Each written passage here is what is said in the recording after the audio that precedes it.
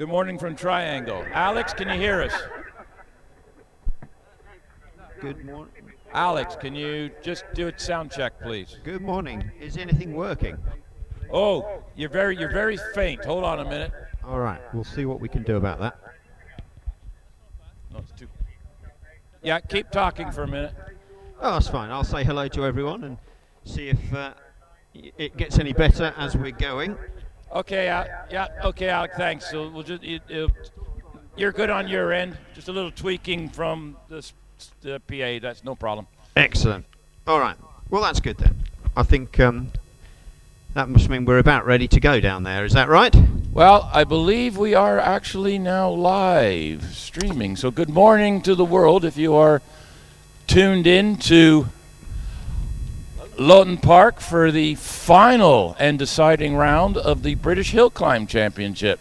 So we welcome everybody that watches this live from around the world, and if you're joining us on record later, I hope you enjoy the day. We will be up and running shortly. We're just getting the last minute, everybody in position, ready to go. The cars are already warming up in the paddock. We will be starting off with the first timed runs of the day, so we're going straight into timed runs. Yeah, so those on HillClimb.TV can see the course car just doing its final checks around the circuit, making sure all the marshals are in place. Hopefully things will warm up for them today. It's a bit chilly here to start with, so hopefully the sun will come out and bless us later on.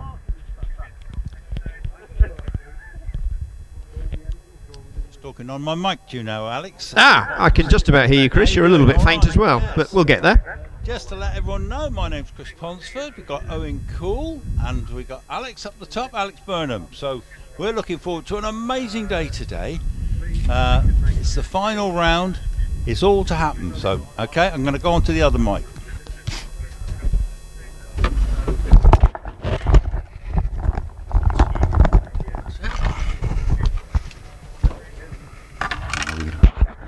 Okay, are we live? Yes, you can get me up there, Alex? Yeah, I can hear you much better now, Chris. Fabulous, fabulous. Yeah, I can see your marshals up at the finish line there, I think. That's right, yes. We've got the brilliant HillClimb TV, and I was chatting with some of their camera operators down near you this morning. They're doing some of the track panning shots as it comes down through Triangle, which is quite a nice little addition. So it should be some good coverage on YouTube, as well as for the people who've braved the chilly start here trackside.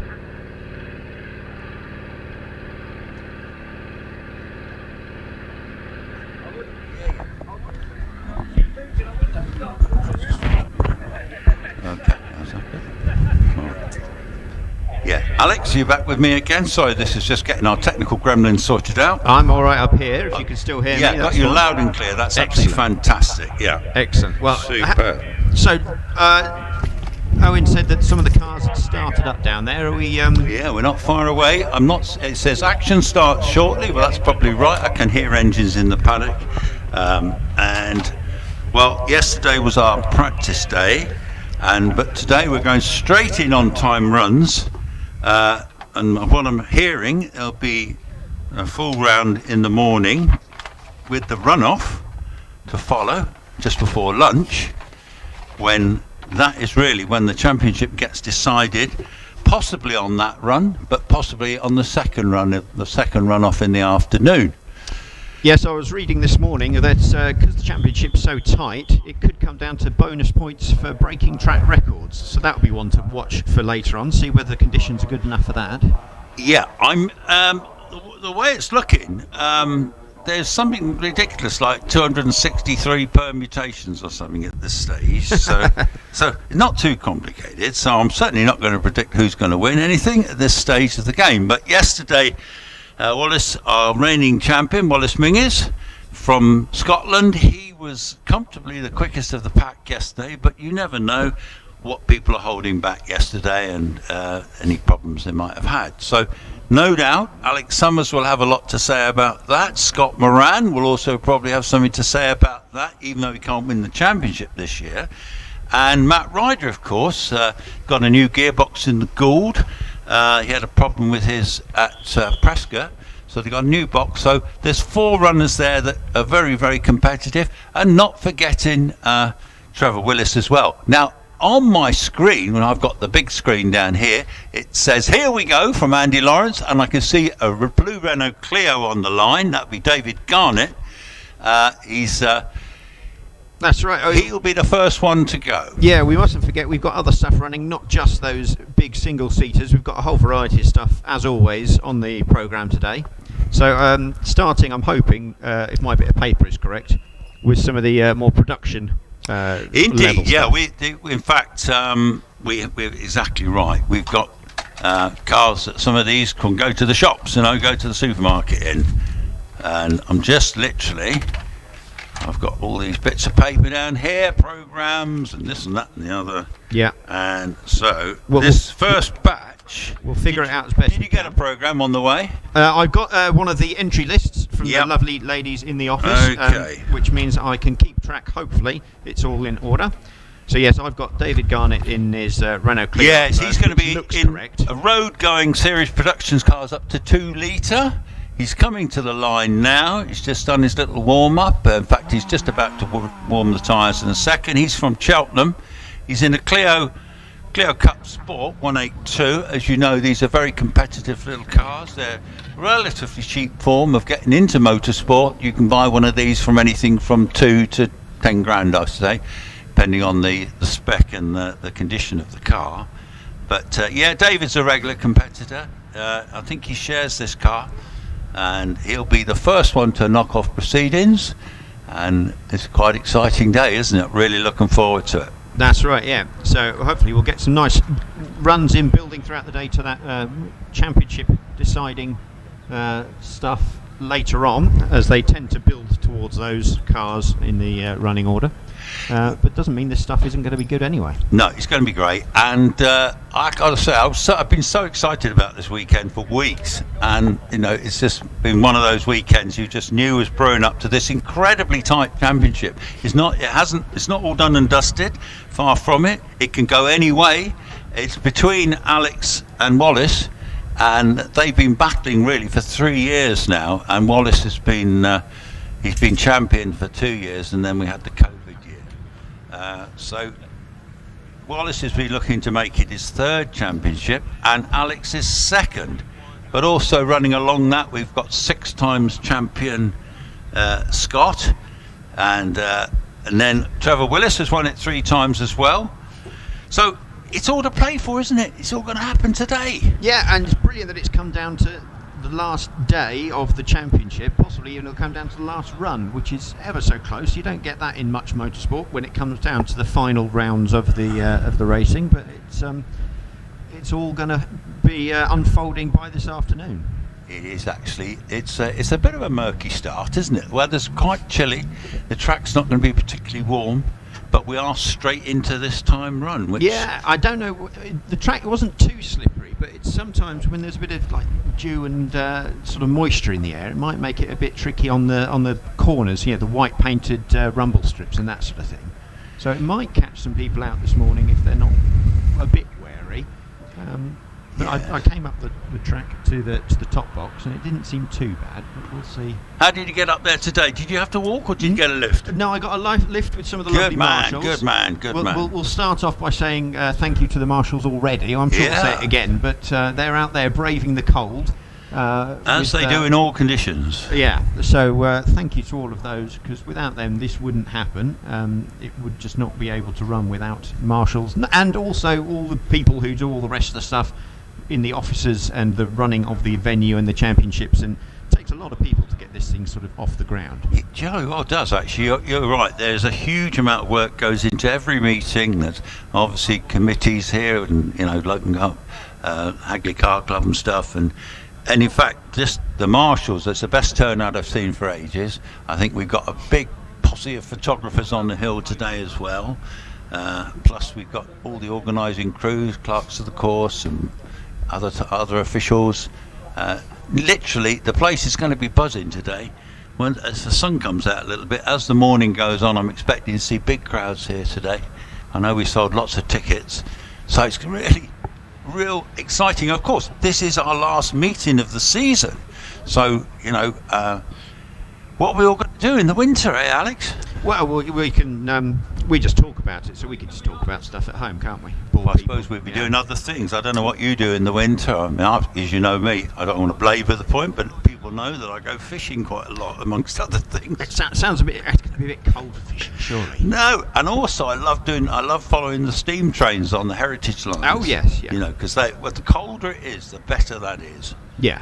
Yeah, that's cold, frosty mornings with a bit of sunshine, fantastic for photographs. I can get behind the steam trains a bit more than the fishing. Actually. Yeah, and I get that. Yeah, definitely. Yeah. Well, I hope David Garnett's not going to run out of fuel on the line. He's been running there for a few minutes now. He's lightening the car, burning off some of the excess weight. Well, he's a very slim chap, is young David, but.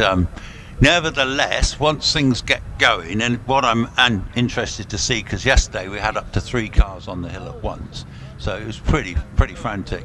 But to see what intervals they're running the cars at, because if the planned run is just for 1 run each in the morning and the same in the afternoon, in theory, and he's away from the line, so we're off and running. How about that, eh? That's marvellous. So David's off on his way now.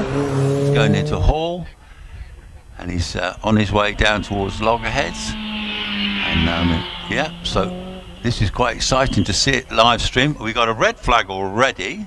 That's not so good. So as he comes down to Triangle, red flagged, he's been stopped. So whatever's happened has happened, and he's going to go back to the paddock. Right, we have apparently got no time showing up on the screen. I was going to say I'm not getting times, but I thought it might just be me. So. Well, no, I think that's the whole reason. So it looks like yesterday we called them a technical hitch. So we've got another Clio on the line as well of James Kerr in his 197 Clio, which is the 2-litre 197, a much later car, much bigger body shell on these. Bit more sophistication in them, but because they're bigger and heavier, so they're no quicker as such. And in fact, generally the smaller Clios, the 172s and the 182s, generally set quicker times. They're lighter, more nimble. But so we're going to see what happens with this one, and if we can get our times up and running. So he's away from the line, and first 64 feet has just shown up as 3.1, so that part is good. Okay, going through Hall, heading down towards Loggerheads. Will we get a time at Loggerheads? Yes, we have, 17.26. So it looks like we're here. And here he comes down the Triangle to me now in the black Clio. First car to run the hill today competitively, on his way up to Keepers.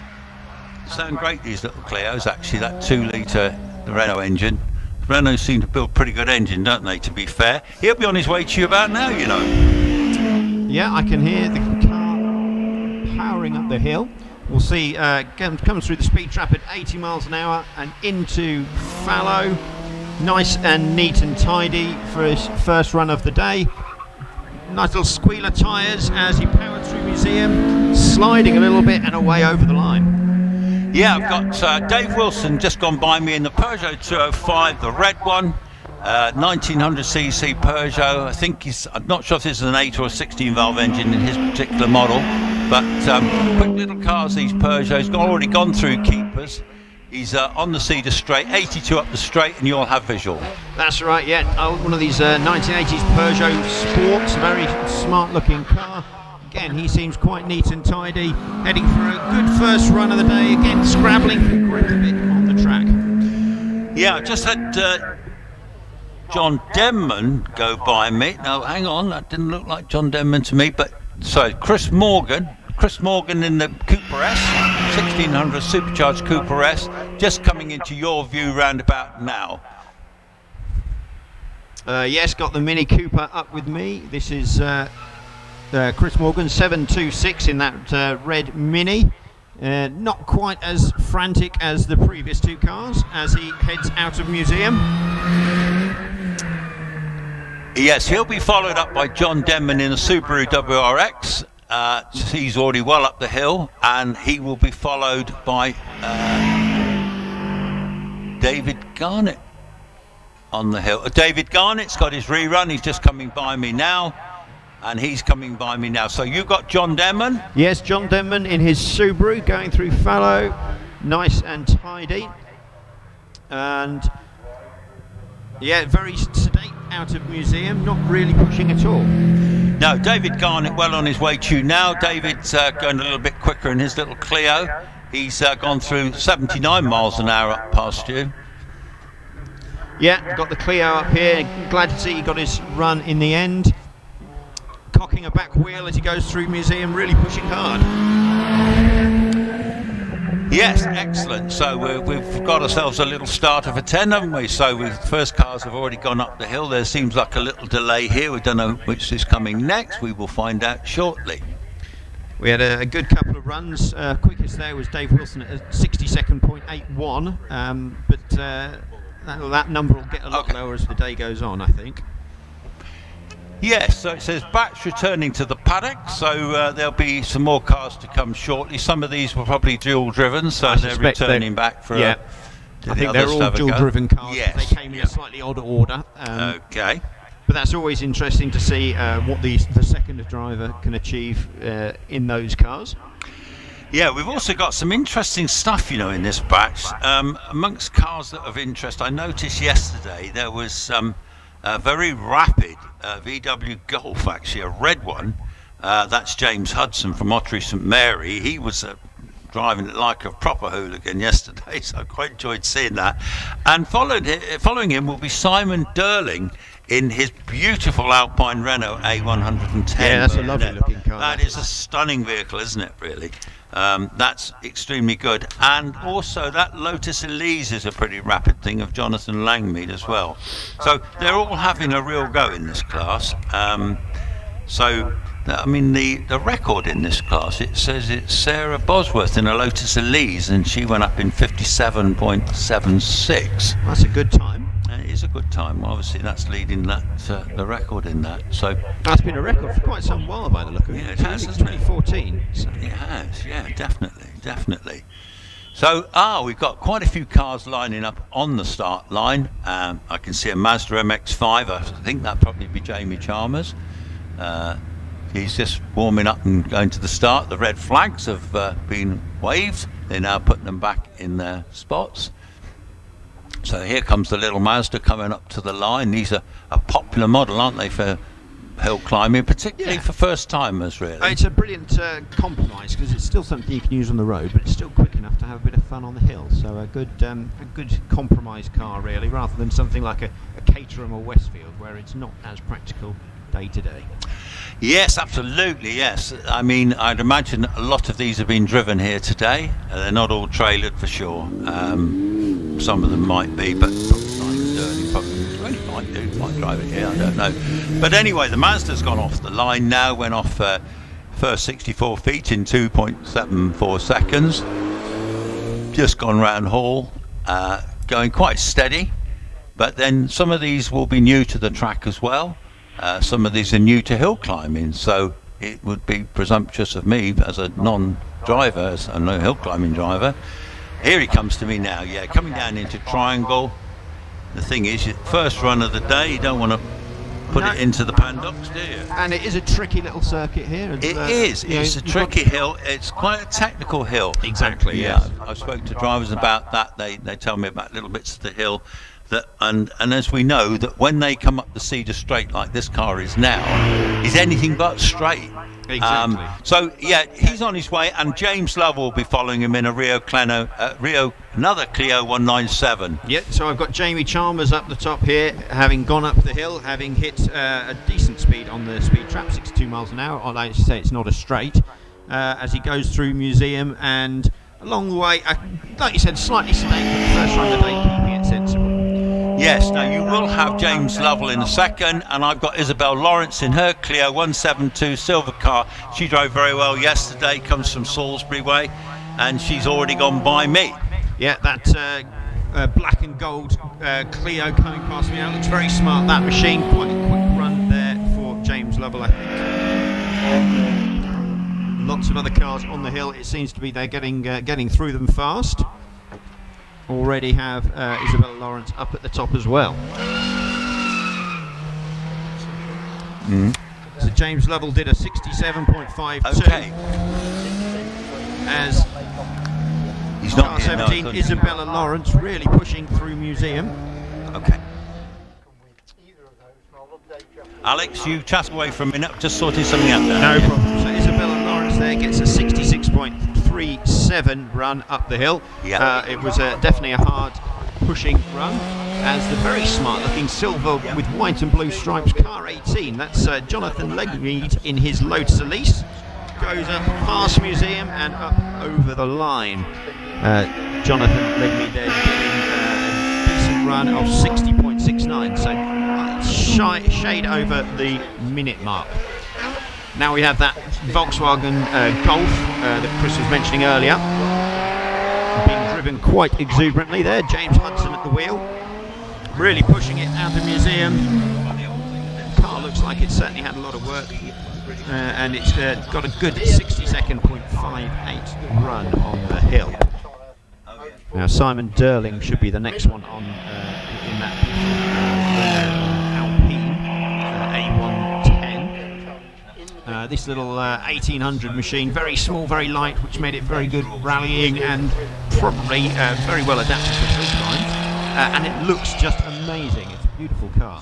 And there we go, Simon Derling out through Museum, hesitating, putting the power on as he leaves that corner, crossing the line in a 69.72. Solid run, big speed there for Simon. Then next up we have Dave Warner, another Renault Clio. These Clios very popular, lots of aftermarket parts for them, lots of race series that run Renault Clios, meaning they're very accessible cars and quite sorted little machines. Dave there pushing it as he goes through Fallow and Museum to get a 63.47, a nice run. Next on track is Rob Wilson. Rob Wilson in the little Peugeot 205, and really taking a lot of the corner at Fallow, all the track and a bit more, pushing it very hard. And we'll see what Rob can do in that Peugeot, as it's the shared car with Dave Wilson. We'll see which one of the two of them comes out on top. Rob Wilson getting a very smart 59.81, a really good run in that car, just beating out Dave Wilson, who got a 60.81, so really close, a second between those two guys. Back in the game now, Alex. Excellent. Back in the game. We've just been sorting out something. Excellent. Well, I've got the red Mini Cooper 726 up with me. Well, that's Chris Morgan, so maybe not. It's just car 26 probably. So John Armory in that one at the moment. All right. Well, I've got Phil James has just gone by me in that beautiful little Porsche Cayman GT4, 3.8 litre engine in that one. He's just left the line. Sorry, Peter Herbert that was that's just gone by me in the 911. And yeah, here comes Phil James in the Cayman, in the white Cayman. So there's a few Porsches here today, sound absolutely magnificent. I'm a big fan of Porsches. So yeah, Peter Herbert up with me in that big Porsche. Lots of power in those things. Brilliant competition cars, so I suspect plenty of potential of those on the hill. And he gets a 61.49. Yes, you'll have Phil James now in the Cayman coming up to you. Yeah, that's right, much newer Porsche, looks very smart in white, and modern car, so again, very capable. Yeah, Ross McDonald Ian Richards has just gone by me in the Clio 182. Again, the popular car today, there's quite a few on there, that's the blue one, and he'll be followed by Ross McDonald, will be the next car that gets to me, but you'll have the little blue Clio coming up through the speed trap now, and he's 82 through there. Yeah, he's just arrived at me as Phil James did a 61-second run, so those Porsches pretty quick straight off, and the little blue Clio pushing hard out of Museum. Again, a shared car, so we'll see how that compares to its other driver. Yeah, Ross McDonald, that 911 Carrera, that's the old style Carrera, they're extremely valuable models, 3.3 litre engines, flat 6 in these, normally aspirated. So Ross McDonald's just gone by me, and I'm also now just seeing David Meek in the VX220 Turbo Vauxhall. Those are highly rapid cars. This is a yellow model, and is certainly going to be up there and setting a fantastic time. Yeah, that little orange Porsche looks brilliant there, just coming past. And here comes that VX220 to you. Yeah, now I love these things, and in that yellow and black, I think that looks like an awesome machine. Car 30 there, as it goes through museum, in quite hot, got on the power, heading towards the line. Yeah, Simon Tarling has just gone by me in a 996 GT3 Porsche. This is, I think he said it was 2004 model, and he's also going to be followed by Rod Isles in the Alpha 4C, this red one. Beautiful car. This I think broke the class record not long ago, and we've got Simon Hutchinson on the line too, so these are all the quick ones now. Yeah, and they get quicker and quicker as they go. However, oh, here it is, yes, little Alpha coming up. Looks brilliant again, and that Alfa Romeo red, nice and neat and tidy through the corners, nothing too dramatic.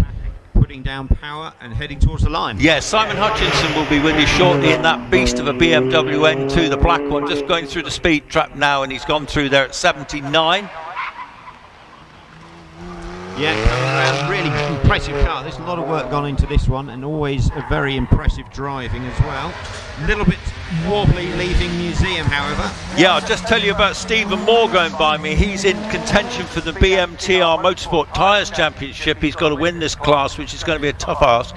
He's up against Rick Leddy in his class. This is a 600 horsepower four-wheel drive Evo. He's got two others as well, just to make it interesting, but he's brought this production one today.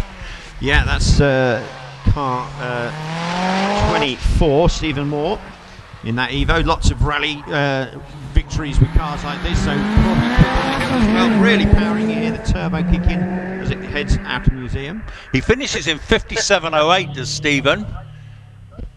And that's a class record according to the computer. Well, we'll see.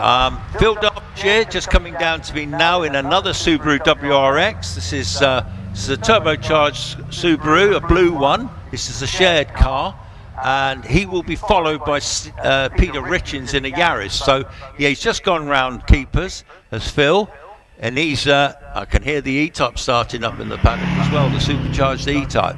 That's a wonderful piece of kit, isn't it? According to our files here, 57.08 would be a class record for a two-wheel drive car in this class, but I suspect that Mitsubishi is a four-wheel, so maybe that is 100% a four-wheel drive. Maybe it won't, because their record's a little bit quicker. So just having car 34 come past me, that's Phil Derbyshire in that Subaru. A little bit wide coming out of museum. Yeah, he will have gone up to the finish now. Peter Richins is following in the Yaris, the 1600 270 brake horsepower four-wheel drive Yaris. Quite ordinary looking cars, but they're extremely rapid. His wife Joy is on the hill as a photographer today. Good morning, Joy. We'll be looking out for your pictures later on. She's the lady that specialises in black and white. And the E-Type is coming by me, the supercharged E-Type. What a piece of kit. John Harding. Oh my goodness, doesn't that sound magnificent? And that's making very rapid progress. Yeah, I was chatting to him this morning, very interested in this car, because it's a bit like my daily bread and butter, those E-Type. It was interesting to see one with a supercharger and a few other tweaks and things on the suspension. So quite a smart car as it winds its way through the speed trap and up onto the hill. It's speed of 76 miles an hour, but it really makes a bit of a noise as it comes through museum and powers out towards the finish line. Yes, you've got Ian Fido heading up now, just going around keepers in another Yaris. Ian's a very experienced driver, has driven all sorts in the past. Son Simon is actually marshalling today, one of our very experienced marshals. Ian will set a good time, you wait and see. Just waiting for that, there it is, yeah, car 36. Overcooks it slightly into museum, gets the tail out and spins half round, but carries on again, unhindered, but probably ruined that run completely. Yeah, Phil Fisher in the Imprezza's also on the hill, just gone round keepers in 2-litre Imprezza, a silver one. He was here yesterday. and as most of these competitors were, and we will be followed by Alan Mansfield in another Toyota Yaris. So you'll have a look at now Phil Fisher. We've got a Subaru with me at the moment. Yeah, Phil Fisher. Phil Fisher, yeah. Nice and neat and tidy. These things always quite collected with their four-wheel drive. Yeah, the cars are coming thick and fast, so you'll have Alan Mansfield in that little Yaris, and I've got James Dockery on the hill as well. Yep. And another Impreza, just going by me now in a black Impreza. Yeah, car 38 there, Alan Mansfield using all of the road and a little bit more as he powers out of museum. Phil Fisher doing a 70.25 there, followed by Alan Mansfield at 64.17. Shows how quick those little Yarises actually are. They're rapid, aren't they? Yes. Well, James Dockery in the Impreza, that's the one that's up with you now, the black one. Yep. And on the hill in front of me is Rick Leddy, class-leading Rick Leddy. He's got 41 in the Audi TTRS. Nearly 500 horsepower in that car, and he knows the hill, and he'll be coming up shortly. Yeah, James Dockery getting a 59.95. That's a nice, just under the minute for his Subaru. As I wait for Rick Leddy in that Audi TT. That was a class record for Stephen Moore, by the way. They're saying class record on my screen. Yes, that was the Mitsubishi though, so I'm not sure if that'll count. We'll wait and get confirmation on that. All right, well, Rick Leddy has just gone through the finish in 58.23, so that time by Stephen Moore was exceptionally good, actually, because he doesn't often beat Rick, so you had to beat Rick to give him a chance of that BMTR Motorsport Tyres Championship. So, just to recap, Mark Lawrence has just gone by me in the AMS Mateo. That's the Subaru engined and four-wheel drive system in that, and he will be followed by Joy Hoyle in the Caterham 7 Super Sprint. She's a very rapid lady driver, one of our instructors, just gone round keepers. Yes, that AMS unusual car just going up and across the line now. Mark Lawrence doing a 63.09 in that. Yes, excellent. Well, Joy will be the first we've seen of the Caterhams, and will be followed actually by a Frog Eye Spite of Joe Mackerel. This yellow car just going by me, 759 the number, and actually I think that's a very well sorted little Frog Eye going through keepers now. Yeah, Joy made a slight mistake heading up to museum, so that run will be slightly ruined. Just clipped the corner, got a little bit of a wobble on, but no problem, carried on again. But a slightly slower run perhaps, although 59.63 with the mistake is still a good run. Yes, the front rider Joe Mack will be with you, and just gone by me is Andy Fraser in a magnificent Aston Martin GT4 Vantage. That's a 4.7 litre car, V8 that they built themselves. So Joe Mackerel there in a Frog Eye. Yeah, he finishes in 66.68. There's the Aston for you. Oh, and also just following Stephen Darley in the Subaru Impreza.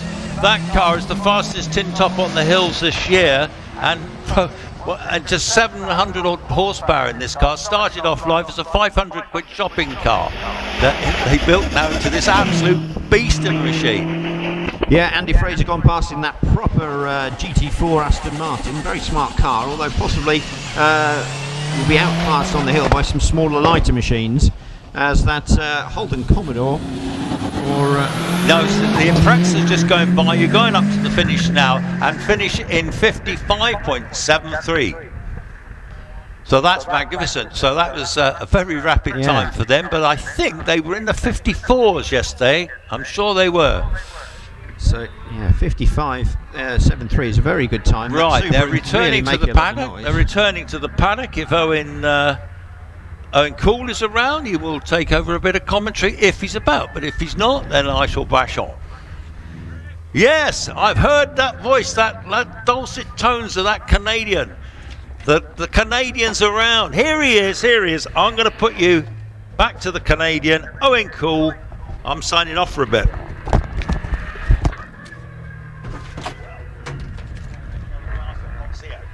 Well, that was an interesting bunch of cars, some proper race machinery in that Aston Martin GT4, and then that Subaru with the Avon tyre sponsorship. A really sorted machine. Yeah, lots of development work gone into that, it seems. So a good range of vehicles, and some times dipping below the minute already, which is good to see. That's Subaru doing a 55.73. We had a Caterham do a 59.63, and that was Joy Hoyle, who, even with the slight mistake. So knowledge of the hill there really helping her. I suspect she'll get even quicker on the second run. Also had that whining supercharged E-Type, which disappointingly I don't seem to have on my bit of paper. I can't find the actual entry for that, but hopefully I'll figure out where that belongs. And we'll see what comes in the next bunch. We'll have some more of the Caterhams, Westfields and that sort of things, I suspect. I don't have a running order today though, so it's a nice surprise when things appear on the hill. Right, good morning, Alec. Hello. How are you? I'm good, how are you, Owen? Yeah, not bad, not bad. Just trying to fit into Ponzi's spot here at the moment. And because I'm volume different, we've got our man on the twisty bits behind me trying to adjust things a little bit. We've got a lot of comments coming in already from, we've had some from Guernsey.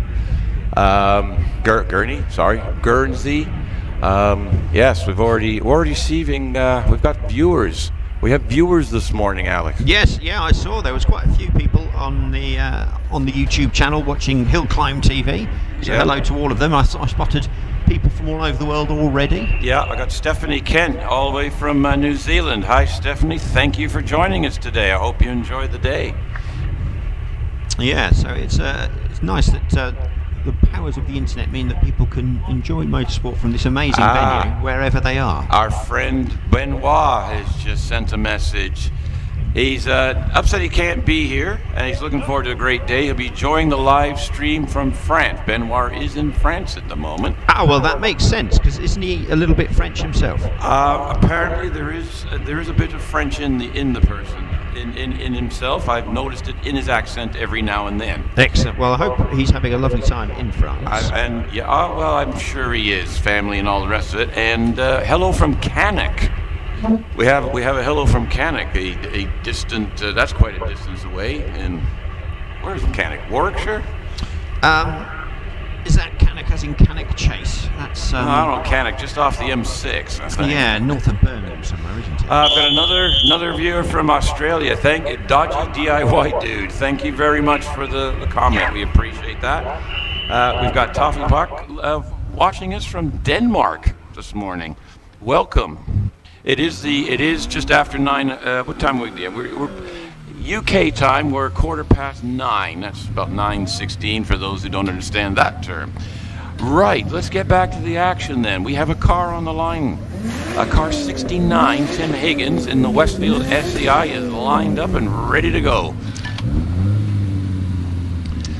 And as soon as I get my reading glasses on, I'll be able to see exactly what we're talking about here. All right, so Tim Higgins, Westfield, 2-litre Westfield. This is the road-going specialist production cars. Yes, Class C. No, it's not. Yes, Class B. That's right, yes. Yeah, right. Off here. 259 off the line. But unfortunately, it looks like at Hall Corner, where it turns left, he didn't. So he's just locked it up and gone a little bit deep, as we'll say, into the corner. He's reversed out. He's sitting there. The marshal's just going, yep, you're okay. Thumbs up. Let's get on with it. We have a replay coming up now. And, absolutely, just a massive lockup on the left front and just slid right. Yep, he forgot the first rule of racing was to turn with the corners. To follow the course. Yeah. Apparently that can be a problem at times. I was saying, yeah, apparently so. It's usually done on day one of the racing driver training. But, well, yes, but you know what some racing drivers are like. They skip right to day 5. But it looks like no harm, no foul. He'll lose that run, I would have thought, but it shouldn't slow the rest of the day down. No. Well, we've got Andrew Griffiths, car 73 on the line. Sort of out of sequence number-wise. I believe he's in Class B. I believe it was a late entry, and he's in a Lotus Exige 430 Cup. This is quite the car. Actually, I've got it down as a V6 in this car. So it's a V6 engine in the back of the thing. So as soon as the track's clear, we've just rerouted Mr. Higgins back to the paddock area. And as soon as the marshal's back in position, we'll be on our way again. So here we go, and off the line he goes. A 2.80 on the 64-foot, so a bit conservative, I think, because he's got all that weight in the back. Around Hall corner, no problem whatsoever. Comes into loggerheads. Now, it's hard to tell on the TV cameras, but this corner is a little bit blind and deceiving, and it tightens up very quickly, so you can get me caught up. Here he comes into triangle right now. Beautiful looking car. No problem here. Off he goes up into keepers. And I've got Richard Homer on the line. Or on the line? Yeah, on the start line. Anyway, round keepers. Up the straight he goes. About 36 seconds through the keepers. And up to you, sir. Yeah, I can hear that V6 wailing nicely. Smart looking car this. Andrew Griffiths as he comes into fallow there. A little bit of a wobble. Relatively neat. Round through museum. Nothing spectacular, but also nothing terrible. I think it'll be a solid first run of the day for him. Right. Yep, across the line he goes at 62.68. I've got Richard Homer now in a Caterham CSR 260 2.3 liter. Big engine in this car. Beautiful green and yellow livery, just coming into triangle now. 61 miles an hour into through lake, entering into triangle. I've got that speed today to play with. Up into keepers he goes. And just launched off the line is Jerry Neary in a Westfield SCI 1998. We'll get back to him in a minute. But Richard Homer is on his way up the straight to you, sir. Yeah, I can hear him coming through the speed trap at 9 miles an hour. Brilliant looking car in that sort of Caterham Formula One team style paint job this. Car 43 there. And nice and tidy, nothing spectacular, but it's a good solid first run for Richard. Yeah, I've got Jerry Neary just come through triangle now in his Westfield SCI 2 liter. He's showing he was ahead at loggerheads over Richard Homer, but he's lost a little bit at triangle going into keepers. So we'll see what happens when he gets up to the top to you, sir. Yeah, these Westfields and Caterhams very similar in their concept and design, so quite similar in their performance as well. So a lot of it comes down to the driver. It's very nice and tidy. Manages to pick up the throttle early and power on towards the finish line.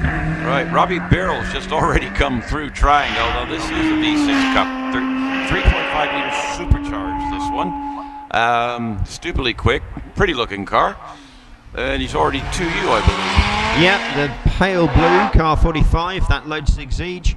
Nice looking machine, nice and tidy. Again, these, although much more modern, they're of a similar sort of pace, I think, to a lot of the Caterhams. Oh, absolutely. Well, speaking of which, Tony Adams, car 47, is already through triangle and on his way up the hill.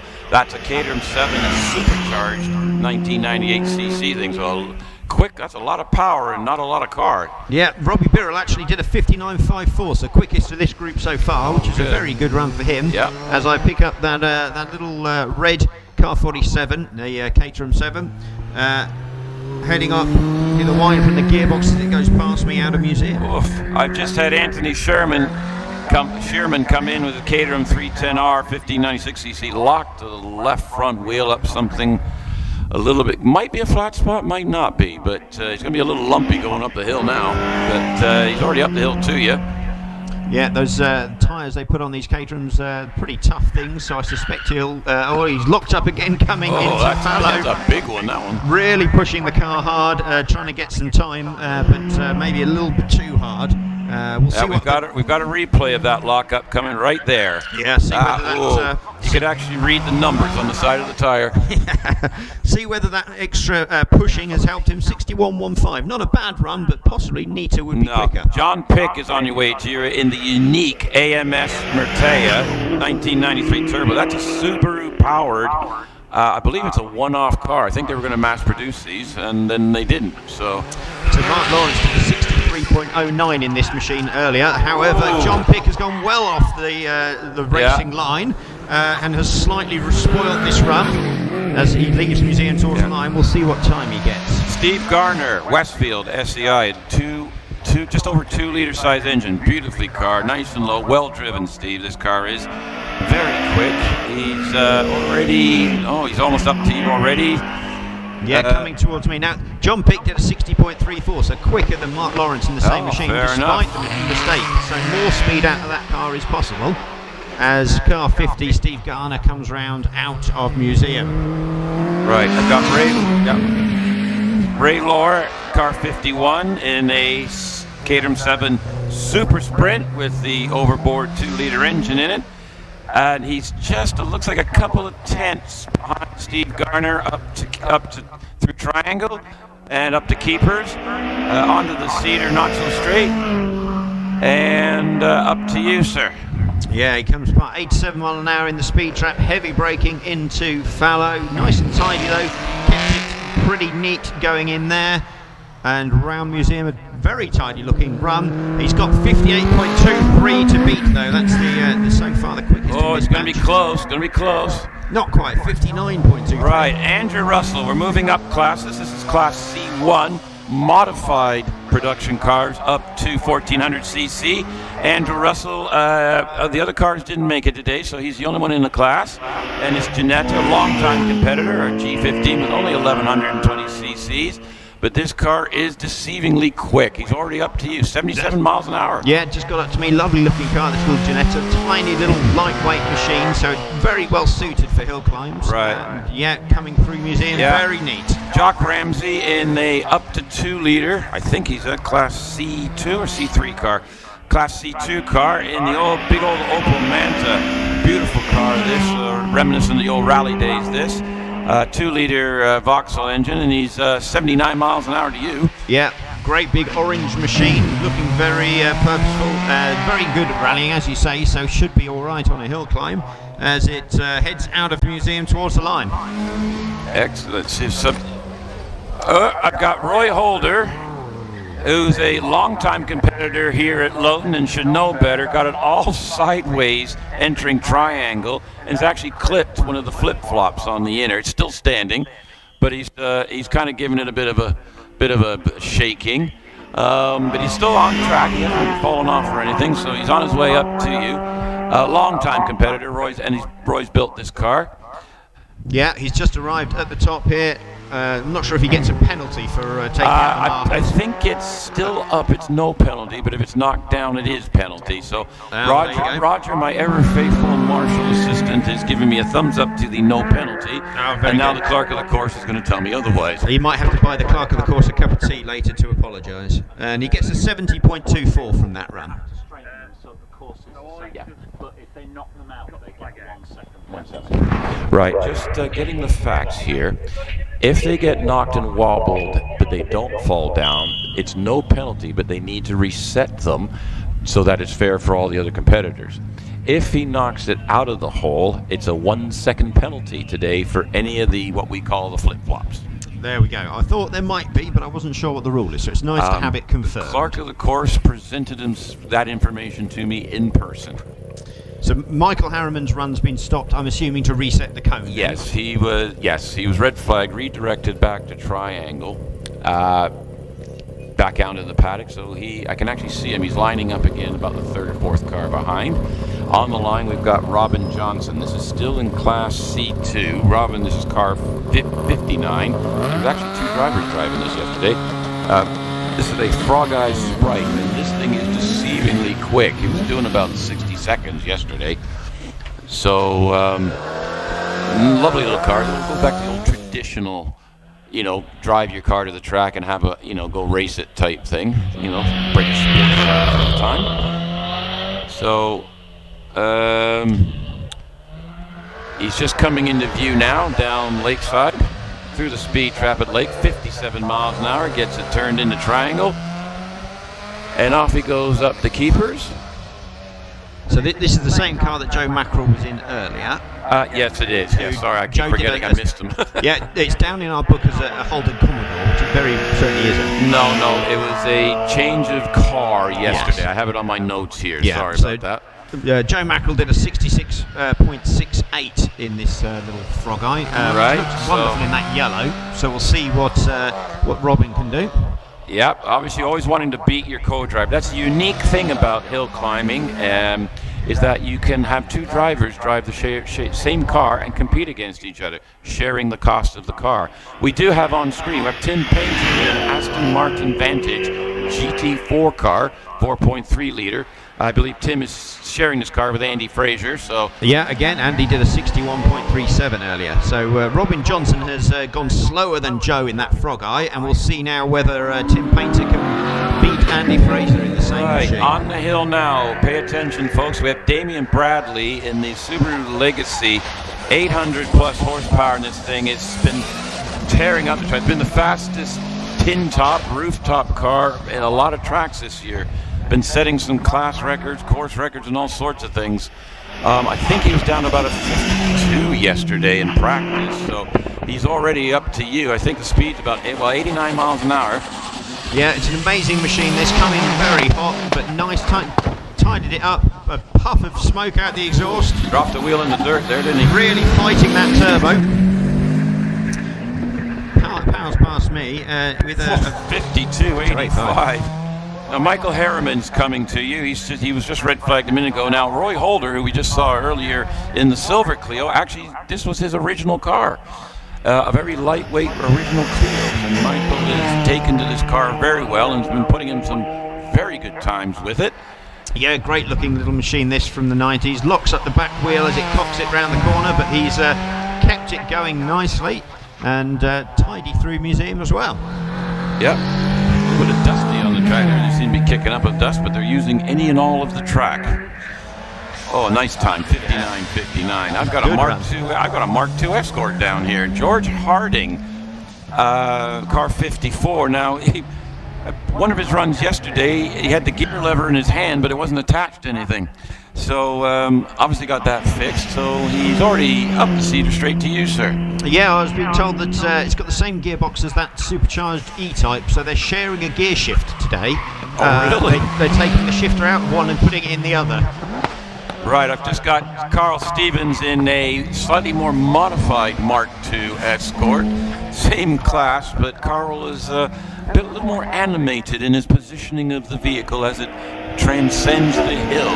Yeah, well, the George Harding there in the Escort really sliding out of museum as he headed towards the finish line. Yeah, there's Carl. Drifting style. You want to see sliding, watch this. Oh, he's behaved. I've got Dave Kimberly in a Caterham Superlight R1585 just coming through Triangle now. Carl did a 57.65, so yeah, that's a pretty good time. So Dave Kimberly, car 771. This is a shared driving class D, so we're getting to the end of this batch. Yeah, just arriving up with me. And a bit of a too much power too early there, but Dave keeps on going. Tidier out of museum. All right, Richard Price has always been and gone through Triangle here. Beautiful bright green car 772. It's only a 1600cc, but this thing has got a huge lockup. This car's on racing slicks. They won't like that too much. But anyway, already into museum to you. And then I've got Oliver Wright coming at you, 776, and a Radical Club Sport 1100cc. That's a Class F car. So these are the second drivers. The first drivers will be in the next batch. Yeah, so smart machines, these Radicals. Really proper little racing cars. Because they're tiny, they're pretty good on the hills as well. Yeah, and very very lightweight. tidy with that bike engine, putting down a lot of power as he leaves museum. Yeah, gets across the line in a 53.62. So I've got Mike West in this beautiful Fisher Fury, only 1198 cc's in this thing, but very quick, very well presented. It's deceivingly quick, this little Fury, for the small engine as well. So already onto the Cedar Straight, heading up towards you. Yeah, tiny little lightweight things these, so nothing to them. So it doesn't take a lot of power to make a very lively car. A little slow into fallow, but has gone nice and neatly out of that and museum. And then we go to the other end of the spectrum, where I've got a car 782 of Bob Penrose in the Pilbeam MP92 with a 7.3 liter engine. Big. That's the biggest V8 we've seen here in a while. And he's on his way up to you. Got a lot of grunt in this car. That's right. So this will be a shared car, which is why it's running now. It'll be driven later by a second driver, I believe. Robert Penrose later, currently Bob Penrose. And he makes a slight mistake in museum, which I suspect will bring out the red flag. Probably. And most will likely. have red faces as well. Yeah. Doesn't look like anything, just missed the braking point and Yeah. slid off the end there. Yeah, decided to test that little bit of runoff concrete just to make sure it's up to spec. Hasn't hit anything. It's just sitting just a driver's left at the top there. Yeah. So little Marshals will get there, make sure he gets back on the track safely as possible, but not hit anything. So No, I think just as you say, slight misjudge of braking point or hit a bump just at the wrong moment, and is neatly parked. You get quite happy with that in a Tesco car park. He's just placed it nicely. right. Okay, so we've got, and this was end of batch as well. So once they there should be cars coming down at the same time they get this one sorted out. I'm just checking. And I have to say, Alec, we're gaining heavily on the spectators down here this morning. Yes, we've gone from 3 to about 8 up the top. So, I'm pretty much going to quadruple that at the moment. We've got some competitors very interested in today's activity, and we've got a lot of spectators that have just come out to enjoy the day and have a good time. yeah, well, that'd be brilliant if more people come out. The what I was hoping for sunshine hasn't appeared. It's now sort of like high cloud base, which means it's probably going to stay a bit chilly today. Have you not done your Sundance of Joy? I did before I left home, so I suspect it's lovely at home. Just not here. Yes. You live a couple of hours from here, so they're enjoying the weather today, but you forgot to tie the rope to it and bring it with Exactly. So I'm sorry for that. you. What are we going to do with you? Yeah, What are we going to do? We'll hopefully. I'll put in a request. We'll get some hot weather sent over. Yeah. It'll get here sometime next April. You do Yeah, know it that. depends on postal strikes and that sort of thing. So Train. Oh, you can put it on a train, but that won't work. no, that's no quicker really. Is it? Where else could we use? We could put it in a car, but it'll be stuck on the M25. Yeah, well, I wouldn't go that way certainly. But for our international viewers, that's a giant ring road that's big and round and long, but it's generally a car park half the time. I actually happen to know. I've got a friend who's on a Volkswagen sort of rally today. They're all gathering on the M25. Yes. To raise money for dementia, I believe it is. Dementia. Oh, okay. So all the Volkswagen owners in the country are going onto the M25 to make a traffic jam, effectively. Right. Last year, I believe he said it was something like 40 miles long. So 40 miles of Volkswagens clogging up the M25 on a weekend. They're hoping to be even longer this year, so that's why I've not. I gone by the believe M25. our chief engineer is wandering up to see you. Yes, I've got a visitor up here, so you can natter on for a while. Me natter? I don't know what I'd have to say. Oh dear, what can I say? Well, I will say for the spectators wondering going on and on screen, one of the rescue vehicles, it looks like the Pilbeam needs to be reversed out of its position. So I think that's because it's very low on the front and we don't want to damage it on the ground. So as always, I'd just like to shout out to all the marshals. First of all, thank you very much. Stephen from Brisbane in Australia.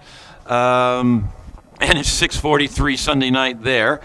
So thank you for joining us. Hopefully you'll stay for the runoffs and the whole day. Morning yourself, sir, from Guernsey, Steve Forrest. So yes, what they're doing is they're just pulling the car backwards onto the track, so so it doesn't damage it. Thank you very much, Healy 1006. Yes, the HillClimb.TV team have put a massive amount of effort into this weekend, and and so far it's working very well, so we appreciate the feedback. But what I was saying about our marshals, and anywhere in the world, motorsports does not take place without marshals. What most people don't realize, they're all volunteers. They're all motorsport enthusiasts. They just love the camaraderie, being out and being involved. And as you can see on camera, definitely involved because they're on the track helping shifting cars around. Yes, they love being involved. So they were saying this morning they couldn't wait to be dragging some racing cars backwards. Yes, it's a highlight. They don't want to do it too often, but every now and then they like to. But what I'm saying, what I want to get back to is the racers can't race without the marshals.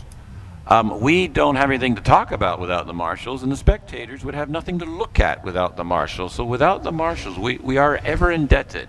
Saying that, and depending on where you are in the world, every country that has motorsports will have marshalling.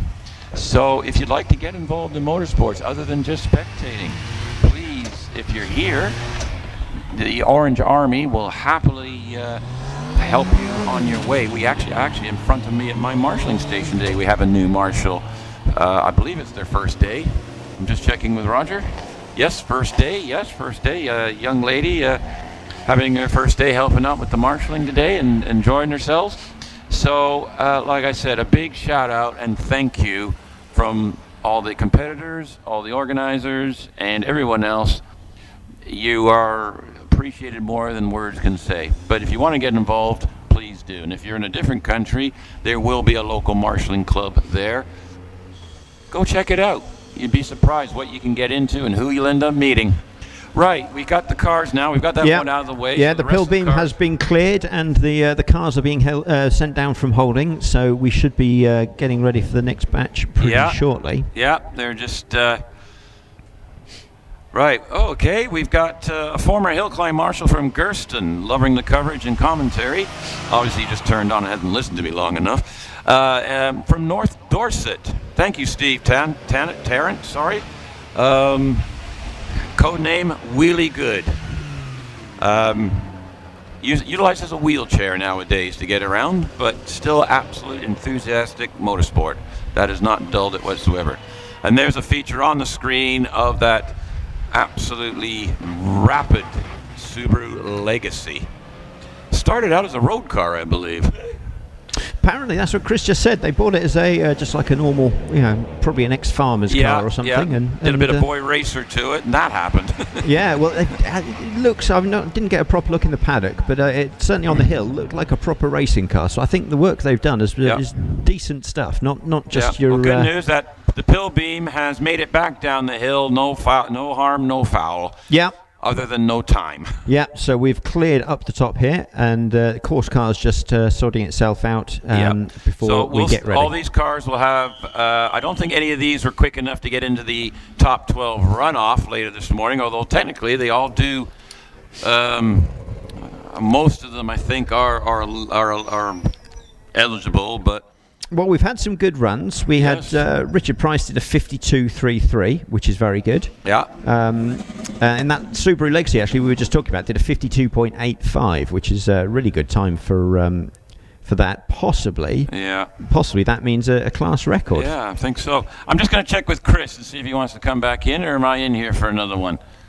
Christopher Ponzi.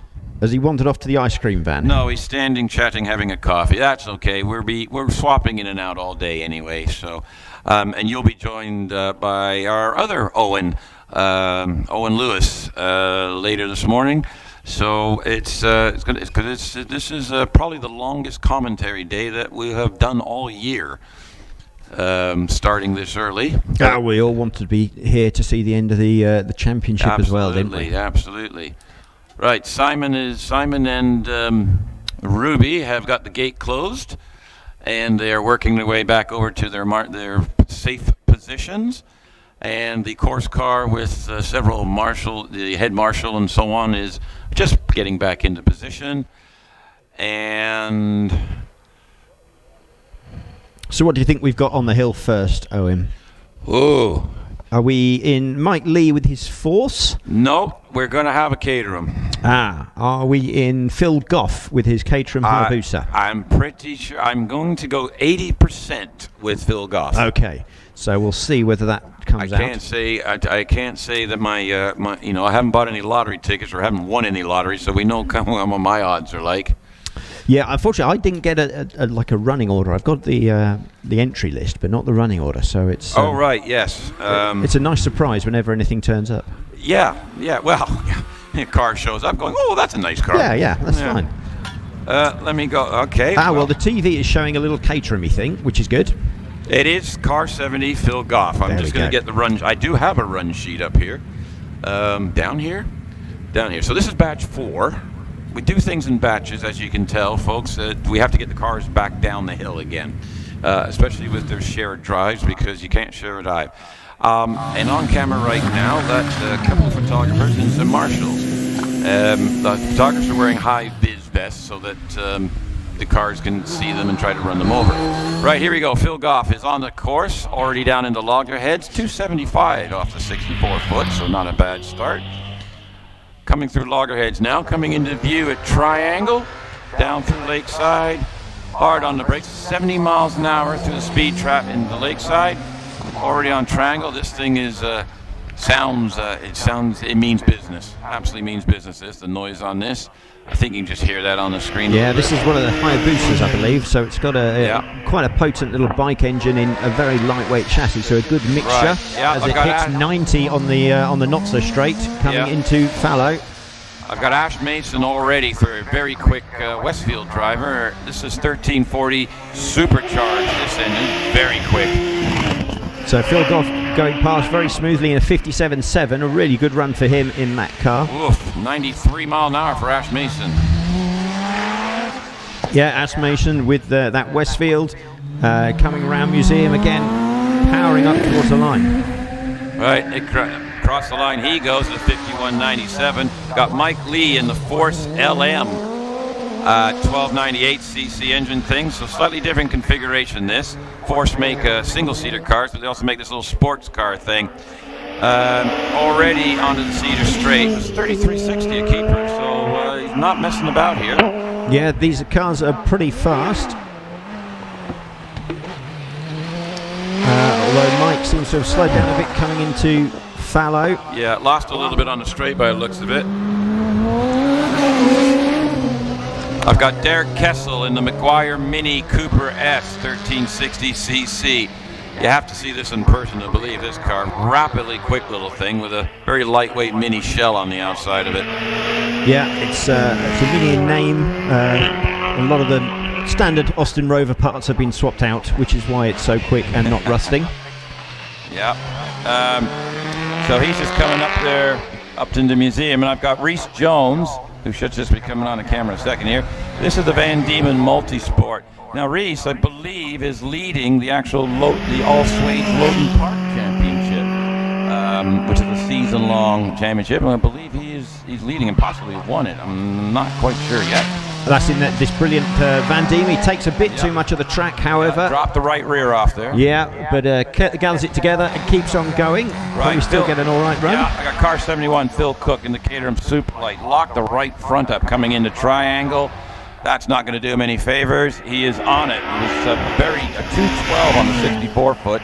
31 up to you. He is absolutely flying in this thing. Yeah, these little Superlight R's, very, very powerful, tiny little machines. Throws it into fallow, really sort of pushing the car round into museum and power on. Right, and I've got car 72, Tom Price, who's even quicker. 2.03 on the 64 foot. He's almost half a second quicker than Phil Cook. He's now over a second quicker than Phil Cook. Coming up to you already. Phil Cook did a 55.37, which is very good. 100 miles an hour. Tom Price really pushing that little green Caterham. Throwing it very wide through museum, lifting up a front wheel as he exits. That's quick. 51.05. That is a quick time. Anime Furnace in the Radical Club Sport, car 76. Shared drive this one. Already on the Cedar Straight up to you, sir. Yeah, these Radicals, again, very smart cars. This was the shared car from earlier, I believe. Nice, neat exit from fallow. Slight misjudge on the brakes into museum, however. Let's see whether that knocks down the time. I got John McQuillan in the Fisher Fury. Shared car, we've seen it once, we're seeing it again. Very quick. Anime did a 55.87.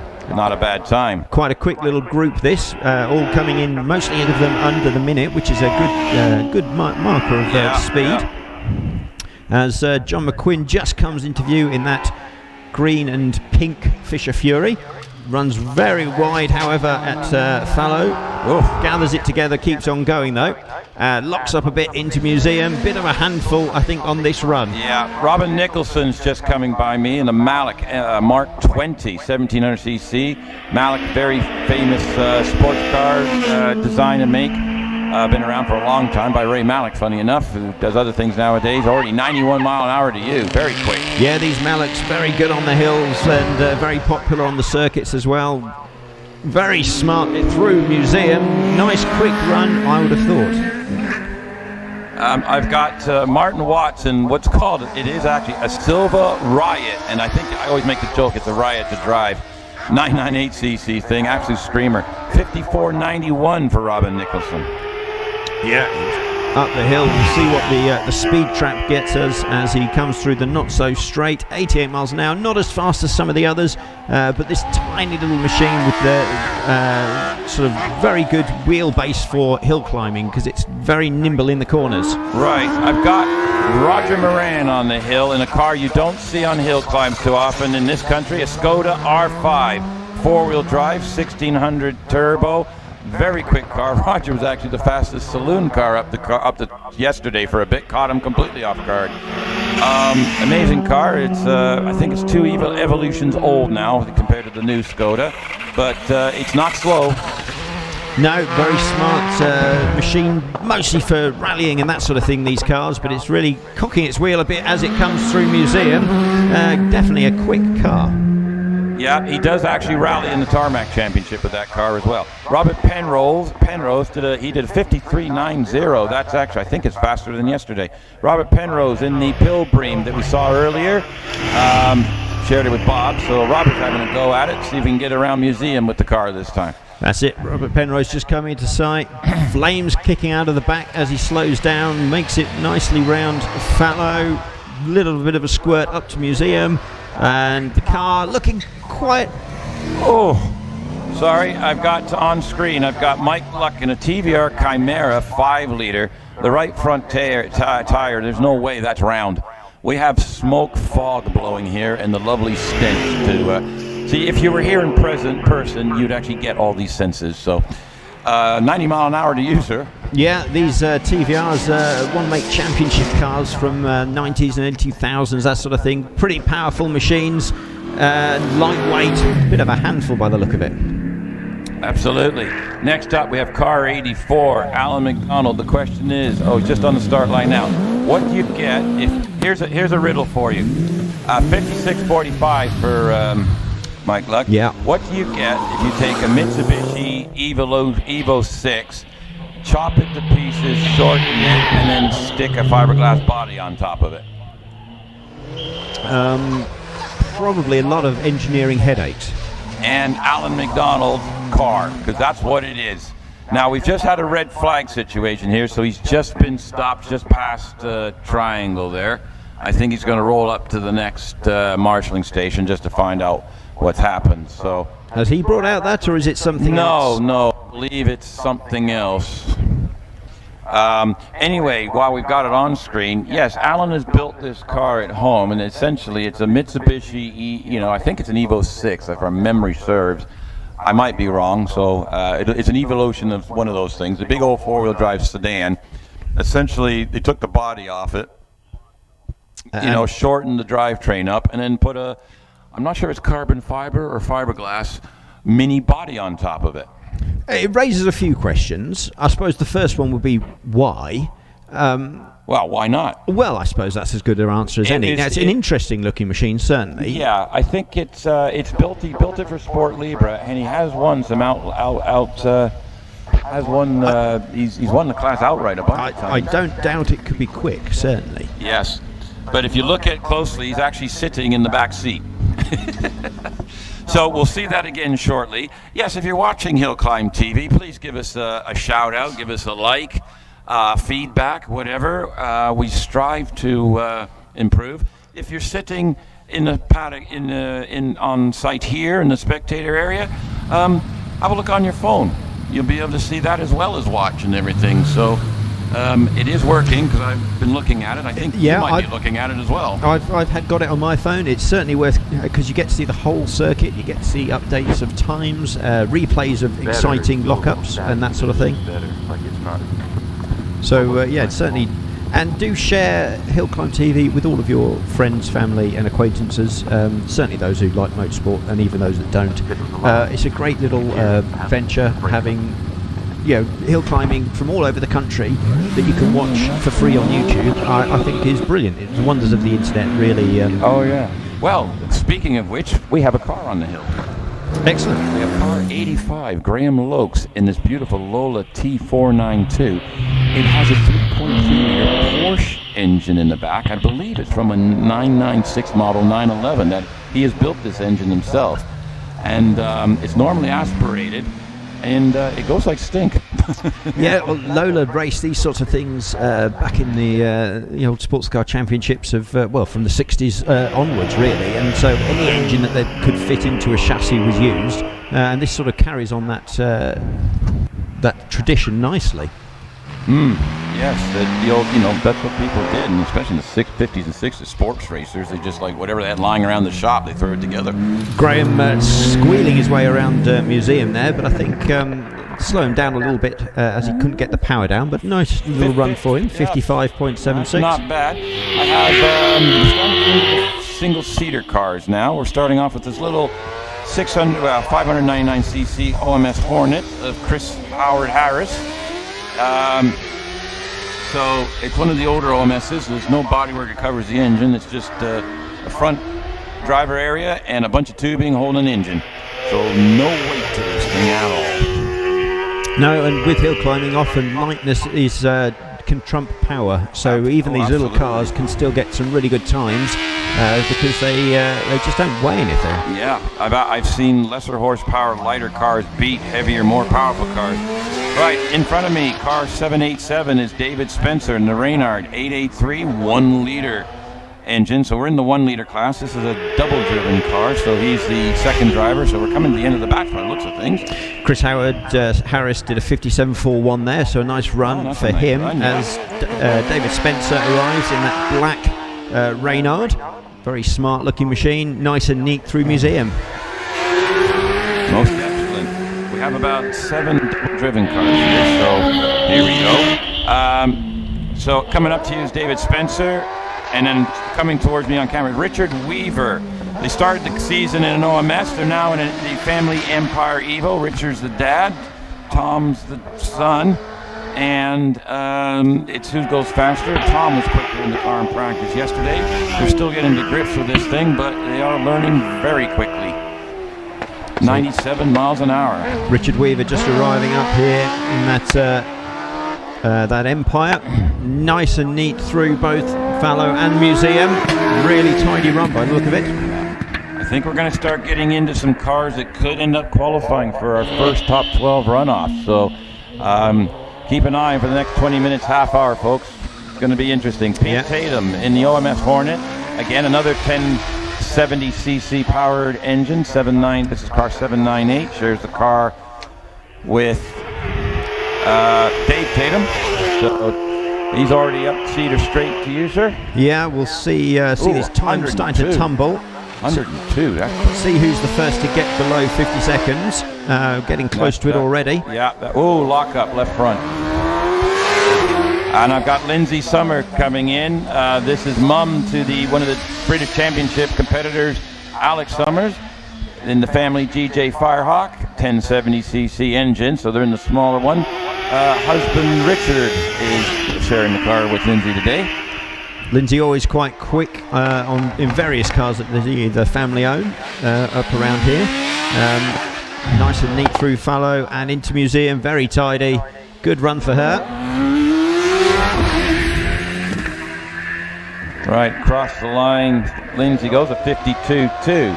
Yeah, good run, getting close to that below 50-second mark. I've got a very quick Harry Pick. He was very quick yesterday. He's actually chucking it. This is a double driver. This is a 1600cc car, I believe. Car 810 and an OMS 3000M. There was a change of car at the last minute. Absolutely honking up to you, 106 mile an hour. Harry Pick, bit ragged through fallow, piling it on tidier through museum, however, towards the finish line. So quick Harry Pick does it in 50.32, very nice. Right, we've got car 20805, Steve Morgan. Now we've got a couple of Formula Fords double driven coming up to you in the RF89. So Steve sharing, this is Dad, so son's driving it shortly. Very competitive class this, a pre-1994 Formula Ford. So there is quite a selection of cars here, and we'll see more of these. Yeah, Steve taking a lot of corner and then getting a bit sideways out through fallow, then tidier through museum. That 1600 Ford engine then pushing him across the line, 61.45. Right, now on screen I've got Caroline Ryder, who's coming into Triangle right now in an RF86. Now Caroline's sharing this car with Alex Coles, who's actually won the British Hillclimb Cup in this car this year. We'll get more to him in a minute. But another fact is Caroline is Matthew Ryder's mother, who is won a couple of British Championship rounds this year in a Gould. So it's all running in the family here. Yeah, all family affairs. This very bright Van Diemen comes up nice and neat through fallow and through museum. A good run here for Caroline. Really tidy looking corners. Right, I've got Alan McDonald in the, what do I do with an Evo? Shove it in a, basically it's an Evo, a Mitsubishi Evolution shoved into a mini shell. And it's on his way to you already. Very quick car. I think it's a bit of a handful. Very short wheelbase. I've seen some onboard of this, and it can get a bit of there. But he's 85 miles an hour to you, sir. Yeah, the mini Bitsy, I don't know, is that the right term, has arrived with me. It does look a little bit ragged, this machine. However, it also looks very quick, really pushing across the line. And interesting to see what we get for a time. 54.89. So, yeah, that's not bad. Right. Now, are we? That sounds quiet, so I think possibly end of batch. I'm just checking my run sheet. I believe we might be. Yes, we are at end of batch. I see the marshals bringing the cars back down. Now, just to let our viewers know that some of we're getting into the race cars that they don't restart the engines. Justin Andrews, yes, we believe that is a new C3 record, sir. The track is in pretty good condition. What I'm just saying is you'll notice that these cars, the engines are so fine in their engineering, the tolerances are so close that they do not try to avoid running them when they don't have to. So the marshals will actually get these cars going and push them back down the hill. I tell you what I'm going to do, Alec. Chris Ponzi has just come to the shed, so I'm going to hand back off to him for a bit. So very good. You can go off and get a cup of tea. I might do that, and I might just cause problems, trouble, and havoc, which is I can do as well. But my feet are getting cold, so I wouldn't mind getting the circulation going. So he'll take over for a little bit, and you'll have some normal accent to deal with. That's fair enough. Okay, we'll talk to you in a minute. In a bit. Yeah, we'll leave it to it. Yeah, so we did get a Class C3, which is the modified series production cars over 2 litres. Damien Bradley in that Subaru Legacy did a 52.85, which we believe is quicker than the previous record set in 2013 by Mike Turpin. So that Subaru Legacy of Damien Bradley, possibly a new class record there. I'm not the official timekeeper, however, so I'll get a slapped wrist if I make announcements, but I'm pretty sure that is a new class record there, which is a good run. That car certainly looks very capable. Damien Bradley doing a very good run there, and it was the car that was shared, I think, as well. So we'll see. I can't remember who else. Maybe that wasn't the shared one. But anyway, new record for Damien Bradley. A good run in that machine, and certainly I think that car looks very sorted. Impressive to have been built up from just a road-going shell turned into a proper race car. Hi, Alex. I'm back in town. Hello. Yes. It's kind of just make an announcement. I'm told, hang on a second, because this won't stretch very far, the Regalia shop is now open. Lots of bargains, end of season bargains in there. So yeah, get yourselves down there. It's just behind the triangle box there. And there's some lovely things to buy. So to give you a record of your day at Loton. Do they sell nice, thick, warm, woolly socks? Oh, I'm sure there's loads in there. I'm sure there's loads. Is it a bit like the Arctic wastelands up the top then? It's not quite there yet, but it's certainly a little bit chillier than perhaps would be nice. So are you enjoying the racing, Alex? Yeah, it's been interesting so far. Interesting. Runs. It's fantastic. I was just saying with Owen how it'd be interesting to see who's the first to drop below the 50 seconds. We've had some 52s and some really low 50s, but nobody yet in the 40s. So keeping an eye out for the first person to drop down there. Yeah. Well, I'm looking at the live stream here myself, and the coverage looks fantastic, to be fair. The screens are lovely, bright and clear. The cameras are all... There's 13 cameras Rich Danby's got up the hill, I believe, which is a fantastic achievement. And...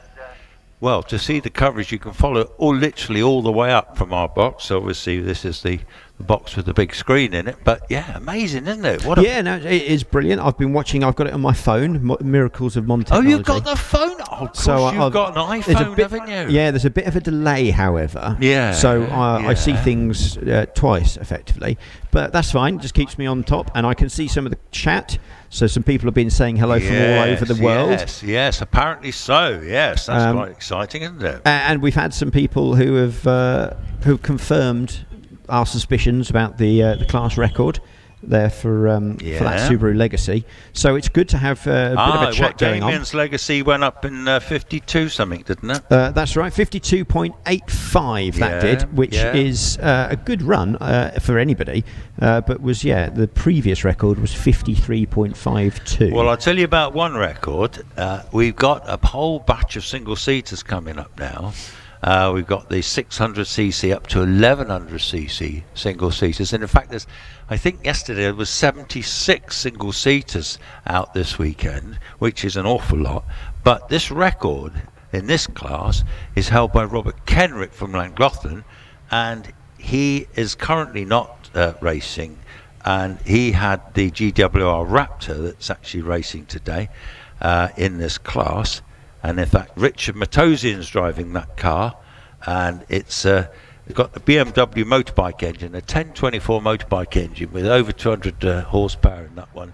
And that car was actually does hold the record at 45.16, which Robert was an exceptional driver.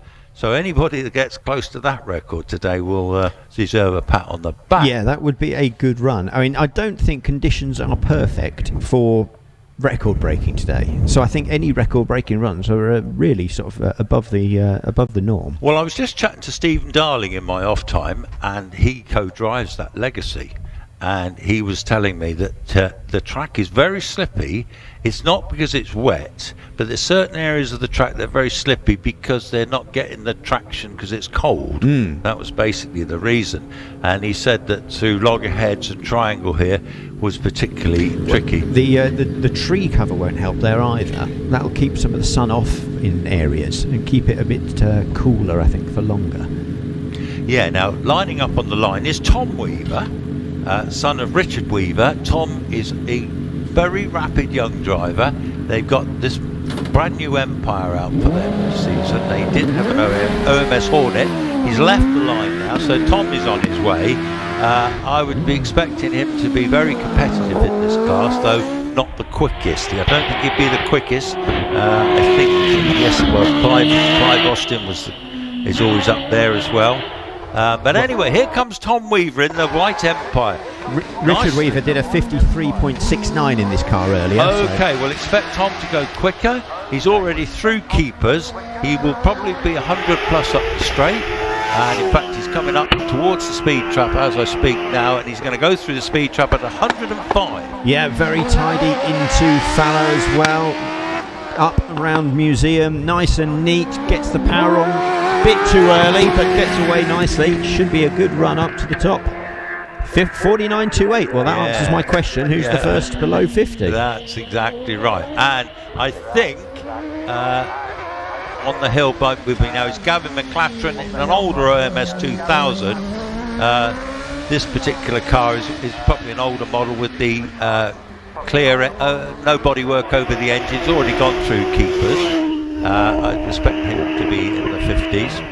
Yeah, 9-2 on the straight in that, well, half of it's bright orange. As you say, there's no bodywork on the back half, so it's only colour at the front, but it's a nice and tidy run there for Gavin. Yeah, he's just exiting Museum. Martin Turner's just gone by me in the Empire Evo 2.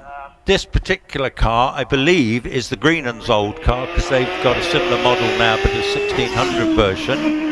And Martin Turner is already going through the speed trap at 97. Yeah, I can see him now. Almost slides as he gets the tail out a bit in fallow, and slightly misses the braking point in Museum as well. A ragged run then here for Martin. Well, Ben Fisher will be following him in the OMS Hornet, pretty little Hornet. Not sure that looks a bit like Tom Weaver's old car, but I may be wrong. I won't commit myself to say it was. He's through your speed trap now at 83. Yeah, nice little OMS this one. Round, fallow, quite tidy, not spectacular. And again, nice and neat through Museum. Maybe not the quickest of runs. Certainly a tidy one though. Well, Nigel Pitt is just going by me. Nigel's always amongst the front runners in this class. Nigel is a local chap, I believe. He's from Bromyard in his little OMS. He's already gone through up the Cedar Straight. He's going to go through the speed trap at 100 mile an hour. Yeah, very quick into fallow. Gets it slowed and turned well though. Smart looking car this, with that green frames. Slightly locks up the back wheels. Can't get his power on, showing that slipperiness coming out of Museum. Yeah, Rob Clark in the Empire Evo's just gone by me too. That grey Evo, that's quite a late car, that one. It's a good looking thing. That's these Evos, these Empire Evos are quite popular now.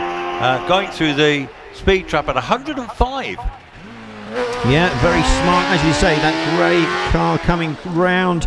Rob Clark there, nice and tidy, leaving Museum. Yeah, Richard Matosian just gone by me in the ex-Robert Kenrick Raptor. That he was certainly pretty rapid through Triangle, had a bit of a moment. He's already on the Cedar Straight, coming through the speed trap any time at 100 mile an hour. Yeah, and overshoots fallow slightly. That speed maybe a bit too much. Missed the braking point, and a little ragged through Museum. Not the neatest of runs there. Okay, yeah, we've had a little moment down here. Mark Slanker's just had a little moment up near Loggerheads. It's everything's intact up there.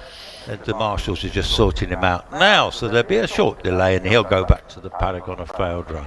So Tom Weaver has the quickest run out of that group so far, with that 49.28, which is a pretty solid run.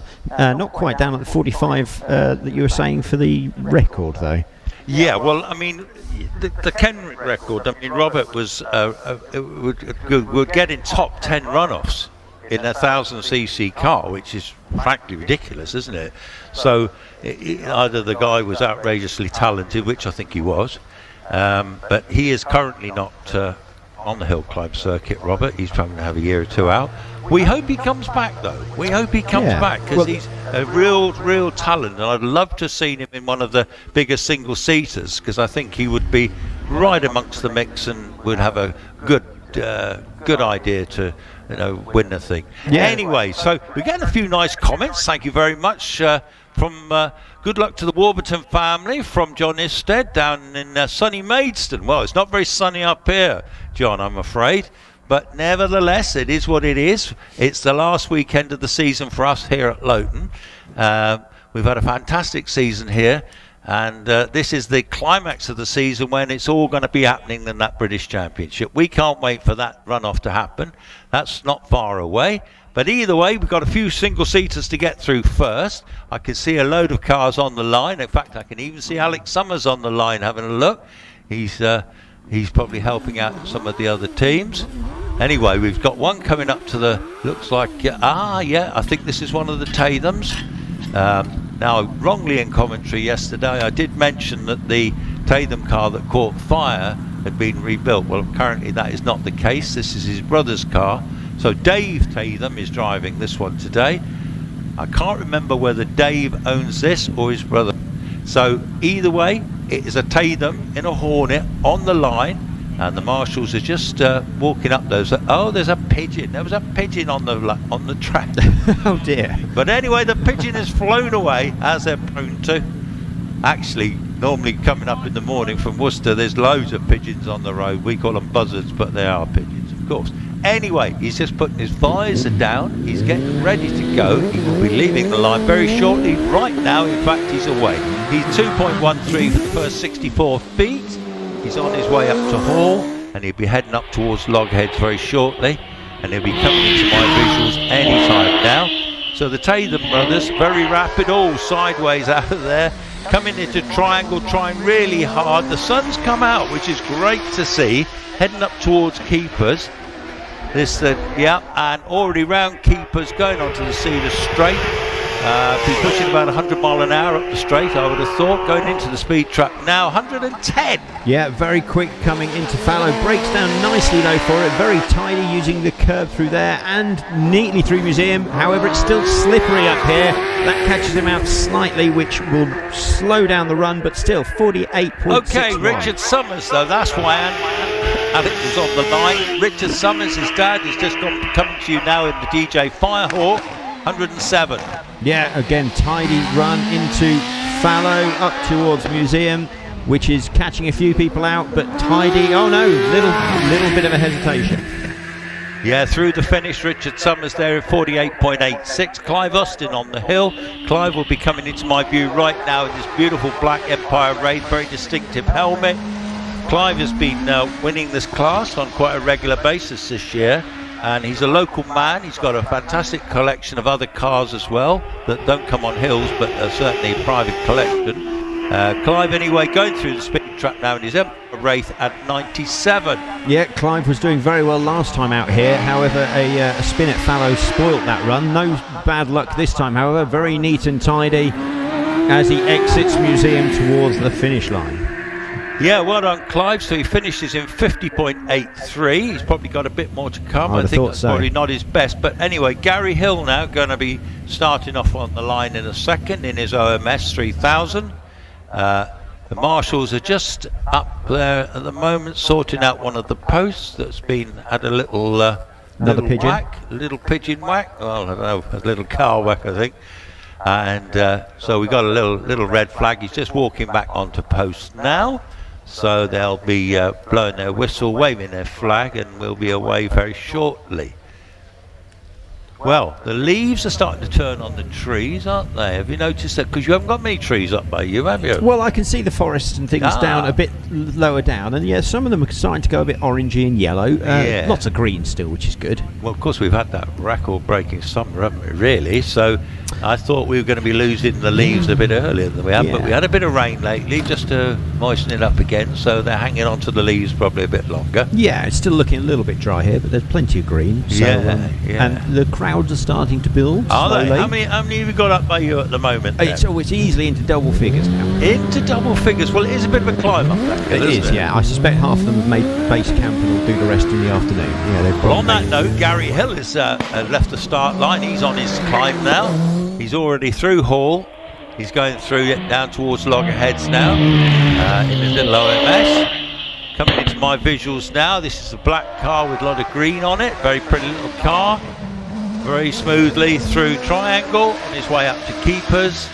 They're entertaining with these little bike engines. They rev like crazy, don't they? And they're very, very rapid, very small and light, aren't they? They are, yeah. So Gary Hill's sharing this with Harry Pick this weekend, and Harry did a 50.32 earlier.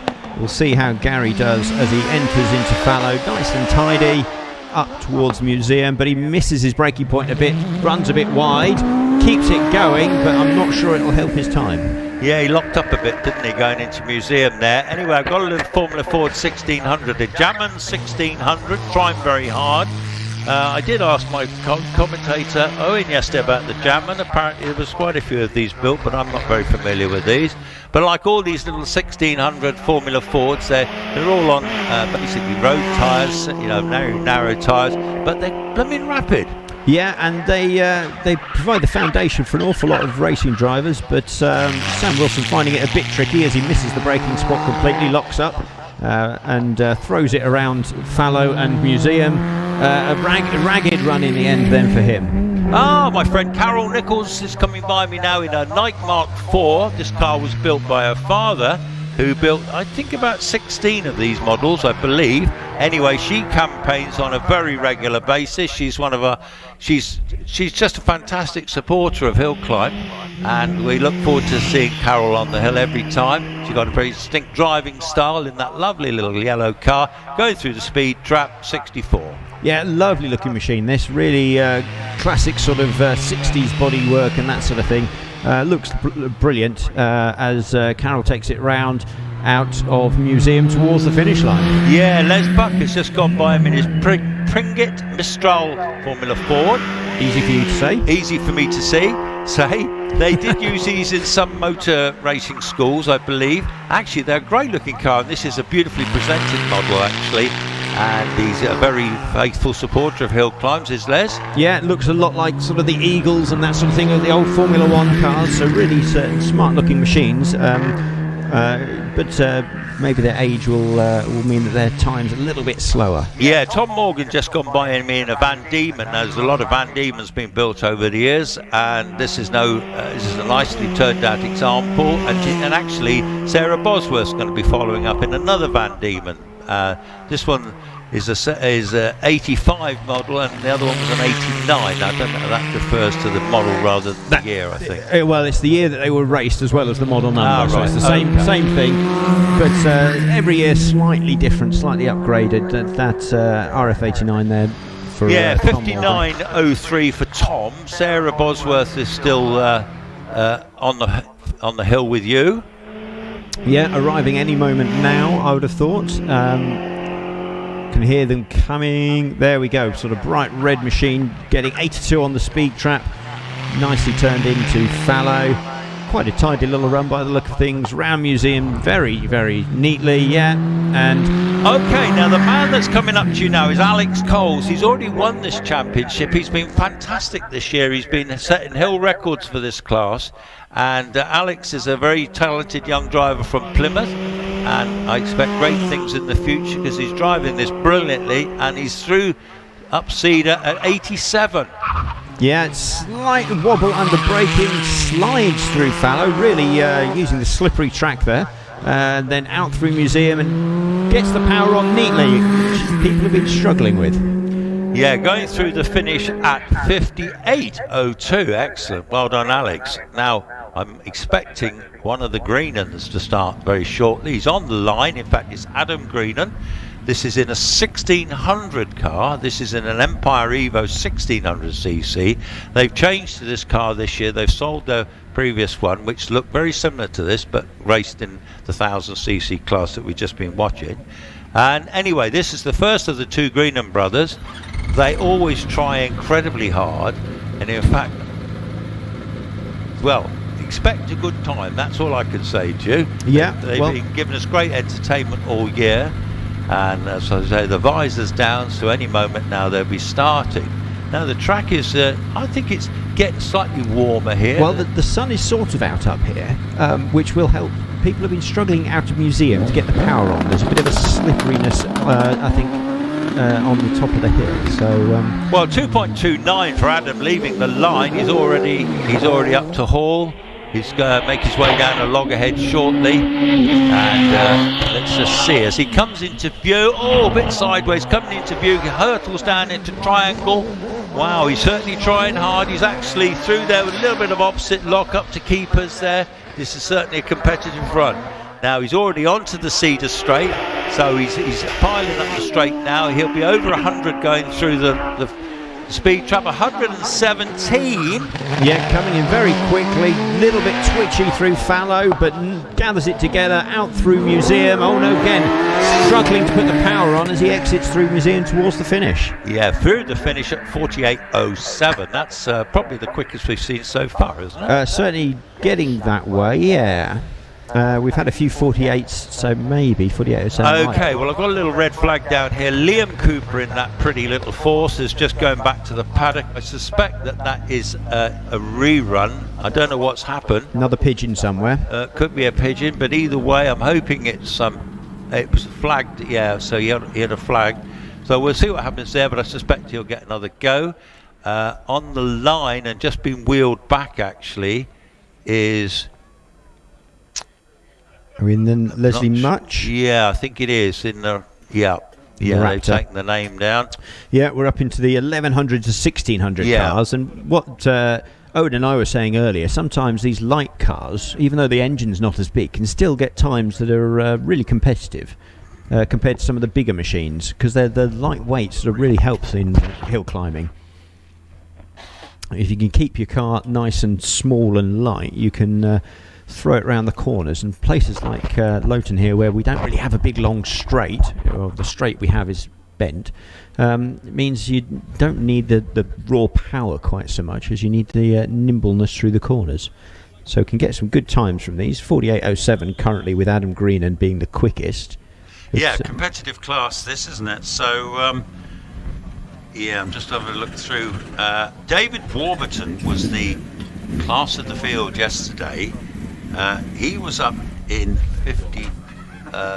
44 something yesterday. We've not gone that quick yet today. 44.5. Yeah, David Warburton was asking. He was in the 44s, wasn't he, yesterday? 44.75, we think. Yeah, that was tremendous time. Well, that's close to the red class record. Very good. And there's some quick runners in this field. We've got our Gumbling boys there. Zach Zammit will be trying very hard, man from Malta.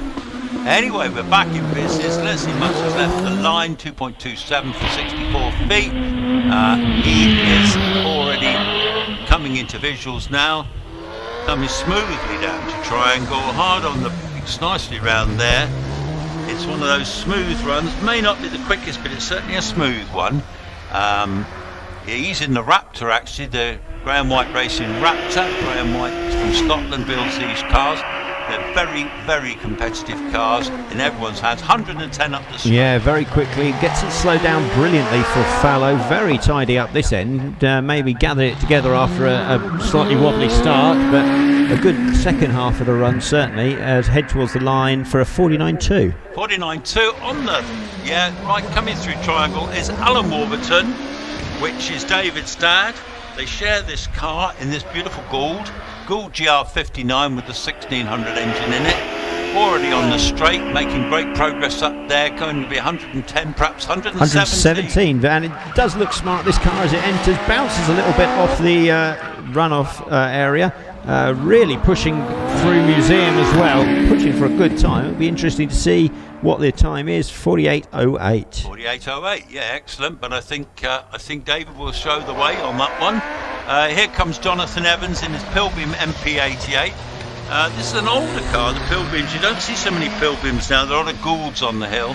As I say, this car is going nicely, gone through keepers nicely, and he's already on the Cedar Straight, but I don't think he'll be anywhere near the pace of Mr. Warburton. But nevertheless, he'll come into view now. Yeah, slightly slower at the straight, 83 miles an hour in the speed trap, and a little bit gentle through the corners. Maybe more to come later on from Jonathan Evans in that car. Oh, I've got the GW Predator.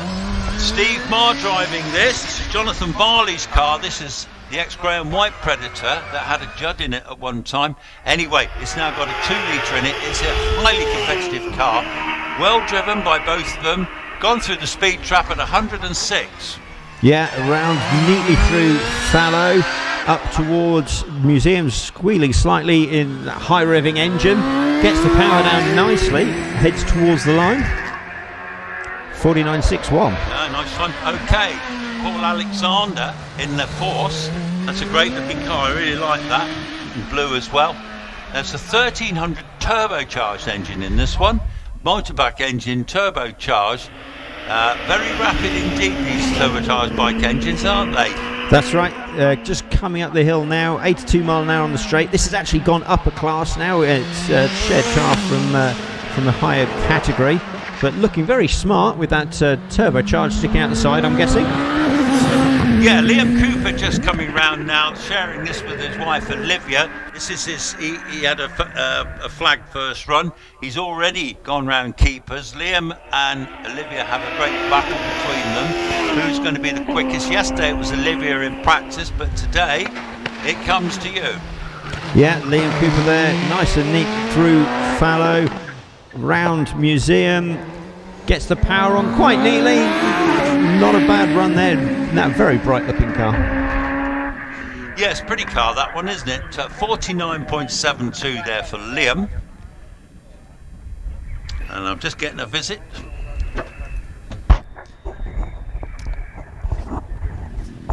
So we'll be sending down from the group up here, so that's the end of that batch, having had those shared drives come up. Yeah, I'm going to put you back to the Canadian. Right, very good. Now, more people on HillClimb.TV from all over, someone from Scotland there, and nice message from Andrew Westburnham. I'll admit now the similarity in name. That's actually my father, who's been watching from Scarborough, so other side of the country. I lived in Scarborough in Canada, just outside of Toronto. There's a Scarborough. Well, very good. This is the Scarborough in England, but there we go. Yeah. Right, I'm back, Alex. Very good. I've relieved the ponds for the moment. Apparently we've had a deer spotting. That's exactly so. I mean, I've not spotted any myself, but the cameras could probably make out some. Oh, I can see some in the distance actually up here. So yeah, this Loton was a deer park, maybe still is, I suppose. It is actually an active deer park. So that would be why there are deer. Hence, everybody look at your shoes before you leave. And it's not unknown for a deer to stop play. We've had a pigeon stopping the racing this morning. Well, it could have been a deer, I suppose. We had a pigeon. Did I miss the pigeon? Yeah, well, apparently the pigeon brought out the red flag. I don't know if it was his own red flag or whether he stole a marshal's or something. But that must have been a big pigeon. Yeah, he ripped up some of the track midway, so they had to get the pigeon out off the circuit. I see. How did I'm just checking here. How did Alex Coles get on in the Formula Ford class? Right, where are we? I have to go through my notes. Oh, okay. I've got him as 58.02. That's right, 58.02. But it looks like a penalty. Looks like there might be. I've got a 1 next to his time. Is that a 1 second penalty? Did he hit a flip flop somewhere? Oh, maybe. I don't know. I've not seen that before. That's a good spot. No. We'll have to check that. Yeah, I'm not. We'll have to talk to an official person who knows Yeah, it looks things. like he's probably still got the class lead, though, based on looking at the other times. I'm just having a look here. So, anyway, even if he's got a second on there, 59.02 would still just put him ahead of Tom Morgan, who has a 59.03. Oh, that's good. That's good. So yes, probably Alex Coles there, 59.02. We'll get confirmation at some point. Okay. Well, it looks like we're coming up to the hot and heavy 1600 cc racing cars, followed by, and we're getting close to the big boys. Yeah, we're building and building. But I believe some of these 1600 cars can and are more than capable of getting into the top 12 runoff. Yeah. So our first top 12 runoff of the day. I think it'll be interesting to see who gets there. Yeah.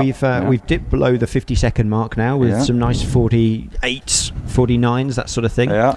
I'm just going to give a shout out to, I was just having a wander around, and I've met some competitors from the regulars at the Kerber Sprint course, which I do some work with and involved with, and they've come out to see what catch the last round of the British Hillclimb. So shout out to all those guys. Glad to see you today. Right. So we got a bunch of cars. So anything interesting? My spectator count is getting rather heavy down here. How are you doing up there? Yeah, we're slowly building up here. It is a long climb, but I think it's worth it because it's a nice spot up here. Yeah, I've got just looking to my left, and there's a lot of people just hanging out on there. You can walk all the way up the track. I don't think people realize that if you're new here. You can actually follow the fence line, and pretty much all the way up Cedar Straight you can go. But there is a gathering just at the exit of Keepers. So as they come onto the straight there. Yeah.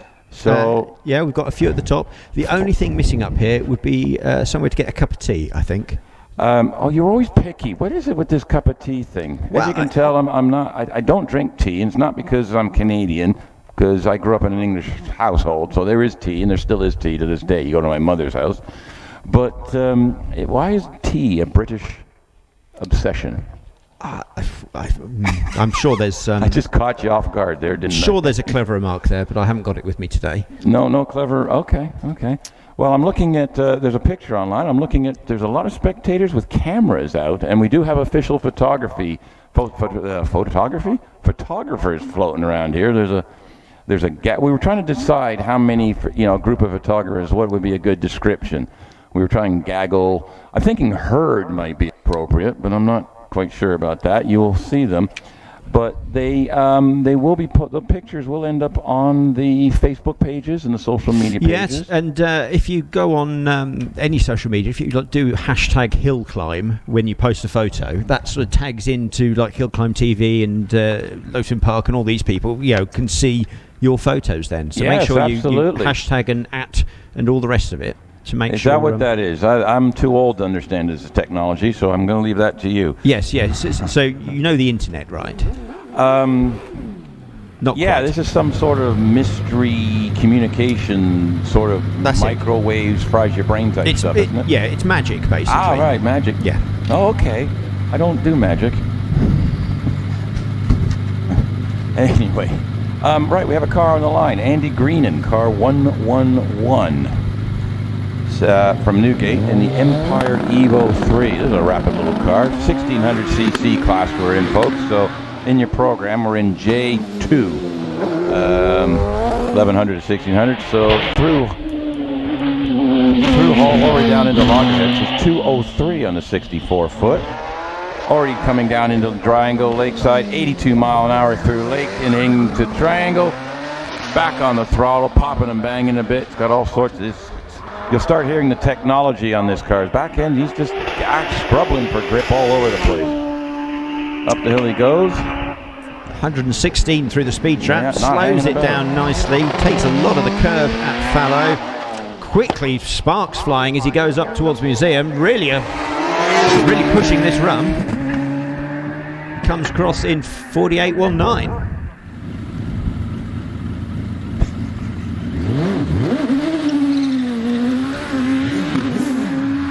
Excellent run. Okay, Stuart Sugden is just left the line in his GWR 1595cc engine. GWR stands for Graham Wright Racing. Just somebody wanted to know if I knew. I do. Right, here we go. 95 miles an hour entering Triangle. Very quick, already through Triangle, up into Keepers, and is absolutely on it. And he's on his way up to you, sir. Yeah, I can hear him coming up the hill through the speed trap. This thing goes 119, slowing down heavily, tidy through fallow there, up towards Museum, nice and neat. Yeah, this will be, I think, all right for him. It's a first run. 47.66. So keep that in mind. I think we're going to be looking around 45s and below for the qualifiers, so I'll have to keep an eye on that. John Stockley in the Force SF 1585cc, 211 off the 64 foot, so just slightly off. Already through Triangle, up Keepers, and only 28 seconds to Keepers, so not mucking about. 98 to you, sir. Yeah, arriving at the top here, a bit slower than the others as they come in. Sometimes, however, you can make up the time in the corners. Nice and very tidy through both Fallow and Museum, putting the power down and away. Very quick. Oh, 49.51, so needs a little bit more than the second run. Zach Zammit hails all the way from, I think, Malta, if I remember correctly, on this beautiful orange car. Shares that with another driver. Very quick driver. Comes over and jumps in the car for some events here and there. So very quick driver as well. 105 to you, sir. Yeah, you can't miss it with that very bright orange work. Making quite a bit of noise as it comes up through out of Museum. Still struggling a bit getting the power on in that corner. Right. I think Darren Gumley started off the line, but he hasn't made it here. So, he's on thing. He looks like a mechanical. He's sort of just waving, going, me car stopped running, or there's a problem. So he's actually trying to see what it is. The marshals hopefully will get to him. He's in sort of in between two marshalling posts at the moment. So he's actually gotten out of the car and having a look at it. Marshals are on the way to it. In reference to my number of photographers, I've just been handed definitions. collective nouns for photographers, examples such as snap, click, swarm, and lobby. Right. I don't know. I mean, swarm of photographers? Yeah, a snap of photographers. I can see that. Thing, a clique of photographers. Well, they all sort of talk to each other and nobody else. They are sort of a strange breed, so I guess they all click together. A lobby of photographers. That's just a bunch of people standing around in the lobby. You know, because that's what you do. You go to a lobby somewhere and you stand around. I don't know. Anyway, I will hand this back to the person that gave it to me and say, don't do that again. Anyway, yes, so Darren's out of the car. Looks like you're looking at the back, so I'm guessing it's a dry, you know, this is a motorcycle powered thing, so it might be a chain drive or an axle or something. And he did jump out to see what was going on, so they've had a look at it now. He's getting back in the car. It looks like the marshals are going to try and push it. But I think he's concerned. Yep, okay, so they're backing it down. So where's that stopped? Is that it's just before Loggerheads. Before Loggerheads, it's sort of okay. out of Hall, come across the top there, just at the beginning of Loggerheads, and it's more or less just that's where he stopped.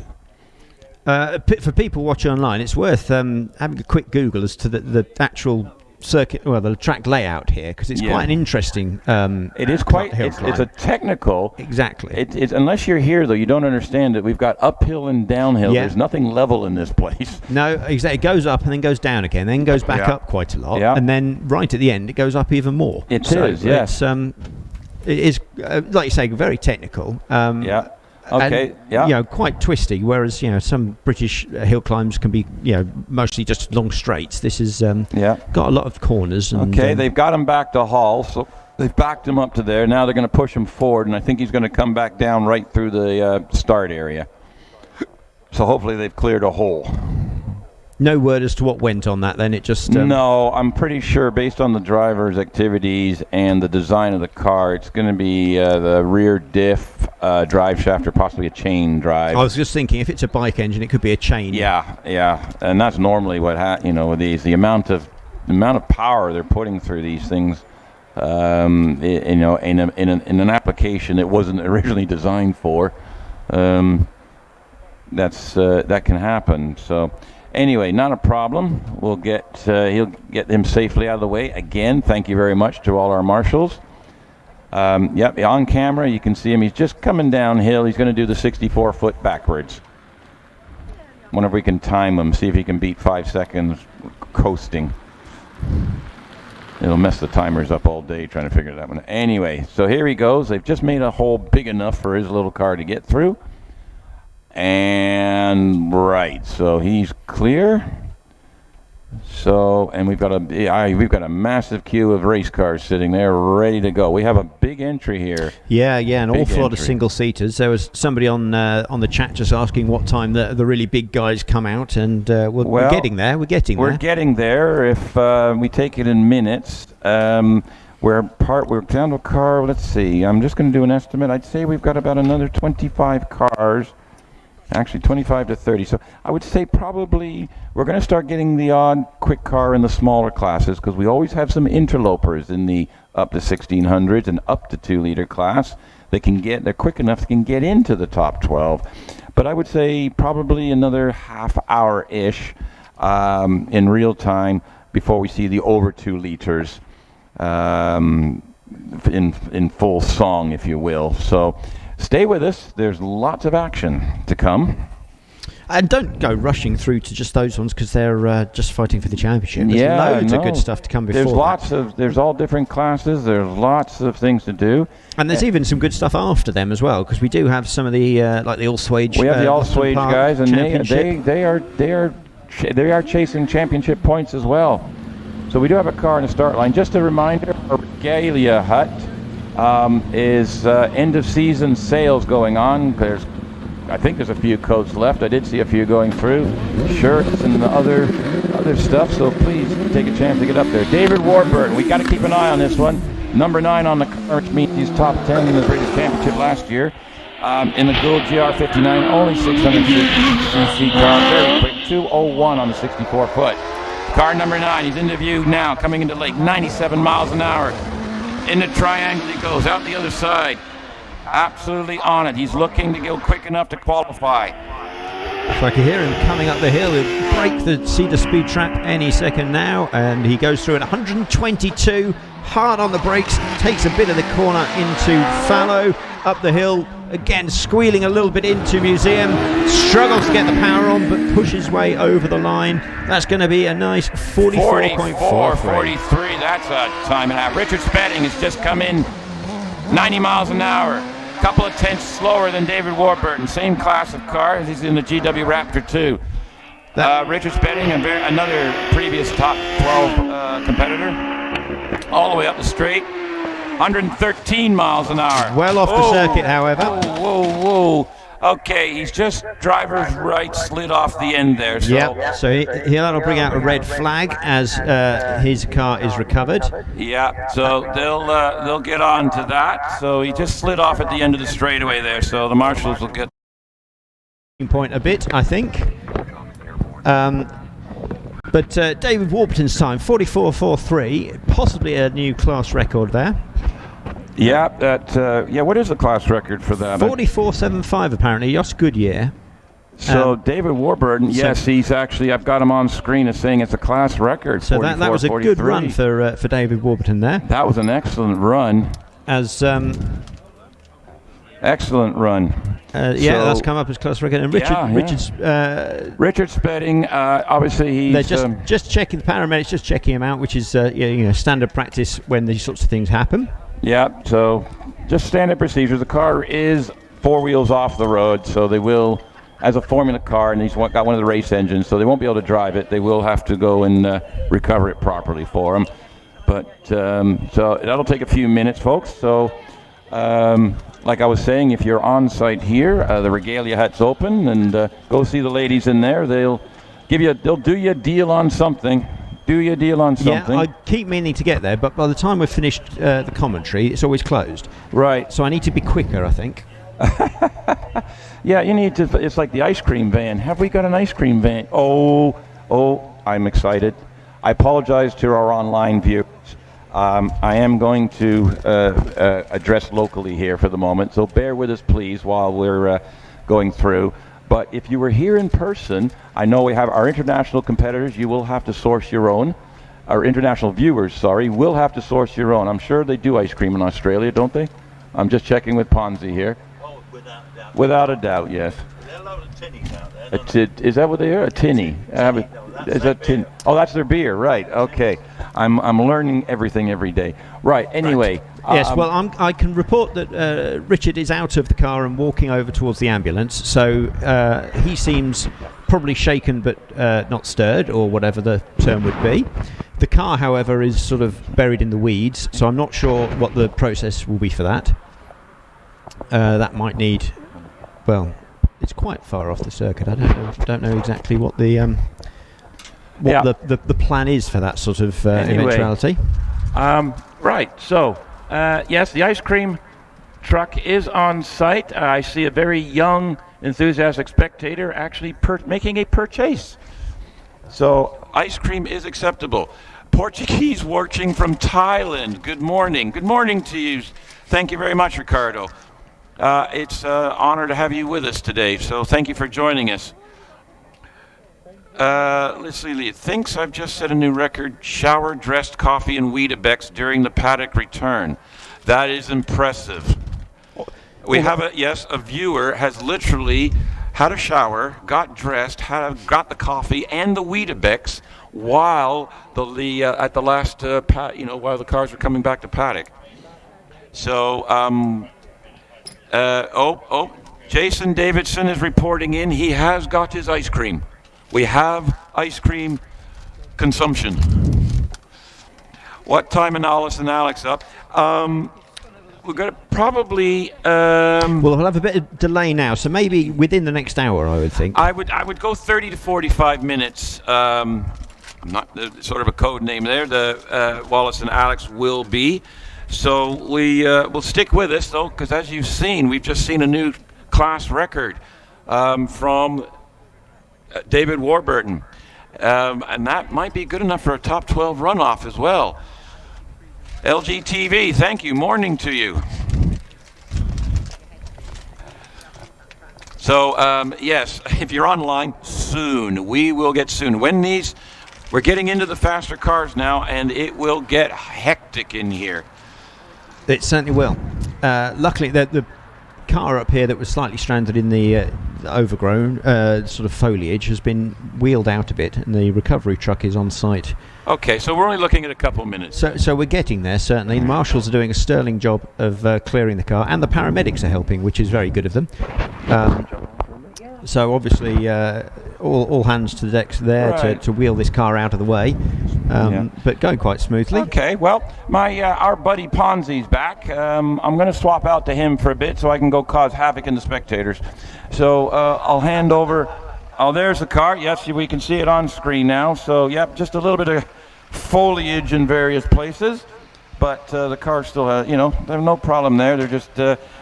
one thing about our marshals and our support crews and our recovery, we have full respect for the competitors' cars. So we will not rush things.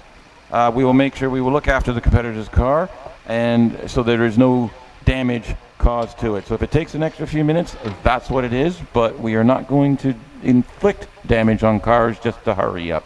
Right, I'm just going to hand over to Ponzi, Alex, so if you want to, you can do play-by-play. We're on camera with you up that end anyway. Yeah, very good. Yeah, they're moving the car out to the edge of the track where the recovery lorry can pick it up.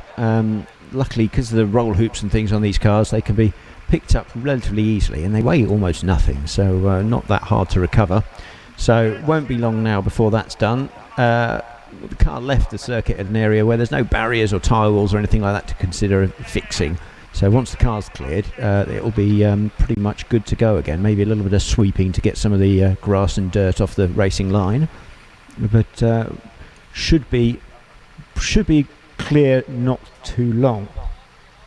And it was a bit of a shame for Richard Spedding there to whatever happened, missed his braking point or went too fast or whatever the issue. But he was on a good run at that point. He'd had quite a neat run, looking quite similar to David Warburton's run beforehand. And David has got a class record there with that 44.43. So unfortunately, Richard Spedding probably was on for another good run as well before his slight mistake. Oh, well, I'm back with you, by the way. Just giving Owen a little break. Very good. Have you had your ice cream? No, I've had a nice cup of coffee, actually. I've had a cup of tea and a cup of coffee this morning, which is brilliant. I don't normally get a chance to have a break, so I'm going to take every chance I get. Yeah, so, ice cream this afternoon then? Well, without a doubt, yeah, definitely. So I see they're sorting Richard Spedding's car out there, so I think it won't be too long before we're back into action. No. And as you know, we're already amongst the very rapid machinery now. These 2-litre cars are seriously quick, aren't they? Yeah, they've been getting some good runs. I was just saying how Richard Spedding was actually on for quite a good run up until the point everything went wrong. But his times are quite similar to David Warburton's, who had just gone before, and he got the class record.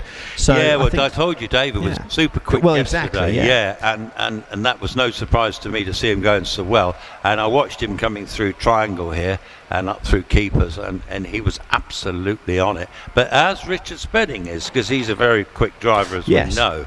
Yeah, exactly. Richard's got a different car this year. He's got the Raptor, but he's got the 1600 engine in it this year. Last year he had some really complicated motorbike engine, turbocharged, supercharged sort of thing, and it was very hard to get it sort of on song. But this car seems to be great. But anyway, what I can see of the car, and you can affirm that, is the car doesn't look too bad. No. And in fact, Rich is just running down now. Yeah, he seems all right, luckily, and the car seems mostly all right. Whether it'll get out again today, I don't know. Yeah, I think he's just concerned that. Anyway, it's all on the loading it onto the trailer, as you can see. That'll come back down and be put into the paddock. But the main thing is Richard's fine, and that's really good news. Yeah. So I see that. I don't know how far we are through with these 1600s. We are probably well, I don't know, my entry list might have a few that aren't here because it wasn't fully updated, So it's possible we're over halfway. Actually, well, we're well over halfway. Looking at that list I'm seeing on the main computer screen, I see Zach Zammett's been up. So I'm just looking at the time. So David was like ridiculously quick compared with the rest. Really good run, David. And that record was set back in 2012. So Josh Goodyear. Now I remember Josh Goodyear was in the Raptor then, and Josh was a seriously quick driver. Didn't he win the championship one year? Oh, I don't know that, to be honest. But yeah, I mean that's a long time to hold the record. So. Oh, by the way, they're just showing on the TV. They're showing Ash Mason's class record on-board footage actually. Oh yes, driving his little Caterham line. So he's in Westfield actually, and I remember that was a super impressive run. Just showing him coming through. You won't be seeing this, but he's just on his way up to the museum and he's on his way up to the finish. My goodness me, Ash is a lovely chap, but my goodness, he's a serious competitor in this bike engine car, and he's been around for a few years. Anyway, but the good news is that I can see on the pre-start line there's a lot of cars there. Yeah, well, the recovery truck is just coming past me with Richard Spedding's car on the back. That's just going up past the start-finish line, so that will be in holding, so they'll be able to start running again within minutes, I would have thought. Yes. In fact, I've just seen Richard Spedding's recovery cut just gone through the finish now. And the course cars are heading back down, which is always a good sign. Right, good stuff. So we won't be far off. So we've got a few more of that group to run, I would have thought. There is a few, and as I can see a few cars actually up at the top there, isn't there, waiting to come back down, but I suspect they'll hold them for a bit, and whether or not the recovery truck will actually come back down the hill with Richard's car, possibly make it, yes, I imagine it would. So, and he'll come back to the paddock, and then when he's back into the paddock, I suspect they'll start thinking about releasing them from the start again. Yes, so Kevin Creven had to go round, abort his run, so he'll be tacking on the back of that group. So he should be picking up again somewhere in there. I don't know where we'd get to be honest, after that. Yeah, maybe Tricia Davies, maybe. I don't think has run yet. Now I'm looking back on the start line at the cars that have got to come. Can't quite see, but either way, there's a whole line of single-seaters.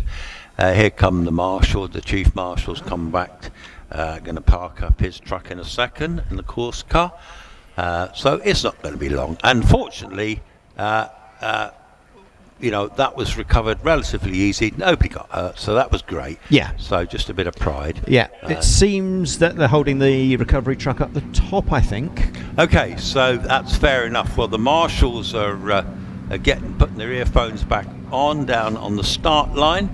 So they're getting ready to take a car to the start line. So I suspect we'll be back in action. In fact, Roger Still has got his red flag out here at the moment, but he's very shortly going to be putting that down, blowing his whistle, saying all clear down here, and we're back in the game. So marvellous news. Don't like long delays, particularly on championship meetings. No. And above all, we want to see that first run off. We want to see it dry. And I think it's looking that way. So Roger's just blown his whistle, raised his flag, and we're going to be back again. In fact, the start line flag is being waved. So yes, come up to the start line. They're saying start engines. That's a fact. So the first car is coming back on to the start-up warm-up area. In fact, revving its engine, squealing the tyres. And in fact, that will be coming to the start line. We have car number 121, which should be 121, which should be in 2-litre class. Michael Trigoni. Yeah, he comes all the way from Cornwall. It's a long old way from Padstow to anywhere. Yeah, he's in a Pilbeam MP88 now. As we know, there's not many Pilbeams on the hill these days. At one time, they were the car to beat. Now the Gould seems to be the car to beat, or the most popular car. But anyway, Michael's on his way. He's already round Hall. He's going on his way up to Loggerheads. He likes a bit of fishing too, like me. I just sort of mentioned that. Oh, very good. Not to labour the point. Here he comes. Come on, Michael. He's into Triangle now. This lovely old Pilbeam. Power's on his way. He's going up to keepers there. He's a retired gentleman of the parish of Padstow, and he loves his hill climbing. Been doing it for years. He's already going through the speed trap, and he's going through at 91. Yeah, just because it's a slightly older chassis doesn't mean it's a slower car. These Pilbeams still very quick, and this is a lovely, well turned out machine, really well prepared.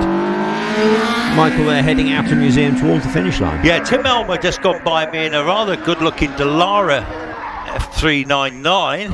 The Dallara is actually Italian built. They build a lot of cars, I believe, and this one is a nice example going through the speed trap at 99. Yeah, round fallow, nice and neat. As you say, Dallara make everything, Formula 3, Formula 2, even stuff for Formula 1, so really know what they're doing, and very good run. All right, it's getting busy down here. Einan Price has just gone by, a competitor from Wales, serious competitor in this class. Brilliant in the wet, ex-rally driver. Einan's already with you, and he'll be followed by Jonathan Varley in the Predator.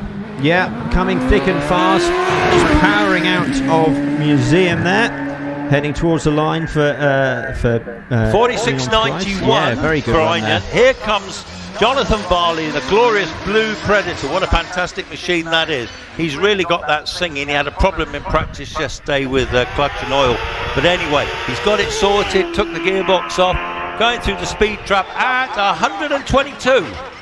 Yeah, that's a very quick. He gets it slowed down, however, ready for fallow, then museum. Nice and neat, a good run there.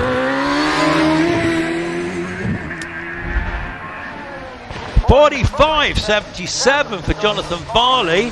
He will be followed by Kevin Creven, who's just gone by me in a MP88 Pilbeam.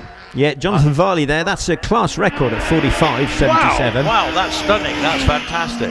Well, he's going to be in the runoff for sure with that time. I can't believe he won't be. Yeah, Kevin Crean just arriving at the top here. Nice and neat and tidy. Maybe not so quick as Jonathan Varley, however. Well, Richard Alexander's just going by me in the Force 1300 turbocharged engine, already gone by me, already going into keepers there. Richard's a regular competitor. That's a fine looking little car actually. I really like that. He's going to come to you now through the speed trap at 94. Yeah, and we've gone up a group now. This is the 1600 to 2 litre machines, and Richard Alexander's there with a 1300 turbocharged, which is why it's in the higher group. Going up towards the line, crossing in a 52.04. Yeah, Olivia Cooper just gone by me, wife of Liam, in the Force 1600. She's held the ladies' hill record in the past. Fantastic driver, going through 121. Yeah, lovely looking car. This running out using all of the road, going through museum and fallow. Really gets the power down well, going towards the line with a 47.55. Not a bad time. Ian Tucker just gone by me in the OMS 28. Ian's a regular competitor, and he'll be followed by Andy Borgard from the Channel Islands, from Guernsey. But anyway, Ian's just going to be with you anytime now. Yeah, slowing down nicely into museum, tidy through there. Yes, neat run, not spectacular but solid, heading out towards the line. Andy Bogard from Guernsey in the Force 1630cc Force, making great progress up the hill. He's come all the way, as I say, from the Channel Islands. There's some great competitors over there as well. Yeah, 93 through the straight. Yeah, Andy Borgard up there takes a little bit too much of the road, however, gets wheels out on the dirt. That's sort of slowed down the run. Slightly spoil that run, I suspect, for him there. Yeah, Lee Griffiths in the OMS 28. Beautiful looking yellow and black car, just gone through keepers now. Lee's a regular competitor. He's a quick driver too, actually, so expect a decent time from Lee. Yeah, smart looking black and yellow machine, slowing down, a little bit of a slide through fallow, up towards museum, tidy through there. Ooh, again, still struggling to get the power on, leaving museum. Must be a bit slippy there. 49.95 for Lee. Kelvin Broad's duty here, just coming into view. Kelvin's from Exeter. Kelvin's in a 1300 supercharged Force. He's a quick driver, as Kelvin, often setting very competitive times. Yeah, he's already gone through keepers. He competes a lot at Loton Park down in Devon. It's one of their popular drivers down there. Yeah, coming in very quick, 111 in the speed trap, gets it around fallow neatly though. Slows down nicely, a spit of flame as he brakes out of museum towards the finish line, crossing in a 48.47. Yeah, good time there. John Chalmers is going to be coming to me now. In fact, he's just coming into view. He's in a 1420 supercharged Rolt. It's silver. This car looks absolutely immaculate. We haven't seen much of John lately, but he's back out on the hills in this car, making great progress up through keepers, putting the power down, going up the straight now. It's got a lot of power, this engine, actually. Let's see what he does up the speed trap. So John Chalmers through 105, not bad. Gets it around fallow, but runs a little bit wide on the exit. Lifts a wheel a bit in the museum, struggling with the power. That corner's still catching a few people out, I think. Yes, I think it needs a bit of sun to warm the track up, doesn't it, really, so they can get a bit more traction. The track is dry, but unfortunately it's just a little bit cold at the moment, so it needs that. So on the line, by the way, waiting to go is Paul Hames in his Gould GR59. This one's got a 1300 supercharged engine, has been supremely competitive this year. He's a great driver, he's already up into Hall.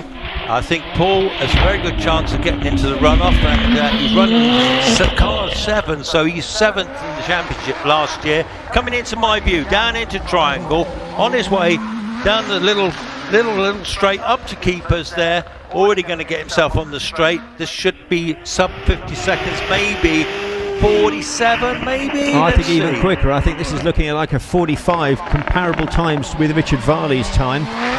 Really quick there through fallow, very tidy through museum. I think this is going to be a very quick run as he powers up across the line. 44.59. 44.5. Yeah, fantastic. Anthony Hunt in the big Gould.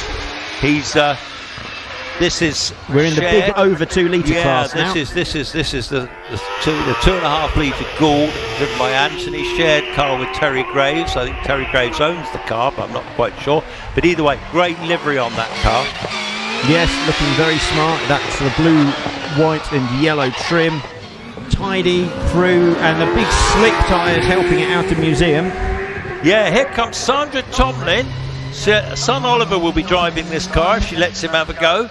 Anyway, Sandra owns this car. This is her car, and she's been competing for years, and I think it's a beautifully turned out motor car. It's in blue with these silver flames on it, and she'll be through the speed trap at 84.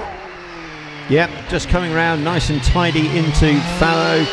Very smart up around museum as well. Very neat run this. Heading towards the line with a 53.54. Excellent, lovely car, that old Pilbeam, isn't it? That's got that one running into flames. Didn't they used to run with like oil drops or something on the Pilbeams? I seem to remember their paint scheme had sort of like drops in the paint. I can't remember now. Okay, we've got a little technical glitch. Lynn Owen, in fact, has had a tiny off, so she's just getting out the car. Anyway, so that'll be dealt with shortly. So we'll have a little delay. I'm just going to put you back to my man Owen, who's had himself a little break, and he can have a little chat with you and for the next few cars. Yeah, very good. Well, thank you, Chris. That's that run by Paul Hames, 44.59. Very, very quick run. 130 on the speed trap, I think it was. The class record for that group is 43.93, so it's still about half a second off that, but it's very close to setting some record-breaking times for K2. That's the racing cars between 1600 and 2 litres. So a really good run for Paul, and well ahead. I mean, nobody else in that class was that quick. Really. No, that was quite the gap. Hello, Alec, back again. Hello again, Owen. Yeah, sorry, you got to change your universal translator back from Worcestershire to whatever the heck I am. Back into Canadian. Is that okay? We're going with that then. Yeah, I was being polite. Yeah, Lynn's car looks like it just went driver's right into the grass at top of Loggerheads and just no harm, no foul, just went off in the grass and stopped. You can see how people are really pushing, though, can't you? It's last one of the year, and everyone wants to achieve something. Yeah, they really are trying. Yeah, looks like Lynn's getting out of the car here. So I'm not sure what the problems are. They're just getting in the car and they're gonna. Oh, I see. They're lightening it. It's just a little hung up on the little dirt berm there. So they've almost got it back on the track. So they're just gonna give it the old heave ho. These cars are very, very light, so the driver does add a lot of weight to them. So now driver is out, so that should allow them. Let's see. They're just getting the steering wheel on here. Of course, with these cars, the steering wheel are removable for access and safety. So, yeah, everybody's seen a Formula One race where the driver checks it. It used to be actually, I think it's a fine. They used to get mad and throw their steering wheel away and so on and so forth.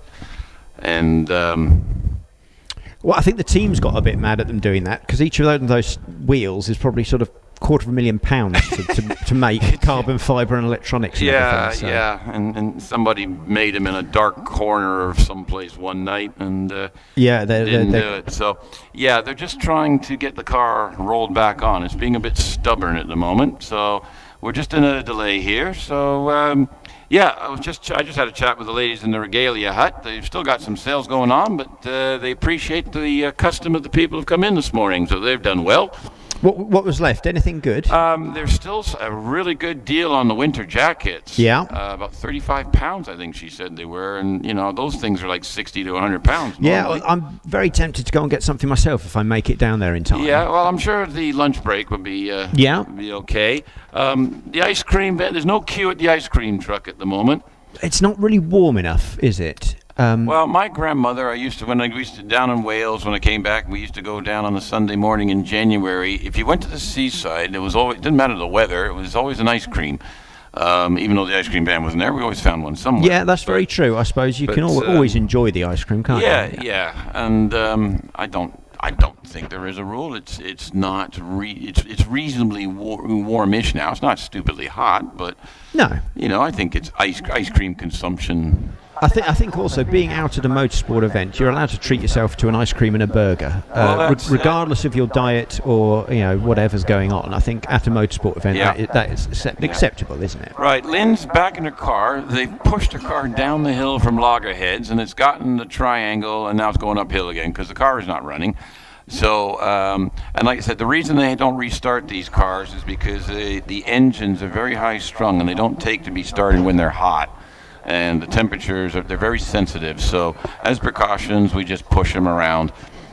Is the car rolling all right? Oh, yes. I wasn't sure whether... Cause No. Nothing was hit as such. It's just sort of, I think possibly coming out of Hall, dropped the wheel off, and then it just went into the grass and more or less stopped. Hopefully then Lynn will be able to get out for the second run later. Well, Steve still got his run in his car, so hopefully they'll get it turned around for Steve to get in the car.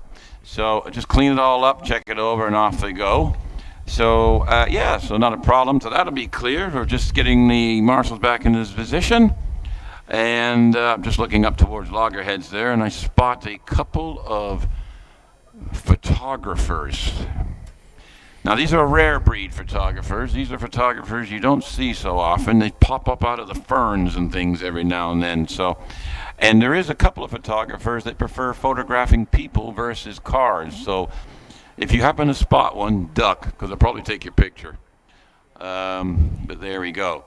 These are the funds. If you're here in person, if you can ever get here in person or to any hill climb event in the UK, please do. If you're enthusiastic and watching it online, thank you very much. If you can get here in person, the smell, the sights, and the sounds, it just adds to it, and it'll give you a different perspective if you've never been to one. So. If you can. Right, we've got car 840, I believe. Very good. On HillClimb.TV, we're just being told Sticky Dizzle has said it's never too cold for ice cream, so that must be official. Well, that's it. Well, yes, there you go. See, I have my argument has been supported. Yeah. Bernard Kebble's on the line in the OMS 28, 2.8 liter. Hails from Ludlow, shares this car with the next page. Simon Andrews. So Bernard's off to 2.14 in the 64 foot. All the way through Loggerheads already. coming into view now down to Lakeside. Let's see what kind of speed you can get coming into Triangle here. 82 miles an hour, hard on the brakes into Triangle. Gets back on the old throttle pedal again. Off he goes up through Keepers and up the Cedar Straight. 28.6 through Keepers. And what do we got coming up the speed trap? Oh, 100 miles. Yeah, miles an hour. Gets it slowed down nicely. Takes a little bit of the curb coming into Fallow, but nice and tidy out through there. Really nice and smooth on the power out of Museum. Up towards the line. 49.79. Good run. Excellent. We got Andrew Coley on the line in a Gould GR55. This is the older model of essentially the car to have in the top class. He's got a 2.5 liter engine in this one, and he's on the line, ready to go. We're just waiting for him and he's off. 2.33 on the 64 foot. And had trouble navigating Hall. Yeah. So we will stop right there. Now, shall I do a little tech tip? I have a tech tip for those watching online. So while we're waiting for them just to do there, so just slid off driver's right at the top of Hall there. You will notice a lot of the fast cars, if you're watching online on HillClimb.TV, you'll notice that the cars, they launch off the line, starting line, and they just sort of quietly pooter off. It almost looks like they're not at full throttle. And then, they actually, the 64-foot time, they actually start accelerating fully about halfway up to that 64 foot. Now, the reason for this is most of these top cars have some electronic support devices on them, launch control and traction control. Now, the launch control is used basically for the starts. So that what happens, so that all that power doesn't overpower the wheels and just you sit there and spin the wheels and do donuts. It reduces the power to the rear wheels, so that the power they have got, it can get the traction down and get the car moving. As soon as the car is moving enough and everything, the electronics the car takes over and the full power be going down. So we're not spinning the wheels or anything like that. So a lot of the top cars have this, and the traction control that a lot of the cars have, another electronic thing, and that's helping to prevent the wheels spinning in the exit of the corners. So a little bit of technical fact going on here. The driver is out of the car, okay. We've seen him walking across, and I believe the front wing is slightly damaged on the car, so they're just going to sort that out, and they're just going to go get the car, get it out of the way, and then we'll be carrying on. If you're looking on screen right now, the gentleman standing and just leaning over talking to his wife is actually Wallace Menzies, our current British Championship leader by not a lot, and that's his wife Nicola in David Uren's car, who she also avid competitor. So she's driving the older Gould GR55B, which I believe is a former British Championship winning car owned by Martin Groves, who was unbeatable for quite a while in that car. I think it was yellow at the time, if I remember correctly. So David Uren and Nicola Menzies actually drive this car now, and the Wallace, you see with his knee on the left front wheel, it has the latest Gould 59 with all sorts of letters and numbers on the end of it. So, so they're just having a conversation at the start line while we just get the track sorted out. So, again, we take the time. Everybody's going, oh, we're losing time and everything. Nope, we look after the competitors' cars, and then we make sure the track is absolutely in prime condition for the next competitor. We're taking this chance for the recovery truck to bring back the car that was stranded up here earlier. Right, yes. That's, so while racing is stopped, Richard Spedding's car is on its way that's back heading down. on its way back down. So that means Richard has a chance to see whether it's going to get out again later, which is good for him. We may see it back this afternoon.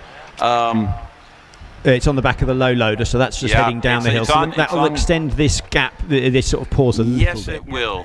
Yes, it will. But that's fine. While we've got a brief pause, then I might do a little bit of shameless self-promotion, if that's all right, Owen. Oh, I don't ask me. I'm a mushroom. Well, people either online or here, if they're interested in the history of motorsport, I've got a little YouTube channel called The Motorsport Detective, where I look at some interesting historical stuff, motorsport related. So if people are interested, they can have a look on YouTube for the Motorsport Detective. Oh, okay. What kind of cars have you featured? Well, it's all sorts of interesting stuff, but it's basically found footage. So I've got a collection of old cine films or photographs from racing over the past sort of like, I don't know, almost 100 years. And so I delve into some of those films or those photographs and find out what cars they were in, what tracks they were at, what the story is. So if you're interested in sort of some unseen footage, or I've got some stuff from Monaco Grand Prix, or I've got some stuff from a meeting at Brands Hatch Club meeting and that sort of thing. So it just depends what you're into. But if you like your old-fashioned history of Motorsport Detective on YouTube or all the social medias, I'd be very welcome if you'd come and join me and watch some of those. Are you thinking of doing anything hill climb related? Oh, I certainly will. In fact, I might have some old photos of a place called Loton that I might have to look into. We'll have to see on that one. Sorry. Ponzi and I have just... We've got a couple of giant cookies in here, so don't mind us. Well, that's fine. I've got nothing up here. All right. I'm sort of sat here alone with my slightly bored photographer friend who's decided, because there's nothing running, there's nothing a lot to do. So Right. Who we got up here? I forgot who decided to give us this interval. Anyway, they've got the car out. Driver's jumping back in. That'll be Andrew Coley. Oh, Andrew Coley, yeah. So they're just going to turn him around, and they'll just make a hole at the start line again, and they'll roll him back down the hill, and we'll be getting on with it. Possibly a slightly smaller hole than it needs, because I did see a marshal walking off with the front wing in his hands. The front wing has decided it would like to be carried down because it's a spoilt brat. Yeah, so that car minus front wing, that could be a relatively easy fix, though. So again, it wasn't that. It just sort of went off in the dirt and it just pulled the wing off a bit. So hopefully Andrew will get out again for the second run later. Is it? This is a double-driven car as well, so there is a... right. Okay, yes. That car... Andrew shares this car with Mark Coley. So I wonder, they may, might be able to get something sorted out, because Mark still has to do his first-time run, so...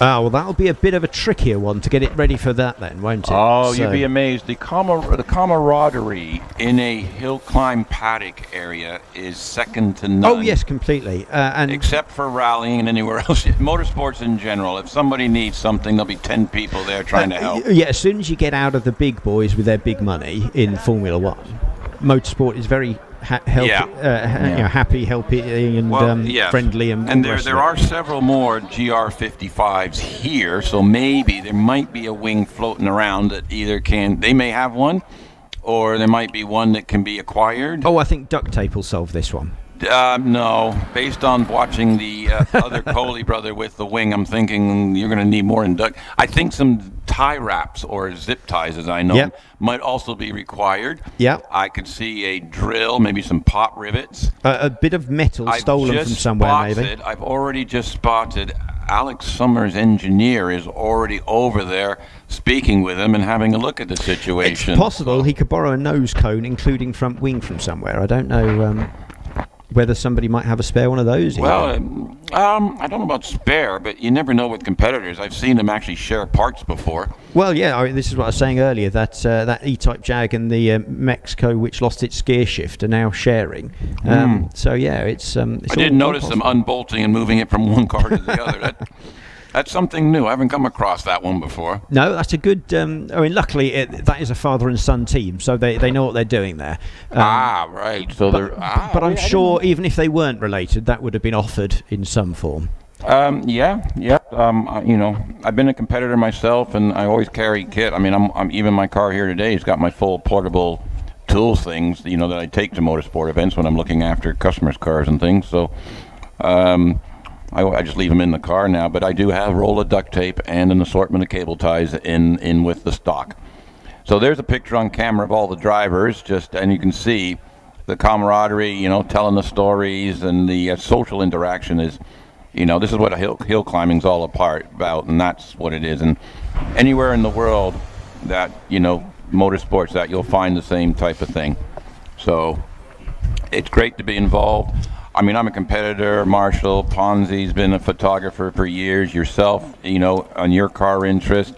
But we hang around it because it's the social interaction and the camaraderie. It's just a good, positive place to be. Yeah, well, I worked as a tool-wielding mechanic in motorsport for years, and although it's quite tough work, it's great fun. Yeah, you get to know everybody. So, apologies, I'm still eating this cookie. It's that big. Oh, that's fine. You've possibly seen, just to reinforce what we've been saying, footage on the TV channel of all the drivers standing around in the holding area up the top here having a good natter. Yeah, we're just watching that. Although they are fierce competitors, they're also good friends, so it's nice that... well, it's a slightly longer... Alex, we're going to have to behave. Sir Jeffrey is planted himself. Oh. He was threatening to take our pictures the other day, and I don't know if he's going to pull it off or not. Is he going to get one with mid-cookie? He might do. I got caught yesterday. One of the marshals took a picture of me in museum yesterday doing, well, it wasn't naughty, but there you go. Right, here we go. Now, you just caught that on HillClimb.TV. They just spun the tires up and heated the tires up. That's an example of when the traction control and launch control are turned off. That's what would happen if they actually launched. So now she'll switch everything on, and you watch here. We've got Nicola Menzies on the line. Here she goes. You notice that the tire spin was reduced just to get the power down, and then it pulls right up, and here we go. Through the hall corner, nice and tight line, 214 off the 64 foot, all the way through loggerheads. Here we go, folks. Coming downhill into Lakeside, 94 miles an hour, entering into Triangle, back on the fuel again, out the other side, up into Keepers. Nicola, they did testing here. They ran some events early in the season. Knows the track well. Up the Cedar straight. Coming up towards the speed trap now. We're looking at 112 miles an hour. These split times are looking very, very good here for Nicola. Really good times coming up through Museum. Very neat and tidy. Looking very fast. In fact, I think this will be a good run.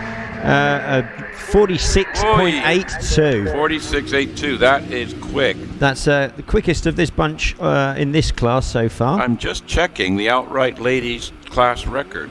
I don't have ladies class. I do here. It's missed it by a bit. It's 46.46. Oh, well, not that far off. No, 0.4 of a second so from. She may have a shot at that later today. Yeah. Let's see what happens. Right, next on the line, 704, Graham Wynn. This is one of the big cars. This is Scott Moran. He shares with his car, who's number 3 in the championship this year. So Graham Wynn, this is the latest GRW 59 with a Judd 4-liter engine in it. Rapidly quick this car is. So let's see what Graham can do with it. Let's see if he lay down a time. Can he get looking for a qualifier in the top 12? Really good off the line. 202 off the line. Oh, drops the right rear into the grass. Exiting Hall, lost a bit of time there. Possibly up to half a second. Anyway, back on it again through loggerheads. Comes down in towards Triangle. Into the Lakeside. 92 miles an hour. Yeah, through Triangle.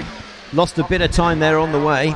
Yeah. Just that wheel dropping off. I think he lost almost half a second by the looks of it. Anyway, up the Cedar Straight he's going. Not giving up yet. Foot to the floor. Can he still set a time enough to qualify? 114. Really good time through the speed trap. Nice and tidy. Getting the power on out of Fallow. And pretty good out of Museum as well. Maybe picked it up on the second part of that run, but 48.59. Sorry about that. Yeah, he lost out a little bit somewhere on that run. Now, here we come. This is a Matthew Ryder. Matthew Ryder has actually just gone wide at Hall. No harm, no foul, but he's gone wide and stopped. This is something strange going on with this corner, because that's about the 5th car, so I don't know if the front tires are just not warm enough to get it grip into that corner. We've had similar up here at Museum, exiting on there. People have been sliding or struggling to get the power on. I think the cold temperatures maybe. Yeah, I think the cold thing is catching them out today. You know, they did everything yesterday, and it is colder this morning. So just not quite enough heat in the front tires. The drivers are going for it. You know, there's a lot on the line here. Exactly. Matthew's got a course record already this year. He's won a runoff for And as is so true in motorsport, 2 runoffs.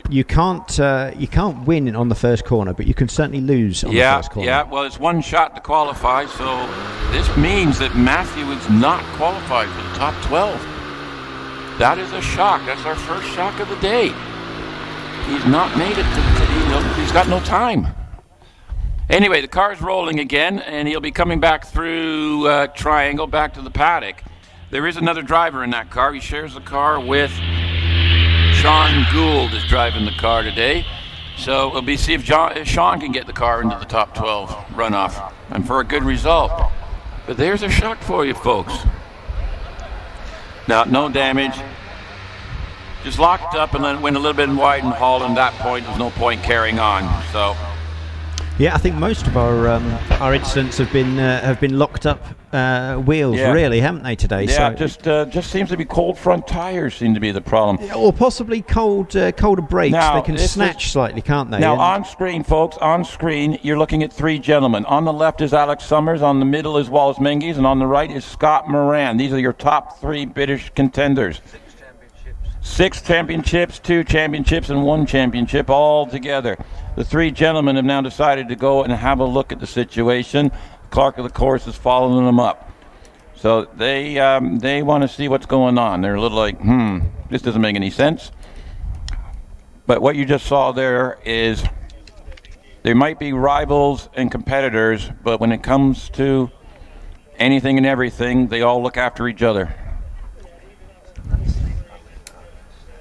I just see in the background Lynn Owens, the OMS, who's now the Steve Owen will be in it. It's being rolled out, ready to go. So that car's been sorted out.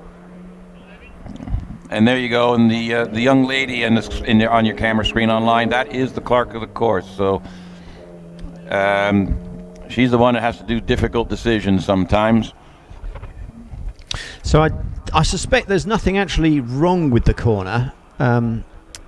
In terms of there's no oil down or anything like that? No. Because I don't think we've had any issues like that particularly. Unless somebody was dropping oil without us noticing. So the recovery truck's heading back up. They're going to put the recovery truck back into its location where it sits. It sits just outside of Keepers. We're sending cars down from the holding area. Right. We're going to bring them back down. Right. Okay. Because I will say, Matthew was the last of the double drivers for this batch. Was that the end of the batch? Yes, it was. That actually was the end of the batch. Very good. So we are on schedule as such. Yeah, maybe a little bit behind, but not crazy. Right. So online and in the paddock and everywhere else, if you can hear me, find your best position, because up next we have 14 over 2-liter single-seater purpose-built hill climb cars, and they're all after one thing. They want to at least qualify for the top 12 runoff, top 10 score British Championship points.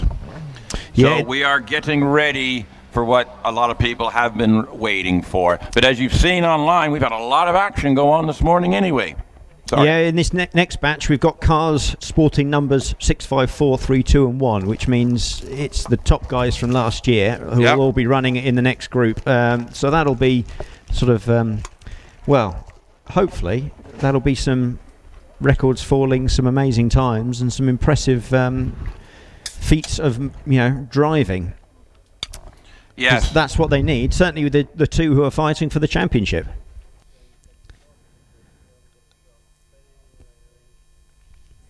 We've got the that batch of cars just coming back down the hill now. Most of them coasting down, no engine, as they head back down to the paddock. Slight delays might give people a chance. Those cars that have been slightly damaged, they may well have a bit of a chance to get them fixed and out again, which will be good, because we'll have another time run later on today. Plus there will be the shootouts for those who get through to that. We'll see how the next few batches go, and then after the racing cars over 2 litres, the top British Championship guys, we do also have a few other things to catch up on. There's some sports cars and the all-swage Loton Park Championship, who will be rounding out the first of the run. So they're slightly different machines rather than the most modern high-tech single-seaters. We have some classics and various other things will be running in those championships in a little while, all before lunch.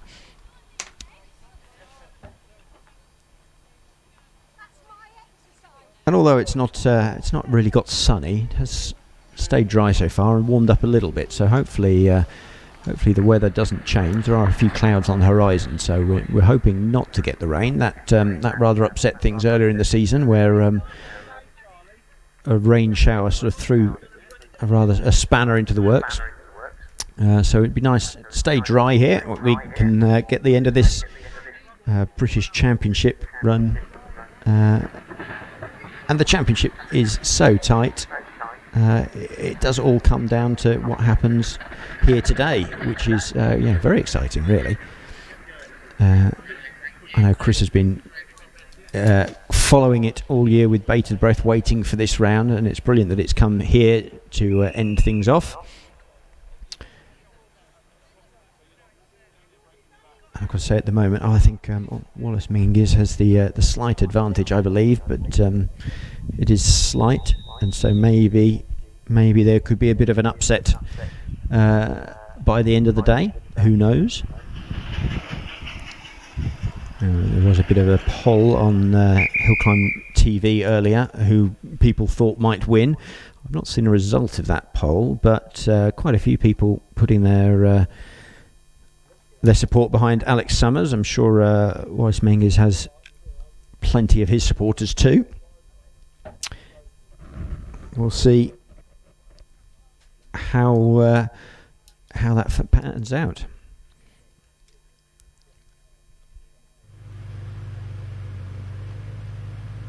So a bit of a pause here as the cars head their way back down to the paddock. And a bit of an inspection on the first couple of corners in particular. But the circuit here been a bit slippery from the cold. That and possibly a bit of over exuberance by some of the drivers who are trying to get something by the end of the year. Seen a few moments that have just been missed braking points, or possibly caught out by the slipperiness or the cold.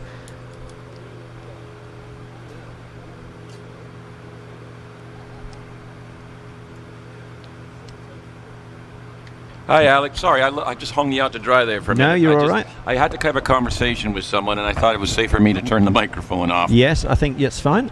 I was just asking for my £1 million bonus for showing up for this event. Yeah.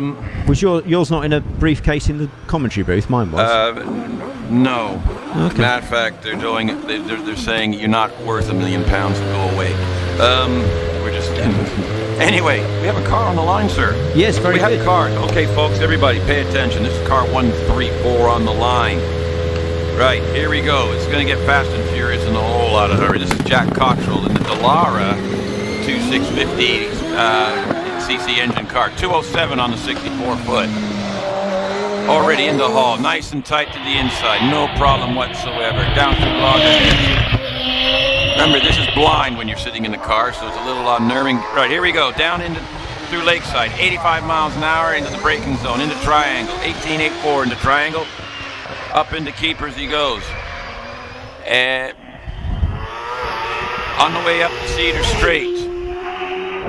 So powering up the hill through the speed trap at 104 miles an hour, braking down, taking all of the curb on Fallows. Round to Museum, nice and neat, really good run out there. Zooming out over the line, putting in a 46.79. I have a bit of news on that. One of the flip-flops, he clipped it in the middle of the triangle and knocked it out. It's a 1 second penalty. Yeah, and that little one has come up on our timing screen, so well spotted for that earlier, Owen. Excellent. So a second on that. So 47.79, will it? Yeah, that'll be going to be close. I think that's going to be close to the cutoff. We'll have to see what happens here, but Nicola did a 46.82 earlier, so that's the fastest of this group so far. Yeah, okay, so she did actually qualify for a runoff earlier, one of the earlier events. So we'll have to see what happens here now. See how that goes. We've still got quite a few runners in this class. Yeah, so it's all go here. There's a good 10 people still in this group to run, I believe, in this over 2 litre racing cars. This is the big ones. Right, here we go. We've got the Jaguar? I can never pronounce it right. You're my Jaguar expert. Jaguar, yes. Thank you. OMS 28 with the 3-litre Jag engine, painted up like the old Stewart Formula One team. Yeah, very smart looking car. This and the Ford Jaguar V6 in it is a good little engine. Yeah, they've done about as much development as they can do with it. 2.10 in the 64-foot. Car 137, beautiful car actually. Yeah, this is Paul Crute in this, isn't it? Yeah, here he comes through Outlet, comes down the chute and through Lakeside. 84 miles an hour into Triangle, 20.23. So a little bit off of our previous competitor up the hill. No problem though. Up through Keepers. Maybe you can make that up on the straight. The old Jag going. Paul is definitely a driver who's in it for his own enjoyment as much as anything else. He loves the sport. So he's not always chasing the top times. He's just pushing himself against his own, and he's nice, neat, good drive really from him. Good sound from that engine as it powers its way past. I've got Terry Graves in a Gould DJ55 with the new engine package, the XD26 Cosworth engine in it. Terry's sharing his car with Anthony Hunt today. 86 miles an hour in the Triangle, already up the Cedar Straight, coming towards you, just up the speed trap now, 112 miles an hour. Yeah, very quick in, but gets it slowed down nicely. Bit cautious through Fallow, round through Museum. Gets the power on nicely. Really punches it out of Museum, heading towards the line. There we go, car 1-3, Oliver Tomlin. Sandy, your car's missing. Pilbeam, MP97, 03, 4-litre in the back. This is Mum's car. He just drives it like he stole it, literally. 102 miles an hour to use there. Yeah, it comes up through nice and neat through there. It'll be interesting to see time comparisons between the two drivers on that machine as he goes over the line in a 47.37. Right, here we go. Steve Owen, car 139 in the OMS. You saw Lynn earlier just park it on the side of the road. Well, here's the car back again. Bit of bunny hopping coming through there under braking. It was over 90 miles an hour entering Triangle, so it was absolutely pushing it. 28.11 through Keepers. Up the Cedar Straight we go. Let's see if he can break the old 100 mark here. Not quite. 94 as he tops out at the top of the hill. Comes round quite cautious through Fallow Museum. Not really pushing it, I don't think, at this point. Right. I've got Simon Andrews just coming on screen here. Car 140 in the OMS 28, the 2.8 litre. Car. Sorry, a little bit. He was a little bit quick. He was up on Steve on the 64-foot, but he's dropped some time. 111 as he goes round the top. Takes a lot of the curb on the inside of Fallow. Nice through Museum. Gets the power on smoothly. Heading out towards the finish line. Here we go. Number 6 in the British Championship last year. I believe he has won a runoff this year as well. David Urin, car number 6. Here he comes through Loggerheads already with a 208 on the 64-foot. Coming down Lakeside, 98 miles an hour into Triangle, back on the gas again. This is going to be quick. Up into Keepers. Yeah, split times on this, put it as a very quick run. Right, onto the Cedar Straight we go. Let's get to the speed trap. We need 100, Paul, big, there we go, 117.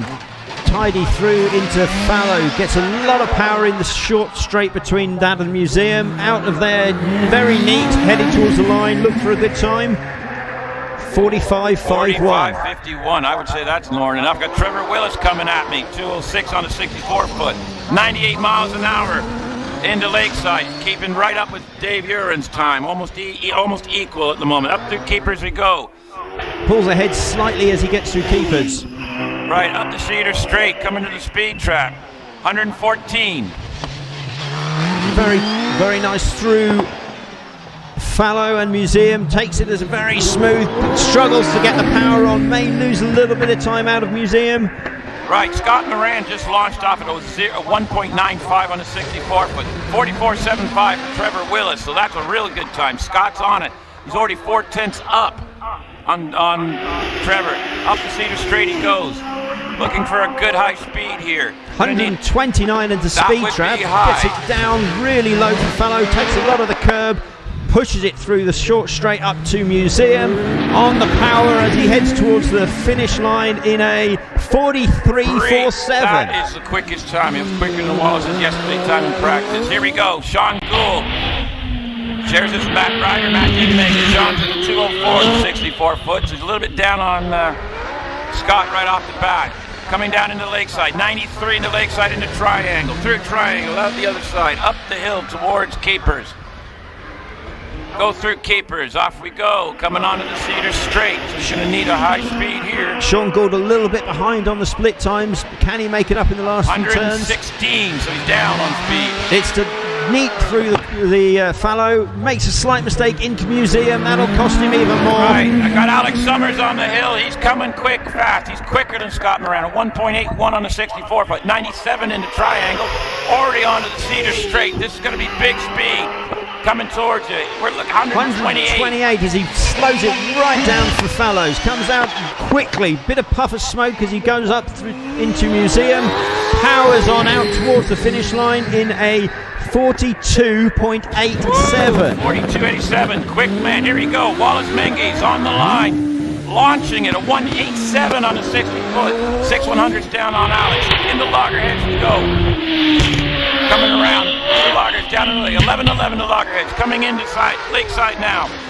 105 miles an hour, 16.75 in Triangle. That is way quicker than anybody. Up into Keepers he goes. Wallace is on a mission, folks. Ever so slightly ahead of Alex Summers on these split times as he goes through Cedar Straight. 127 on the speed trap. Lots of runoff as he goes into Fallow.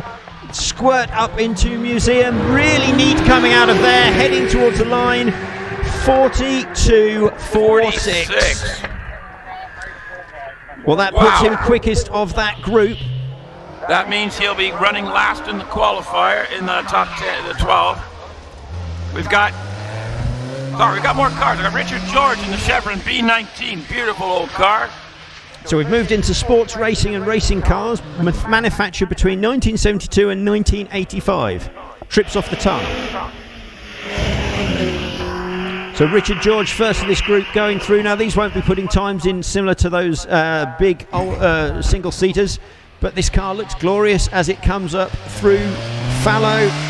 This is their first time here with this car. They spent yesterday learning the course. Well, it looks lovely, and these sorts of 60s, 70s sports cars, absolutely gorgeous looking machine.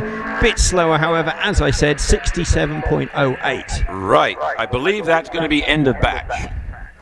So we need to get all those big boys back down here. They've got to re-prepare because I believe we will shortly have the top 12 qualifier list. Very good.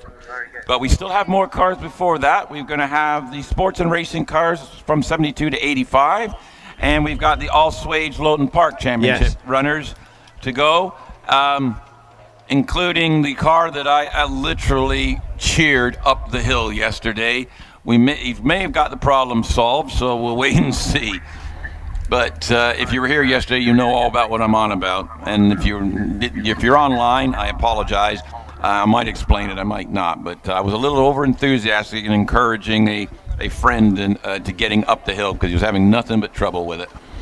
Right, here we go. So on screen you'll see the cars. You notice the marshals are pushing them back down. They do not start these cars again. They get them rolling until the hill. So there you go. So there's the beginning. So now next up is the first runoff. So Wallace Menzies did 42.46. Alex Summers 42.87. Yeah. Scott did a 43.47. Yeah. And then I've got maybe Trevor Willis with a 44.75. And I think Dave Warburton's down in there as well, isn't he, in the smaller car? David Uren, 45.51. Yeah. So Simon Andrews, a 48. Oliver Tomlin, 47. We've got Jack Cottrell on a 46, but he had that penalty, so that's a 47. I think we might have a few surprise qualifiers here. Yeah. We know Matthew Ryder's not qualified. Well, we'll see. We'll see who. I'm just looking at the speeds entering triangle. Wallace Menzies. Yes. Was, well and above. Yeah. 8 miles an hour faster than anybody else coming into triangle. Yeah. That's. However, that only equates to 0.4 of a second when it actually came down to the end of the run. But I was looking at the triangle time. You've got 0.14 difference, and but it only equated to, so it was gaining like a half a tenth here and a half a tenth there. Yeah. So now, the class record 41.91. So it's maybe half a second there still to find. He's around here somewhere. Okay. Just in time for the runoff.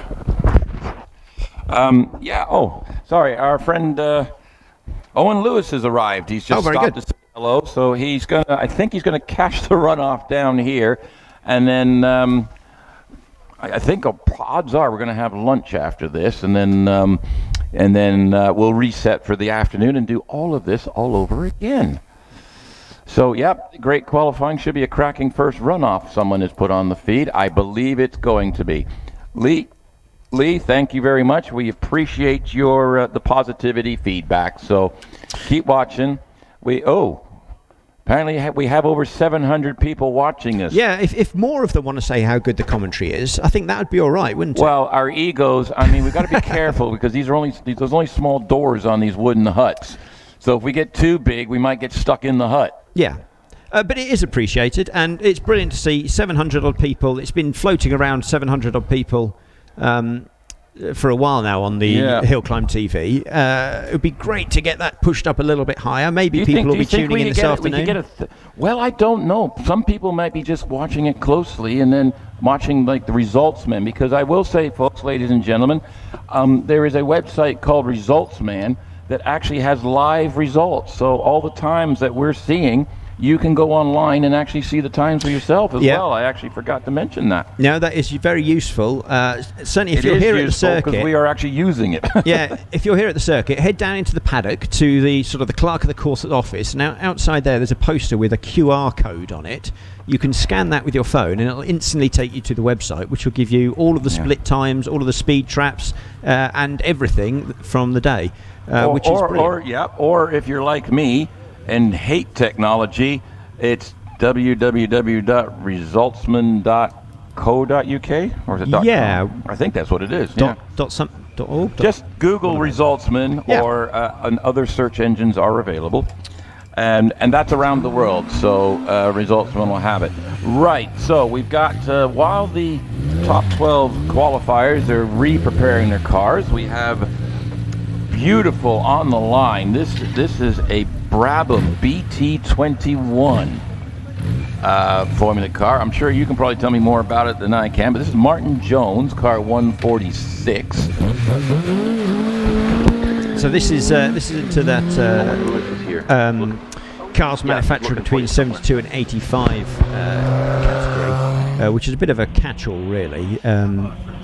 But a selection of interesting and very nice-looking machinery, and I can't see it, but apparently, Martin Jones in this Brabham BT21. Yeah, beautiful car, just coming into triangle now. 74 mile an hour in through Lakeside, so it's not slow. No, well, these were Formula 3 cars of the sort of the 60s. Oh, right. I thought they look Formula 2, so it is Formula 3. Yeah, and sometimes I think they could probably run in a variety of categories. Right, yeah. Because the rules, were I think on engines as much back as then, my understanding that the cars were, you'd see a Formula 1 car end up in a Formula 2 race and a Formula 2 car in a Formula 3 race. In some years, certainly that could happen, yeah. But this is a beautiful looking machine. Yeah, and driven quite well there by Martin as he puts in... Well, Andy Tippett's just come through in the Brabham BT30X, one with a 3.5 litre V8 engine in the back, so this sounds awful different. Just coming up Cedar Straight towards you, sir. 79 miles an hour. Yeah, now I think this one, I seem to remember talking to them last time out. This was a built for hill climbing car, I think. Oh, okay.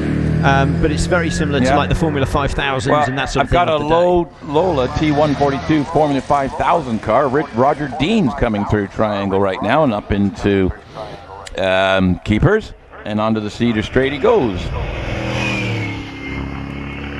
Yeah, Lola, hugely experienced chassis makers, made everything, sports cars, single-seaters, the whole works. The company's just been revitalized. Yeah, I think for the 5th time or something, Lola has been restarted, and hopefully they'll go on to great things again. Yeah.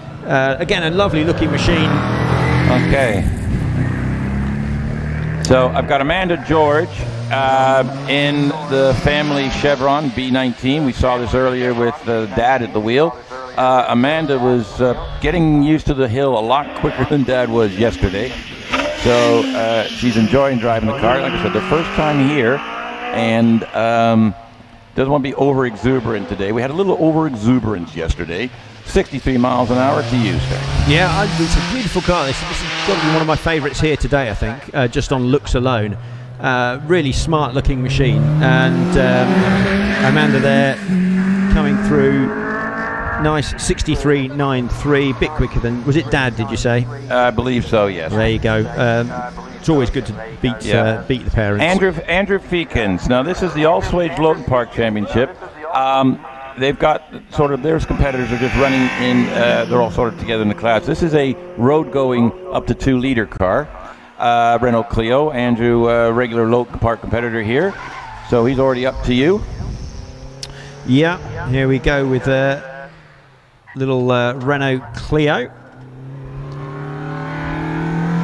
These are pretty standard machines, I think. Yeah, well, they come with somewhere between 180 and 200 horsepower from standard, so they are the cheap go-to car with the. Is that what the 182 stands for? Yeah, pretty much. Yes. Yeah. Michael Crutchley in the Alfa Romeo Giulia 1600.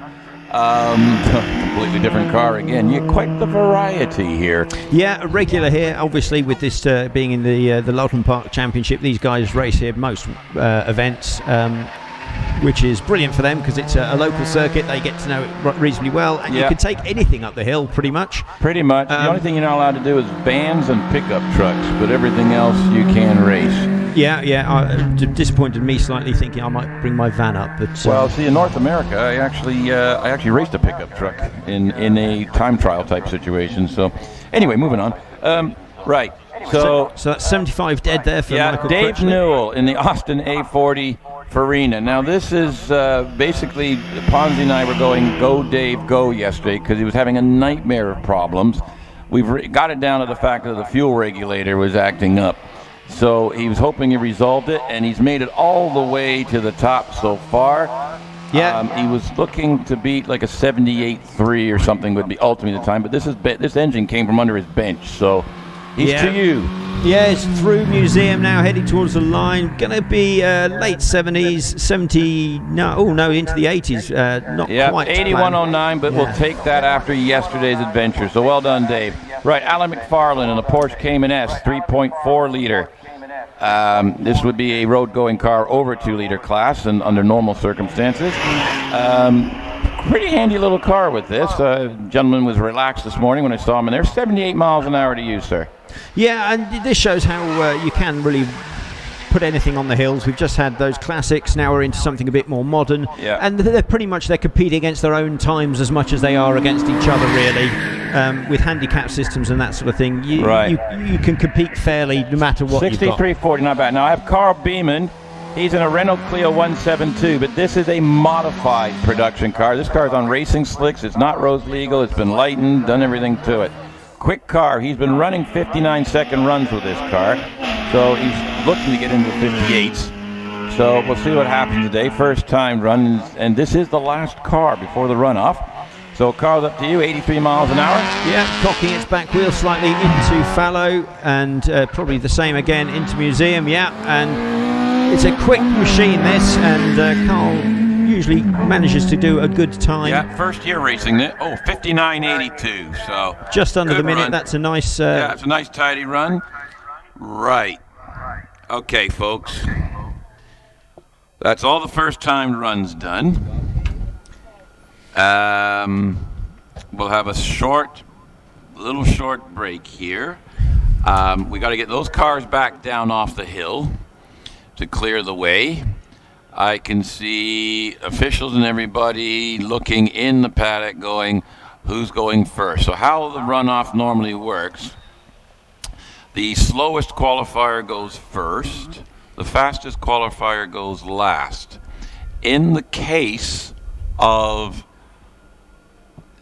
double-driven car, which I believe we might have Graham and Scott both running, for example, the slower time will go first, and then the cars will be brought back down and switched over to the other driver, who will go in order with the quickest time. Well, hopefully once they've sorted that out. They've got about a 5-minute break whilst they sort all that out, apparently. My friendly Marshall has told me. Right. I've just, here's the plan, ladies and gentlemen, and any other interested parties that are paying attention. Right, we're going to get the cars down off of the hill, which they are now coming back down.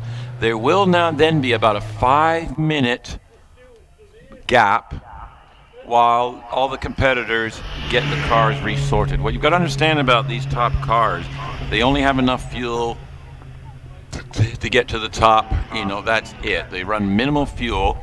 They need to get the temperatures down in the engines because the engines don't like going above a certain temperature, and they're usually about that when they finish the run. So they've got to get the temperatures down to where they're happy that they're safe to run, so they don't cause any damage. So we're going to have about a 5-minute song and dance here, Alec. So yes, we need to bring out our best. See, now people in the spectator area today are a little nervous because in previous, if you come here just for a club event, which we hope you can get to next year, occasionally I'll actually wander to the back of the spectator area and see how people are doing and all the rest of it. So, Tony, we look forward to seeing you next year, and definitely bring your camera, sir. Sometimes I'll do that. Now, I'm not going to do that today because we are on live stream. So all the spectators that are nervous, me stepping out of this box, relax.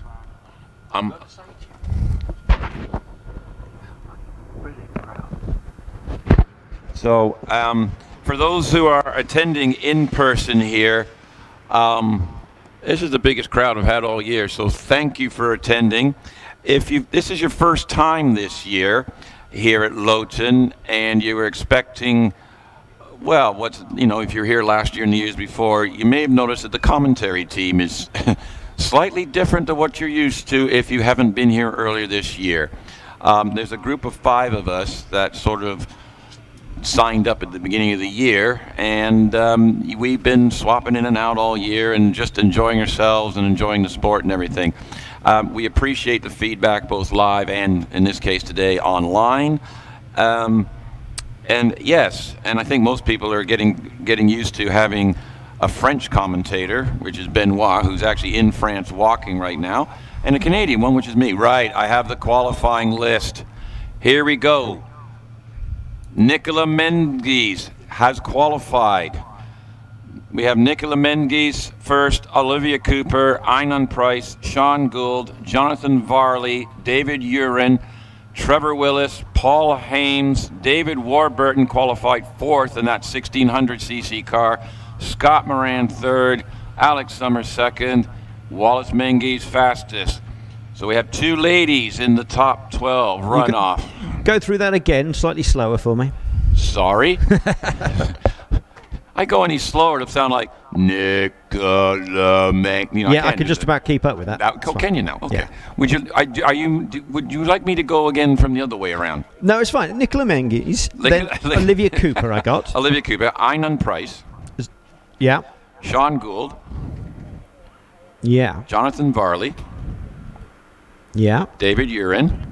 Yeah. Trevor Willis. Okay. Paul Hames. Yeah. David Warburton. Scott Moran. Yeah. Alex Summers. Right. And Wallace Menzies. Okay. Are you okay now? Yeah. Are you sure? Yeah, well, that's fine, because I didn't get that list delivered up here. Well, Somebody could have run up the hill for me. Well, it is on the screen, but people sitting in the crowd... I don't have it on the screen either. No. I think I've got things on the screen that aren't on the live feed. But people in the crowd, that's your top 12. So we have 2 young ladies that have qualified for the top 12. Now, this definitely means we've got some shared cars here. So Nicola will probably go up first because David is qualified further up. So Nicola's there. Olivia Cooper, that's a different class car. Where's Olivia Cooper? 1600 car, isn't it? Olivia Cooper is in... I'll just go through my... car 112, Olivia Cooper, Force TA 1600, yeah. 1600 car. So Olivia is... Well, she's sharing that car with Liam Cooper, but Liam didn't qualify and Olivia did. Oh, there's the family bragging rights right off the bat. Do you want to say that again, just so... Olivia Cooper shares that car with husband Liam. Yeah. Olivia qualified for the top 12 and Liam didn't. Yeah, so we know who's doing the washing up tonight. They're washing up for the week. She's going to live on that one. So a couple of surprises. Matthew Ryder not in the top 12 runoff. There's a shock for you folks. Right. Is there anybody else that didn't make it that we expected? Actually, I might have to check with Ponzi on that. He's usually pretty good at it. He would know who to expect, I suppose. Yes. Yeah. Mr. Ponzi, are you present? Oh, him and Mr. Owen are discussing their cabaret act for later today. Yeah, very good. I'm looking forward to that. Mr. Ponzi, you are our top 12 expert. Is there somebody other than Matthew Ryder in here that you are shocked that is not here? Well, I'll tell you what, she's done. Cooper's done really well. We've covered that, yeah. Okay, so that's the regular. Okay, so Olivia's great run. Olivia Cooper is yes, as far as Ponzi, but other than that, Nicola Menzies is she's qualified for one earlier in the year as well. Yeah. Okay, all right, folks. Nicola Menzies is actually being lined up right now for the run. I think this might be the only double-driven car in the top 12 here. Just consulting with...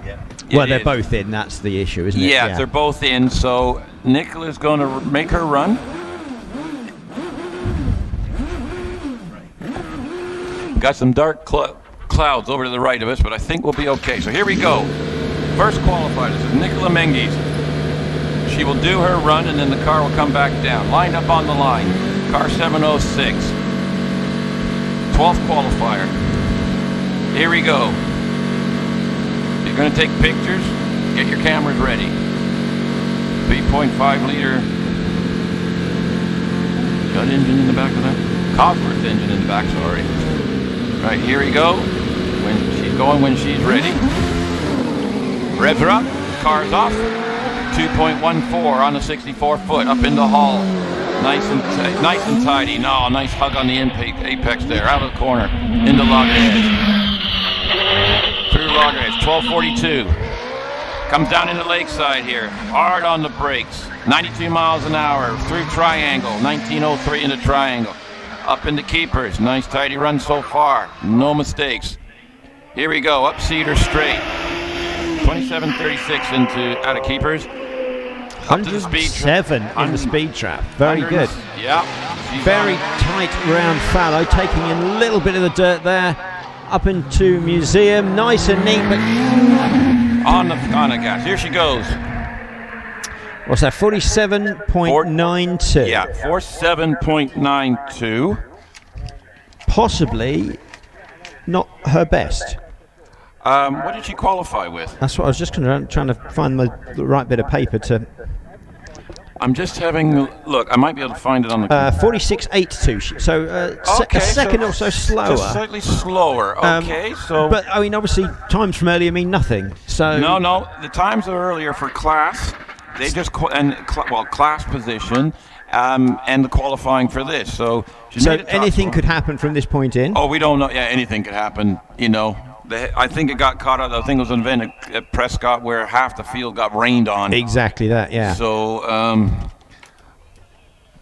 So here we go. So Nicola come back down. Yeah, she's heading down already. We should have Olivia Cooper on the line ready to go, which I could be wrong here. Yeah, that would make sense, wouldn't it? Working through Well, yeah, from working slowest. the list the right way, yeah. Yeah. That would make sense. We've never been accused of making sense, though, have we? Well, not knowingly making sense, certainly. Right. Okay, Nicola is safely back in the paddock. They'll get that car quickly re-prepared for David to get in the car and ready for him to make his run. I don't know how much changes, whether the seat and things have to be changed, or whether there is a height difference. So Nicola has a seat insert. They both have their own seat insert, so they sort of whip one out, put one in again.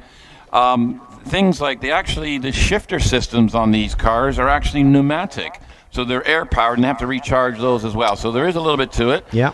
We got a little bit of dust. I think that's my woolly hat with the pom-pom from yesterday. Hi there. You remember me? She's currently sweeping, but she's the one that has that incriminating photograph. So you better be nice then. I better be nice. She's busy sweeping right now. Where is she today? Oh, right at okay. She's they're based at the top of Cedar Strait. So yesterday she was at the top of the museum right next to where you're sitting. Oh yes, I see down on the that was the first sighting of the year for a woolly hat with a pom-pom. Yeah. Right, okay, so what do we got on the line? We think, for those listening to us, we are kind of sort of working sort of a little bit there, so we're doing our best. I'm going to say, you may have doomed us. Since you've mentioned the clouds, they are getting darker and coming more over the track. So, hopefully, no. You're hallucinating, sir. Hopefully, you'll... they're Welsh. Those are Welsh clouds. They will stop at the border. Oh, right. Don't worry about that. Yeah. I think they're actually coming from the English side, but we won't mention Oh, is it? Well, I don't know. I went that way last night, and it was Wales. I drove into Wales, so... Oh, it's very close, though, isn't it? Literally, it's down the road. Yeah, so who knows? I don't know. I'm just hoping that it holds off a little bit longer. Right. First car is being prepared. If you're watching online, you'll see that they've taken the covers they've taken off the front wheels are to prevent the tires picking up dirt, stones, and anything else. So they're quite clean. But if you watch what happens next, you come up a little bit, and the rear tires are spun up to clean the back ones. So the rear tire is actually a little bit warmer than the front ones. Here we go. It is Olivia Cooper on the line in the little Force TA 1600cc engine car, and really got that thing at the top 12. So we've got Nicola Menzies on a 4792, so that's Olivia's target. Here we go. She's in position, just getting everything and off we go. The launch control engaged. 2.28, so 10th down and 64 foot. Nice and tidy through Hall, though. Comes up towards Loggerheads. Takes Loggerheads. Already gained that 10th back, so the 400's ahead. Come down into Triangle through Lakesy, 91 miles an hour. Into Triangle, 3/10 up. Heading up into Keepers. Around Keepers, up the hill. Lost a little bit, 0.29 up on Nicola Menzies. Coming up the Cedar Strait to you. So Olivia did a 47.55 in her run earlier. Let's see if she can better it now. 122 miles an hour. She's not messing really smooth through the top two corners here, out towards the line. Looking like a quick time. 47.09. 0.83 faster than that. So really smooth run there. Right. Next we've got Einon Price in the Force TA 1720cc engine car. So slightly bigger engine, but not the big engine. So Einon regular competitor, you can see number 10 on the car. So it was a top 10 British run, finished in the top 10th in the championship last year. So very competitive car. He did a 46.91 earlier. Here we go, off the line. 1.94, 0.3 up already on the fastest time so far.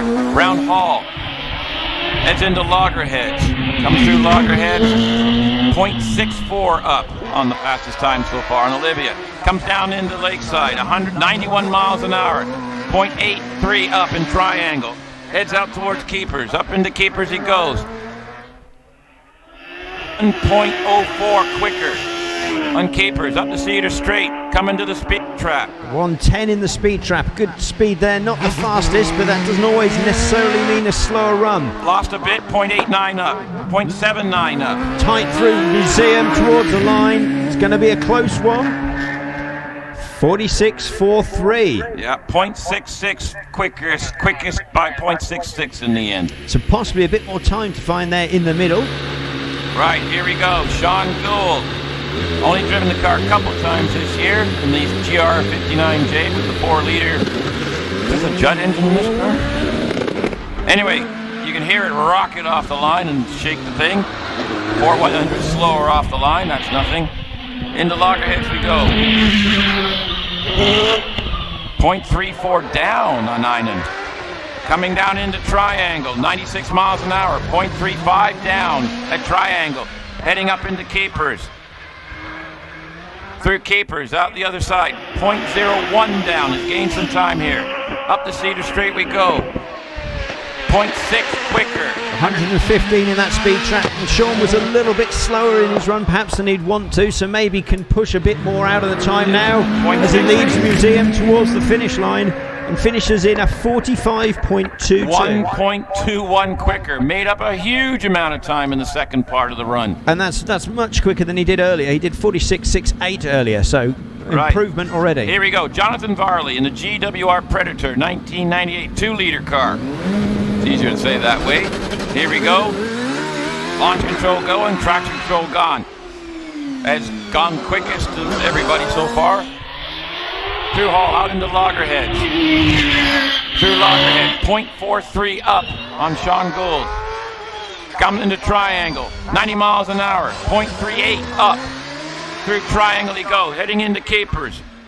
Through Capers. Up the other side, 0.4 up on Sean Gould. Onto the Cedar Straight he goes. Coming up to the speed trap now, 0.2 up, 125 mile an hour. Now this just shows how smaller cars can sometimes still put big times in. Bit of a slide out of Fallows there, but he's really pushing. 0.32 up. Museum, heading towards the line in a 45.01. 0.21, lost a little bit at the end. You got up to 0.3 ahead. Yeah, that tail slide out of Fallows probably took a little bit of time off there. Right, that was a 45.1. We got David Uren on the line. Nicola got out of the car, David's got in the car. So this is the only car that's got a little bit more heat in it than the other cars. So we'll see what happens. And it's Gould GR55B, the ex-Martin Groves car. So getting up on the line here. So here we go. Ready when he is. Getting everything set, put the launch control on, get the traction control, put the visor down, that's always handy. David managed a 45.51 earlier, so hopefully he can improve slightly. They get quite a routine, has to be every time. 0.1 down on the start, that's not a problem. Let's get through Hall. Gets through Hall. Okay, gets into Loggerheads, heading through the Loggerheads now. 0.2 up on Jonathan Varley already. Comes down into the thing. 99 mile an hour in a Triangle, 0.51 up at Triangle. Heading out into Capers. See if he can keep that momentum going. 0.29 at Capers up. He's lost 0.3. Up the Cedar Straight we go. 133 on the speed trap as he enters into Fallow. Runs a little bit wide perhaps, but keeps the momentum going through up to Museum. 1.14 up. A little bit of hesitation, putting the power down as he crosses the line in a 43.8. 43.80. That's 1.21 faster than Jonathan Varley. Very good run there. That's gonna give some other people a bit of a ooh. Right, Trevor Willis. The blue and black OMS 28 with the 3.2 liter engine in it. He's abused the tires, got them all hot and sticky. His run earlier, 44.75. Now people have already been going quicker than that, so he needs to really push it a bit further. Yeah, he's going to have to pull one out of the hat to beat David Uren's run based on his previous times today. But so far in this runoff, everybody has gone quicker than the previous cars, so we'll see. Here we go, off the line. 0.08 quickest so far, off the line. In the Hall he goes, nice tight, kept it nice tight down in. Enters the Loggerheads complex. 0.05 up at the moment in the Loggerheads. Coming down in a Triangle. 103 miles an hour coming through Triangle. 0.17 up on the clock. Up into Keepers he goes. Through Keepers, out the other side. 0.60 up. Quickest so far. Up the straightaway we go. Into the speed trap. 116. Not as fast in the speed trap, but he can use that momentum through the corners as he piles into Museum a little bit wide, perhaps. Yeah, only 0.47. Lost some. And he's 43.22. So quickest by 0.58. So Trevor Willis takes top spot with a 43.22. Right, here we go. Paul Hames. This is a Gould GR59 with a 1300cc supercharged engine. Little engine, big hair dryer on it. So let's see what he can do with this. So he's got less weight in the back because it's a smaller engine, so that'll give him a little bit. Yeah, sometimes that can work in your favour. Yeah, but he won't have the low ground torque though, so he's got the high revving. So let's see what happens. And he's off. 64-foot time. Quickest so far by 0.03. Up into Hall. Round Hall. He is in the beginning of loggerheads. I've lost some time here. 0.21 down at loggerheads. Lost some time there. Lost 2/10. Comes into triangle. 91 miles an hour. 0.54 down. Losing a bit of time here and there. Up into keepers he goes. Comes out of keepers. So a couple of guys have put the right time. 0.90 down. So the previous Trevor Willis and David Uren really laid down the time there. 0.92 at Cedar 114. He's a bit further back, maybe more like Jonathan Varley's time here. Lost some pace somewhere along the line. Gets it neatly out of Museum, but I suspect he's going to lose out 44.68. Yeah, that only gives him, he was 1.46 seconds slower than Trevor Willis, which is a bit surprised. So he's maybe third currently in this runoff, but I suspect he'll tumble further down. Here we go. Now we've got David Warburton in the little 1600 Gould GR59, the latest chassis with the little engine. So this will be interesting. He's been in, what did he qualify with? A 48.08. Right. I thought he was in the 44. Oh no, hang on, no, 44.43. Yeah, wrong Warburton, sorry. Yeah. 44.43. Not a problem, I think he's off the line. Good launch, quickest launch of everybody so far. Up into Hall. Comes out through Hall, heads into loggerheads. Absolutely smooth on. He's 0.11 down at loggerheads. Coming into triangle, only 95 miles an hour. 0.31 down at triangle. Can he make it up on the straight, however?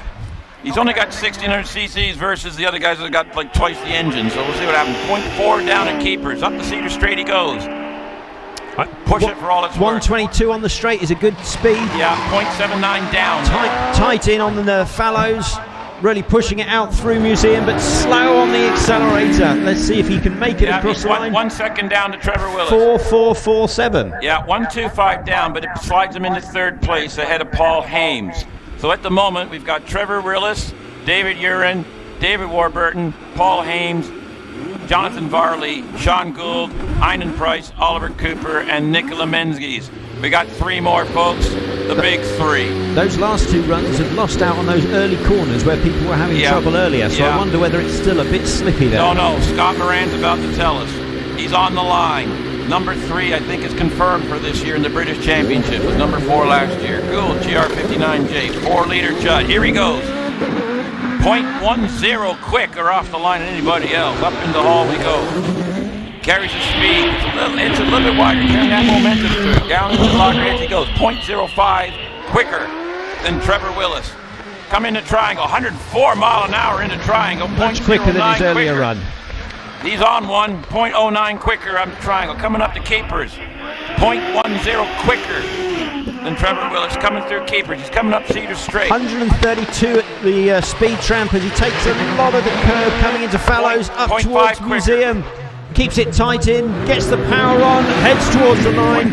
Be a good run at a 42.67. 0.55 quicker than Trevor Willis. 42.67. There's your target, folks. No pressure on Alex and Wallace, but they've got to do it. And so that's a good almost second quicker than he ran earlier. So here's the deal. Alex needs to beat Wallace. Wallace needs to beat Alex. That's pretty much a simple way of doing it. The championship will come down to...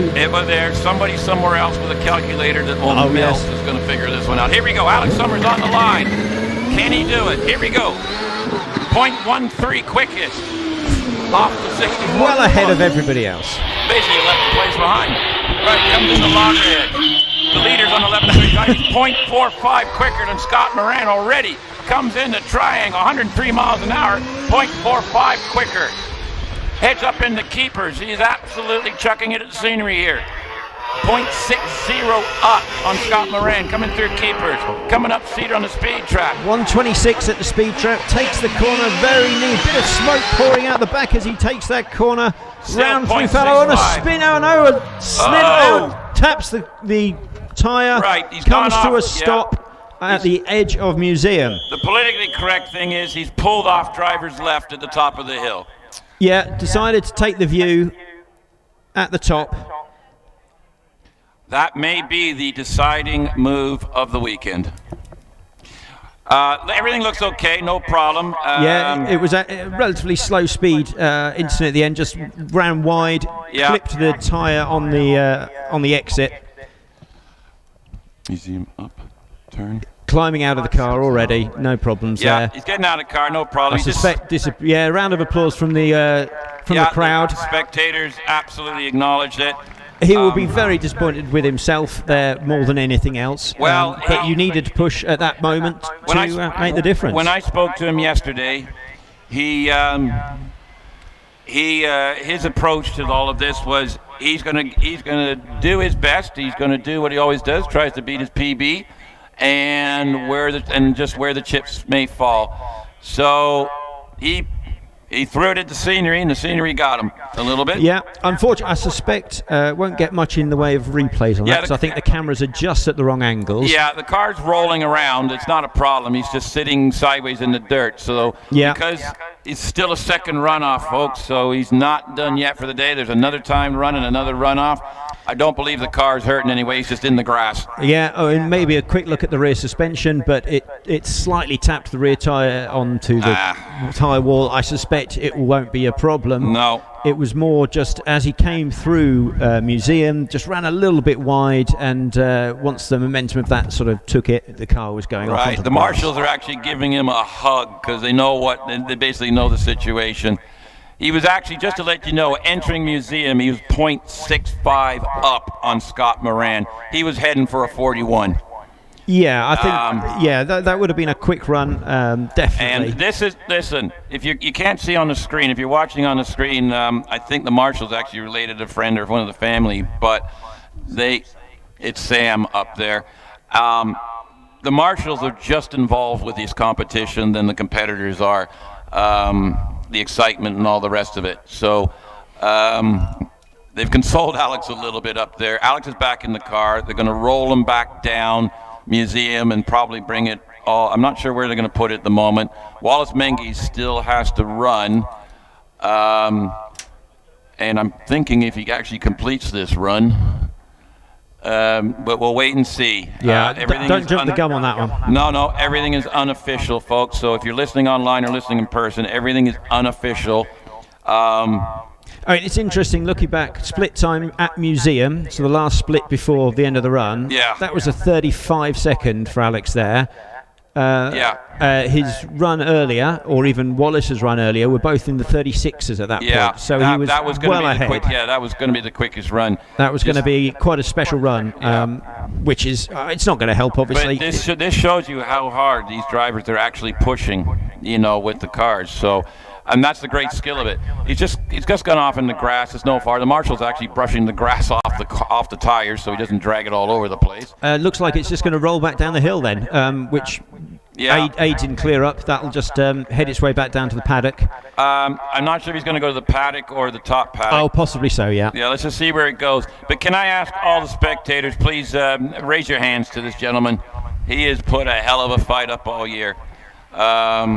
So give him a round of applause if you see him come by. Yeah, he's coming all the way down, so give him a wave as he passes back down. That will be hard. Yeah. He'll be, I suspect, well, I think he'll be disappointed. pragmatic about it. It is a competition, but so he's just coming down the Cedar Straight now. I think there'll be some spectators on his right side, standing up in the by the edge of there. The marshal will be waving everything else. He'll be coming into view down towards Triangle here. You'll see him just coming now. Yeah, he's into view, folks. Round of applause, please, because he absolutely threw everything at it. Okay. So some of the very knowledgeable people on HillClimb.TV chat are saying if Wallace wins this runoff, he will be champion. Now, I don't want to say that for certain. Can't say that. The clerk of the course but will let me know. It certainly looks like he's within a shade of taking the title. Yeah, I will just let people online that every single spectator, official, and everyone as he entered the paddock was applauding. Yeah, they know what was involved. Yeah. Now, here's an interesting thing. Wallace Menzies is on the line, but he's not in his car. He's actually walked up to the start line. So I'm a little hedged. His helmet is sitting on the side of the car at the moment.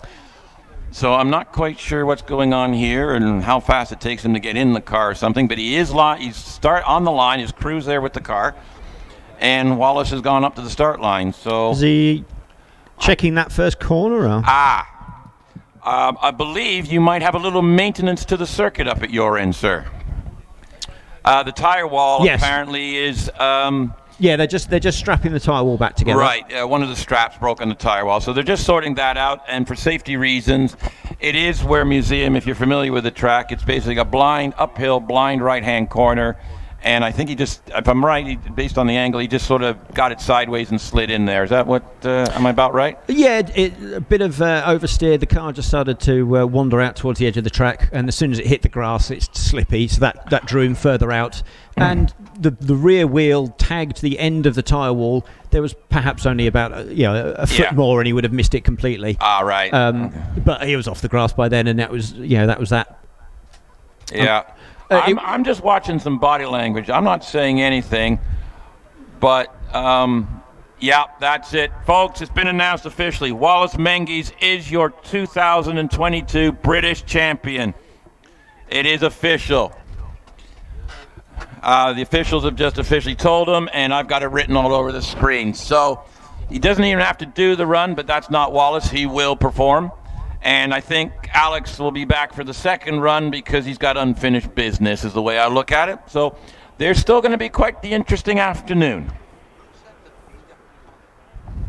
Yeah, I think Wallace now, without that pressure of having to perform, can just do the best run he can, and so he can make sure he gets a good time in there, but it no longer will affect his championship scores. And then, we do still have running again this afternoon. Yeah, the lunch now break. Wallace has got he's official. I don't know what the crew's doing. They're swapping heads. He's got his hands device on. He's smiling from ear to ear. Wallace, you don't see it, does Wallace smile regularly? He's a good lad. So he's just trying to absorb what's just happened here. And let's just see what's happening. It looks like, are you getting in the car? Yeah, Wallace is going to get in his car. He is going to do what he does. He still has an event to win. I suspect for his own sort of peace of mind, he'd want to go out and put the best run in as he can, so he knows he's done everything. Well, he doesn't have to worry about the championship anymore. He can just drive his car. And the fans are here to see him drive the car, so he's a competitor. He's not going to I don't need to run. I just champion. He's not a championship chaser. He is a competitor that wants to win races. So how many titles is that? I believe that would be his third. In a row. With Alex in second in a row. Yeah. Well, for those people who are going to wait and check in this afternoon, boy, did they miss something, didn't they? So Wallace is in his car now. He's just getting strapped in and going for the whole thing. And you actually can see there's some emotion here. He's trying to get his head together. What's just happened? I think both of them were in the mindset that this was going to go down to the second runoff and then see just who finished what by what time. So anyway, here we go. Wallace is getting his helmet on. So he will go up the hill, and then he will come back down the hill, where I'm assuming we are going to have a lot of congratulations and possibly a few celebrations. And our friend Ponzi is actually going to have a chat with them down here at Triangle when they come back down. I believe that's the plan. Very good. They won't let me talk to him because he doesn't understand Canadian. No, that seems fair enough. Being from Scotland. But here we go. So let's see now. right now, let's get back to business. Wallace is sitting there. He does not have a time on the board, which means his wife is actually beating him in a top 12 runoff. So so he needs to make a run-in so that he's going for washing up rights. So if his wife beats him, then he's got to do the dishes. So. Yeah, I mean, he can't cruise up the hill. No, he's going to have to go up the hill if he's going to avoid the washing up. Yeah, I mean, Scott Moran did a 42, which is not a slow time. No. So if Wallace wants to still win this, he's actually still got to put in He's going to have all the effort. We're going to see, and Wallace drives at one speed as fast as he needs to. But so currently, folks, let's just review quickly. The current leaderboard is Scott Moran first, Trevor Willis second, David Duran third. Right, Wallace is in. He started. He's getting the tires warmed up, cleaned up, and all the rest of it. He's at the line. The marshals are setting him into place now, lining up the tire beam. Thumbs up. Wallace is double-checking the helmet. He's checking everything, making sure everything's okay, going through his pre-checks. Visor down. Here we go. Off he goes. Off the line. 0.01 quickest of everybody on the 64-foot into the Hall corner.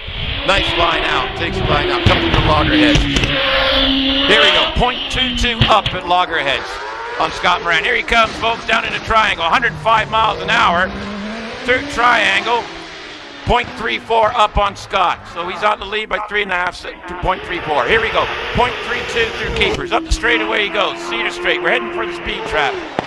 114.26 up. very wide through fallow, clips the edge of the track slightly, but neatly through Museum, up and across the line in 42.19. He wins the runoff by 0.48 of a second. And apparently he's a champion. And there the champion. Go. Now, interestingly, not taking anything away, because Wallace possibly would have pushed more, but Alex Summers' run was quicker right up until the moment he left the track. Yeah. So it really leaves a tantalising what could have been. But there we go. Well done, Wallace Menzies, on another championship. And on the win of that runoff. Yes. So the final running order for the runoff is Wallace Menzies first, Scott Moran second, Trevor Willis third, David Uren fourth, David Warburton fifth, Paul Hames sixth, Jonathan Varley seventh, Sean Gould eighth, Einan Price ninth, Olivia Cooper scored a point, 10th. Well done, Olivia. Nicola Menzies 11, Alex Summers failed to finish. They're all up at the top. I believe they're congratulating Wallace or whacking him on the head so he doesn't do it again, whichever way. But there you go, folks. You've just seen a bit of history. There's a 3-time-in-a-row British Championship winner here at Loton Park. But don't think the competition's over. This afternoon we're doing all this again, and you can see people are hungry. It's been an adventure this morning. There's still pride, and they're still in the top 10 British Championship. I think there's still a couple of positions undecided. So I'll try to get some information for this afternoon on that. So Wallace is out of his car at the top of the hill and being congratulated. Now, if you're online, we are going to interview some drivers when they get back down into Triangle. My buddy Ponzi here, who's in the high-vis, standing by Triangle right now with one of our lovely lady photographers, will be doing some interviews. So if you're spectating a Triangle, come on, have a look. And if you're walking your way back down, you've got a few minutes. You'll see there's I'm going to call them a herd of photographers coming down this way. I mean, somebody said they were, I don't know what you call them, snappers? Isn't that a type of fish? It is. Yeah, I'm not going to get into that right now because I'm talking fish and Ponzi's busy talking. His ears will prick up, yeah. He's about to be famous. He's going to interview he's going to be the first person to interview a new British champion. So I'm jealous. Yeah. Well, looking at those Alex Summers split times. Oh, we're analyzing, are we? Well, I think it's worthwhile. Go on. He was like 0.25 faster, which would have dropped him into 41. Well, I'm just looking. maybe maybe record. Yeah, I'm just looking. You're right. At Museum, if you look at Wallace's time at Museum, he was, Alex was what, 0.35 up?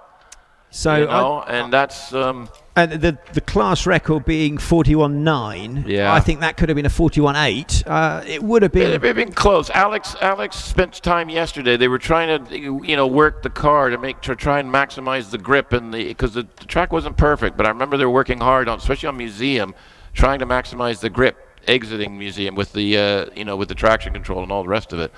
So, but then the other thing is Wallace knew he had a bit of breathing room. Yeah, he may not have pushed as hard on his run. He is a very smart competitor when it comes to that. But certainly, I think Alex was doing all he could right up until that moment. Probably would have taken a class record.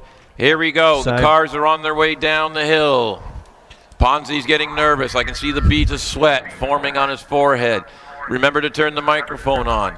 Is it on now? Can you hear it? Yes, I can hear you fine. Yes, so, there's our party trick. We've actually now have multiple microphones at Triangle.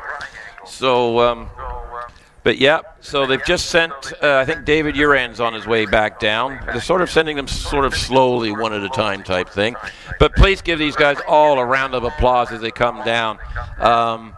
And Olivia Cooper finished 10th and has scored a British Championship point, I believe. Yeah, that was a very good run. So here we go. Olivia's on her way back down, and we've got Einon has just been pushed off. So all these cars have to be pushed to get going. Here we go. There's Jonathan Varley. Has just come by. I think David Wren's just coming into Triangle now. So a round of, good effort. Finished fourth. Sean Gould. Who else we got coming here?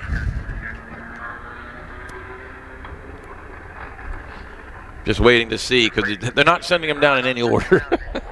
No, they're just sending them down, whatever they parked up in the top. So yeah.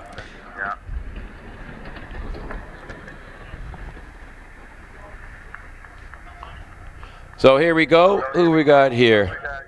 Oh, this is Olivia Cooper. Finished 10th. Scored a point. Absolutely brilliant run in the little 1600. Einon Price. Finished 9th.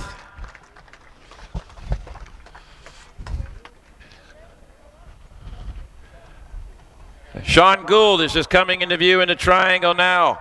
Sean finished 8th in this runoff.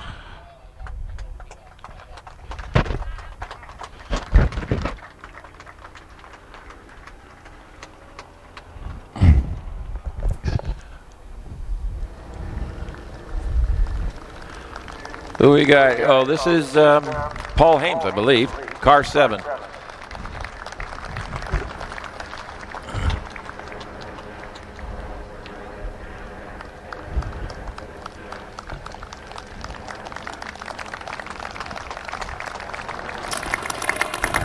David Warburton. Finished 5th.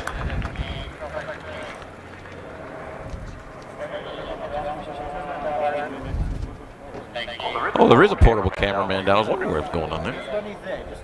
All right, here comes Trevor Willis. Third. In today's runoff. First runoff. Scott Moran second. Third in the championship for the year.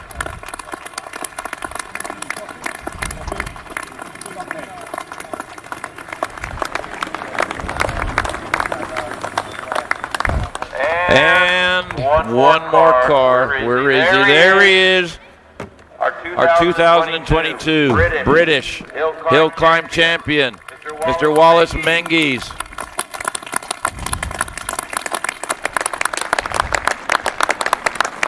I'm now going to hand over the microphone to our buddy Ponzi down on the, just a triangle there.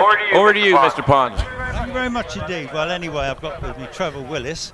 Another terrific run, Trevor. Well done. Great season. Very hard to compete with some of these later cars. And once again, you've done a fantastic time. How's it all generally been for you this year? It's been really interesting trying to get amongst the DJ Firestorm and all the gold GR59s, which they're fantastic cars, and to be able to sometimes beat one or two of them is really good, really good. Well, once again, we call you Scary Trevor, and you've had a magnificent season. Very well done, Trevor.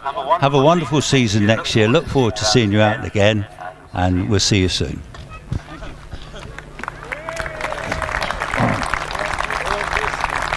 Well, here he is, 6 times champion Scott Moran. Another fantastic run, and I thought you had every chance of winning that until, of course, Mr. Menzies. How did it all go? You were really focused there, Scott. Yeah, I had a bit of a moment, first corner on the grass, and then I thought I was going to do what Alex did at the top, but yeah, he did it better than me. No, congratulations to Wallace. It's really been a really good year for all three of us. It's been a fantastic championship, and I've had a prime seat watching the two up the front. Well, I think you do yourself an injustice. You've really started to wring the power out of this car, and with your skill, I'm sure next year you're going to be a fantastic competitor, and we look forward to seeing you next year, Scott. Thank you.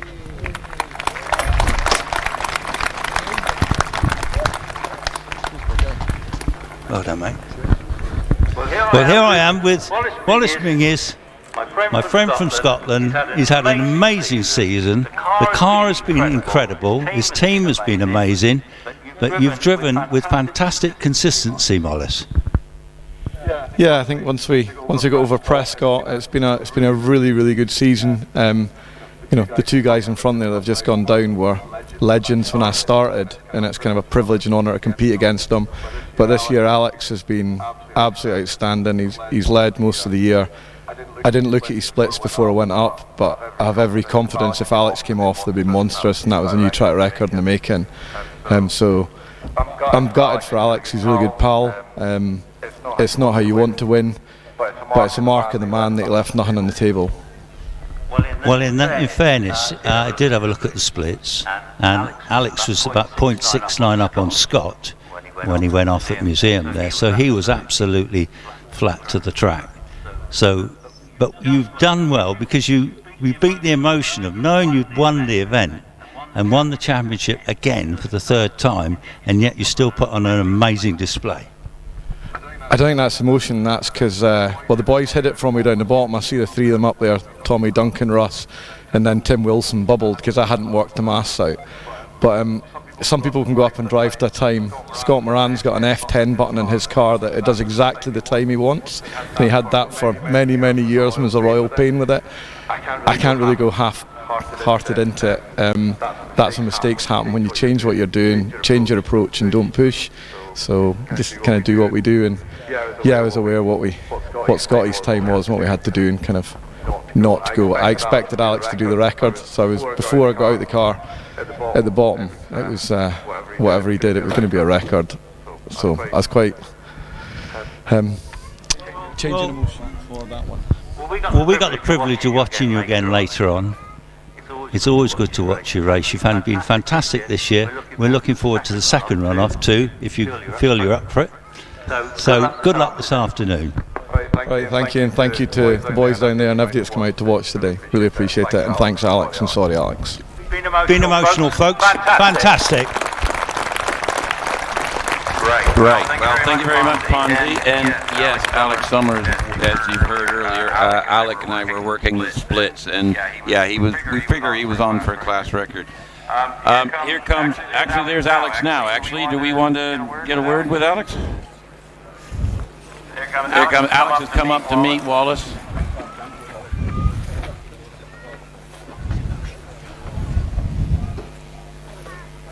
So, Alex and the team, they've all come up to see Wallace and congratulate him. And it is a lot, there's a lot of emotion floating around. There's a lot of work and effort going into this. They race each other week in, week out.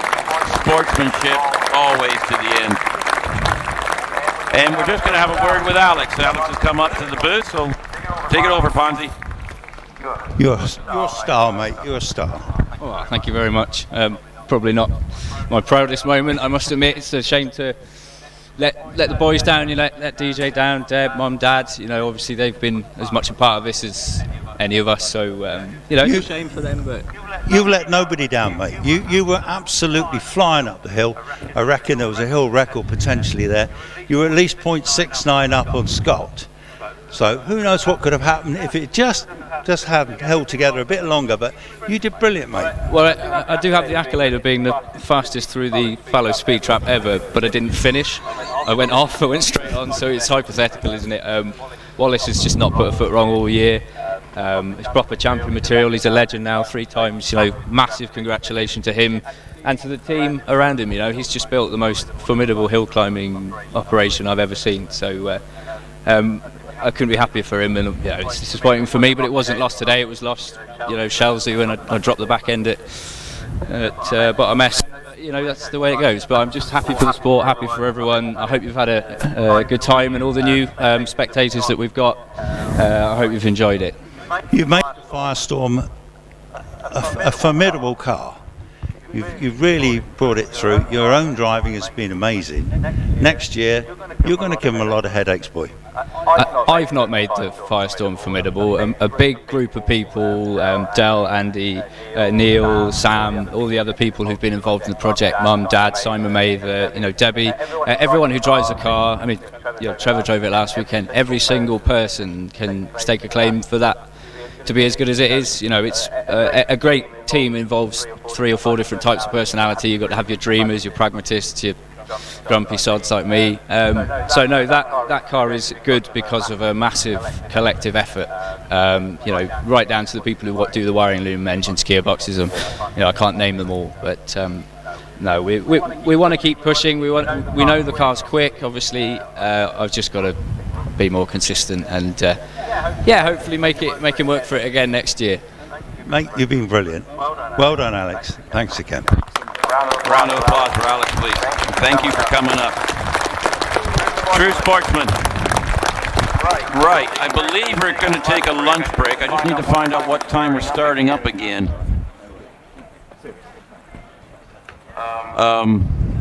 Bear with me for a minute. Somebody get me a start time. Well, we're 10 to. I'm going to go with about 1:30. So we will announce it. We'll get on the horn a few minutes beforehand. But please go down to the paddock if you are on site. Get down to the paddock. Have a look at the cars, the drivers, everybody. They'd be happy to chat with you. Check it all out, and we will be up shortly again. Shortly after 1:30 is what I've been told. So if you're online, the live stream is still running a little bit because the operator was actually doing the camera that was filming the interviews. So we are going to go quiet. Everybody's taking that was a lot of thing going on. But don't think we're over and done. This is all going to happen again this afternoon, and my bet is Alex is not finished with this weekend. There is pride at stake, so it'll be interesting, and I hope you stay tuned.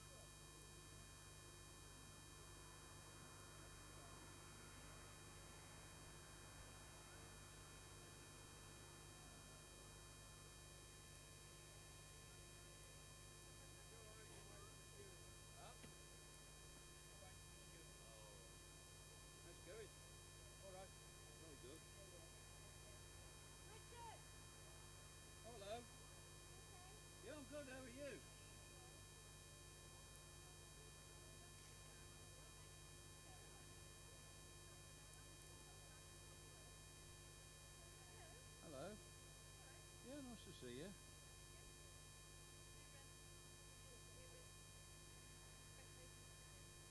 Why not? I've been here both days. Yeah, I did Members' Day on Friday at Shrewsbury, and then came up here. And then, well, a gang of us came up, Martin and the usual, you know, Dee and Alan and the usual lot. And Patrick, little Patrick, you know. Yeah, no, it's been good. Good. We had a really good week. Hey, guess what? Oh, shit, no. Proper job. I did it yesterday, did my assessment yesterday.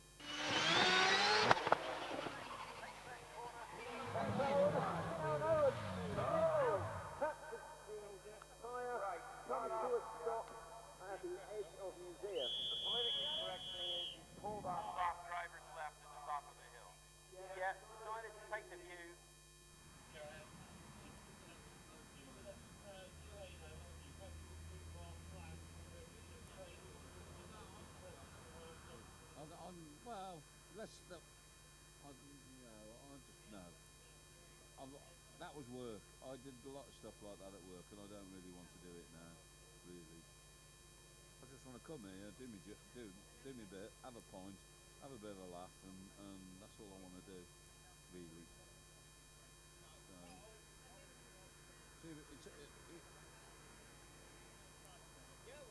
That's my favourite car. That is.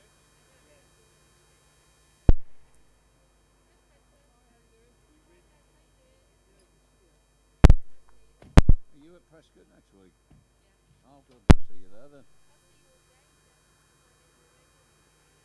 You where, sorry? All right. Great stuff.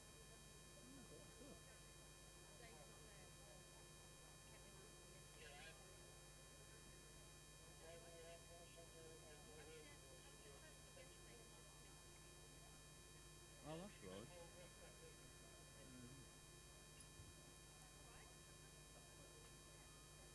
I've got curb run the next day for MAC, and then I've got nothing, and there is the HSA sprint, but I'm not doing that. So, and then 1 2 1 2. Hello there, everybody. Welcome. Hope you're enjoying your dinner this afternoon.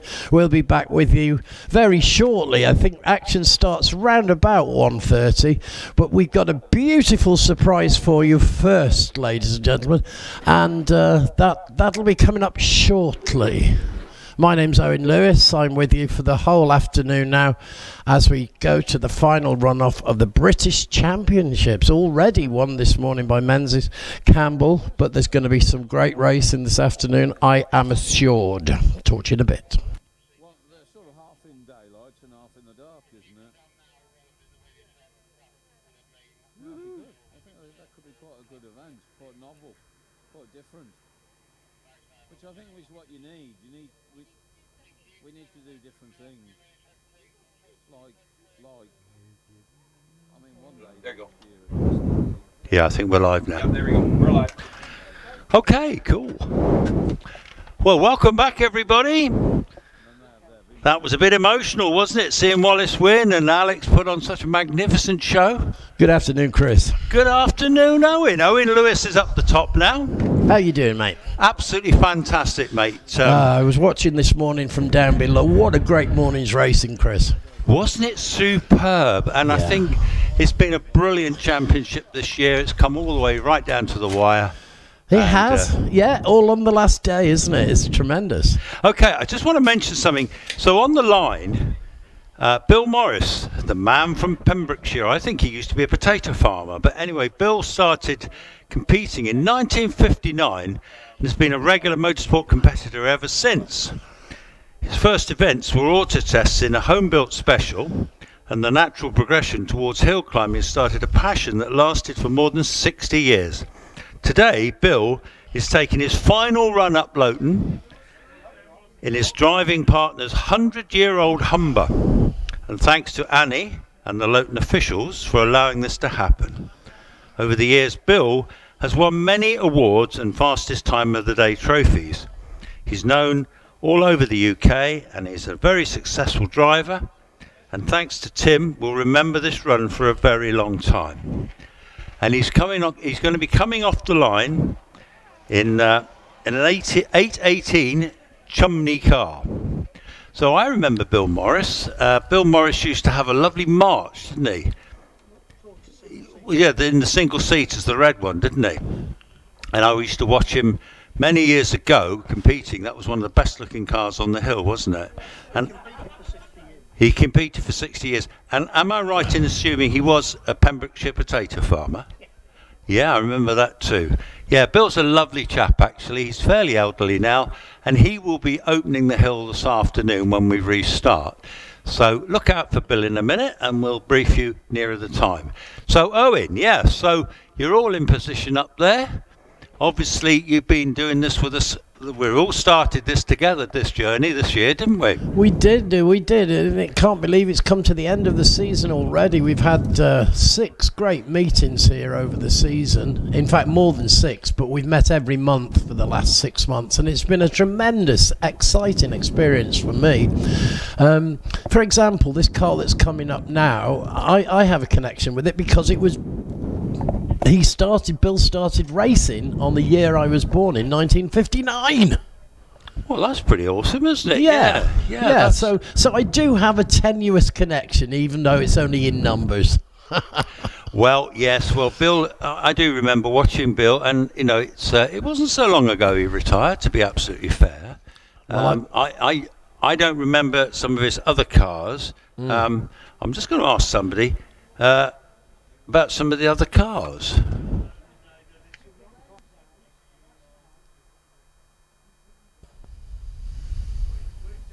Okay, actually, we're just going to see what we can find out. Okay. Some of the other cars he's competed in. So let's while we're waiting for Bill, Chris, should we have a quick chat about what's going down this afternoon, what to watch and what's exciting? Well, yes. I'm just seeing the course car leaving the line, by the way. I don't know if Bill was ahead of that, so let me just wait and see a minute. Because he will be opening the hill, and in fact, it looks like Paul Richardson probably in the course car. He's stopped at Hall, and this is something they do when they reopen the hill. He'll drive up the hill, he'll check all the marshals are in place and all the stations. So he's making a slow and steady progress down to the next marshal post. He's gone past Hall. He's approaching loggerheads now.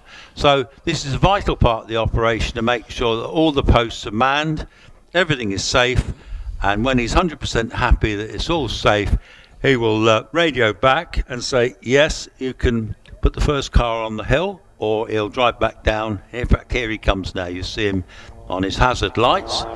And here he come down to talk to Jamie and Simon on this post, and Bill. Hello, Jamie.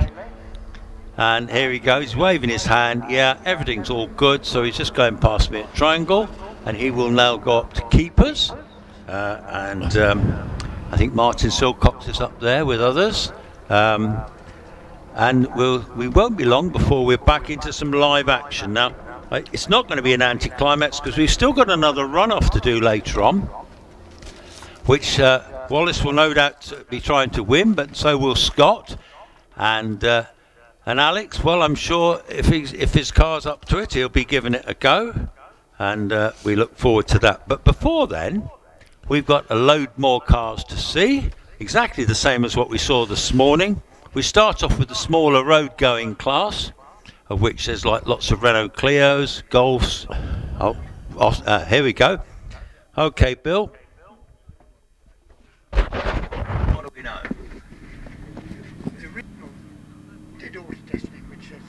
Yeah. I'm picking up the course car now. He's just coming to view as he's going through Cedars and making his way up to the top of the course, I believe. Coming towards me now on the on the fallow turn. Four-way flashes on. Always safety. There we go. Let's write those down then. So we started off. All's way. What was the first one? What was it? A Mother Q2. Well, that wasn't the first one though, was it? Yeah, that was with his brother. Oh, was it? Okay, yeah. Okay, yeah, cool. Yeah.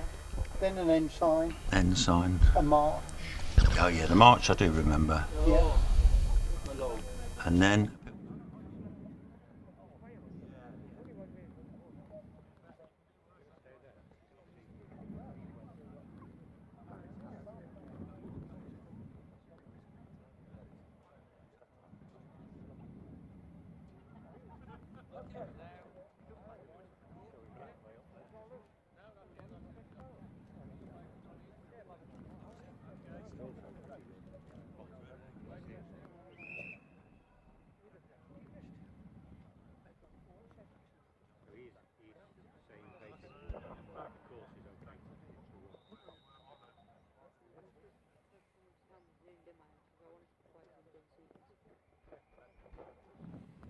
I don't know if you heard any of that, but Bill Pardo's just been giving me some very valid information about Bill Morris. Bill is he's 86 years of age. He retired 4 years ago when he was 82, and his first car was a Mallet U2, and he then had an Ensign, and then he had a March, which is the one I remember, and then later on he had a Pilbeam. He's shared with Tim Davis for many years, and his old Pilbeam is up with Jonathan Evans later on, and I'll point that out to you. So when Bill comes up, and he's getting near the start-off line now, give him all a good wave, give him all a blooming good cheer. He's a lovely chap, 86 years of age, contributed a huge amount to the sport. And as I'm looking back at the start line now, he's actually coming off the start line now. I can see Annie Goodyear there and the photographers. They're all getting ready to record this historic moment, and this gentleman deserves a cheer. So he's just leaving the line now. He's in the passenger seat, and he's just gone over the start line. Who knows, possibly for the last time. I don't think he'll be coming back to Loton, perhaps, I don't know. Well, you do never know what's coming up in the future. It's a very exciting sport, and of course, because the cars are so fast, it doesn't matter too much what age you are. It's more about getting the car up here in a good time, and who knows, it could be our first centenary champion. 100-year-old car as well, which yes, is pretty amazing. Yeah, He's waving to the marshals. He's just going to be coming into my view any time now. In fact, just coming past the marshal post up above Lake. Here he comes now. Here comes Bill. Give him a jolly good wave. Give him a big cheer, everyone. Bill Morris. Well done, Bill. We can hear the cheering from up here. Isn't that lovely? Yeah, I would say the same to the crowd up here when you see Bill appearing in... It's an Austin, isn't it, Chris? Yes, it is. When you see this beautiful Austin appearing at the top here, coming out to Cedars, make sure you give him a wave and a cheer. 60 years in racing. He'll have some stories to tell, I imagine.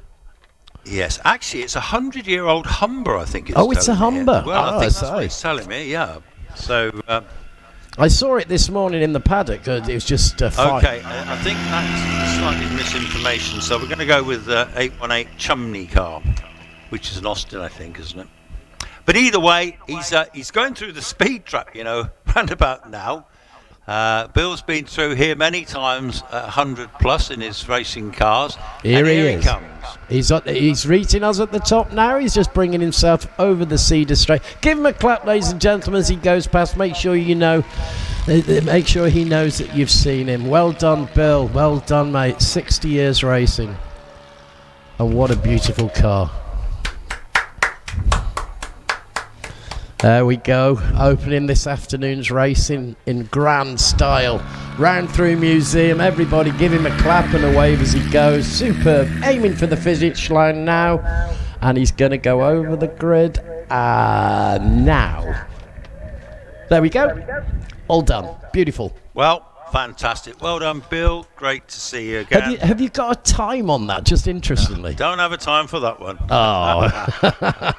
It was great to see. What a great start to the afternoon. Wasn't it super? Yeah. So this morning, Chris, was an amazing morning with a fantastic runoff. And we're going to build up to the same sort of thing this afternoon. We are, yes. I mean, I think it's always it's almost an anticlimax. Wallace has now won that championship, but we're going to watch some lovely racing this afternoon. There'll be some great times. I think one of the highlights this morning was, let me see, David Warburton in that 1600 Gould. He broke the class record, which has been held by Josh Goodyear for years. Now that's no mean achievement. Josh Goodyear was one of the quickest drivers we ever saw, only a young chap at the time. He's still young now, but Josh has retired from the sport. Apparently he still comes and visits now and again for a look, but nevertheless that was a brilliant time, so well done to him. But so we'll be seeing all of them again and thoroughly enjoying it. So you won't have had time to see what your car of the day might be. So you've got some nice stuff. A lot of single-seaters here. There is a lot of single-seaters, and I did actually choose my car of the day, although possibly, I don't know where it will end up in the lines, but it's such a beautiful car. It's one I've wanted ever since I was a child. It's the E-Type Jag. Have you seen that today? Oh, have I seen that? Supercharged E-Type. Yeah. I mean, that sounds incredible, you know, that dark blue E-Type. Yeah, it's got a supercharger on it. That's aftermarket supercharger. They weren't fitted like that. But nevertheless, it sounds absolutely terrific. And of course, E-Types are worth lots and lots of money these days. You know, they're a rare car. Any old Jag's worth a lot of money, but the E-Type is a very special car. Some say it's the most beautiful car ever built. You know, it's literally in that sort of standing. I'm inclined to agree with that. I mean, the lines, the classic lines on the car are just beautiful. They are. I think the big bonnet. Here comes Bill. Come on, give him a cheer. Give him a cheer. Well done, Bill. Well done, that man. Well done, that man. 86 years of age. That's pretty remarkable in itself, isn't it, really? It's incredible. Absolutely incredible. Yeah. Well done, Bill. So, with this afternoon, we've got a course. We could see some records falling, Chris. Well, okay. Let's be realistic about this. I don't think we might see some records falling. We've seen some brilliant times this morning, but this game, you want warmer conditions really to heat the track up, to give the tyres more traction. I see. So if there is a record, then that'd be pretty awesome. That'd be pretty awesome. But let's wait and see. But yeah, we got the production cars first, and these are, as you say, David Garnett's the first one in his Clio 182. These are Renault Clios, so they're beefed up Renault Clios with a near 200, well, this one's 182 horsepower engine, which is a lot of GGs in a little car, isn't it? Oh yeah, absolutely. And he'll be followed by James Kerr in a 197, and that denotes that it's 197cc. It's a much later car, the second one, but it's a bigger body on it, and you know, with more gizmos. These early Clios are well sought after. This is an 05 car, and they're well sought after because they're smaller and lighter and very, very nimble. So they handle absolutely fantastic. They're like little go-karts. And you can get one of these from anything from 2 to 10 grand, I'd say. 11 or 12 grand will buy you an absolute minter. And something like this would probably, I don't know what it would be worth.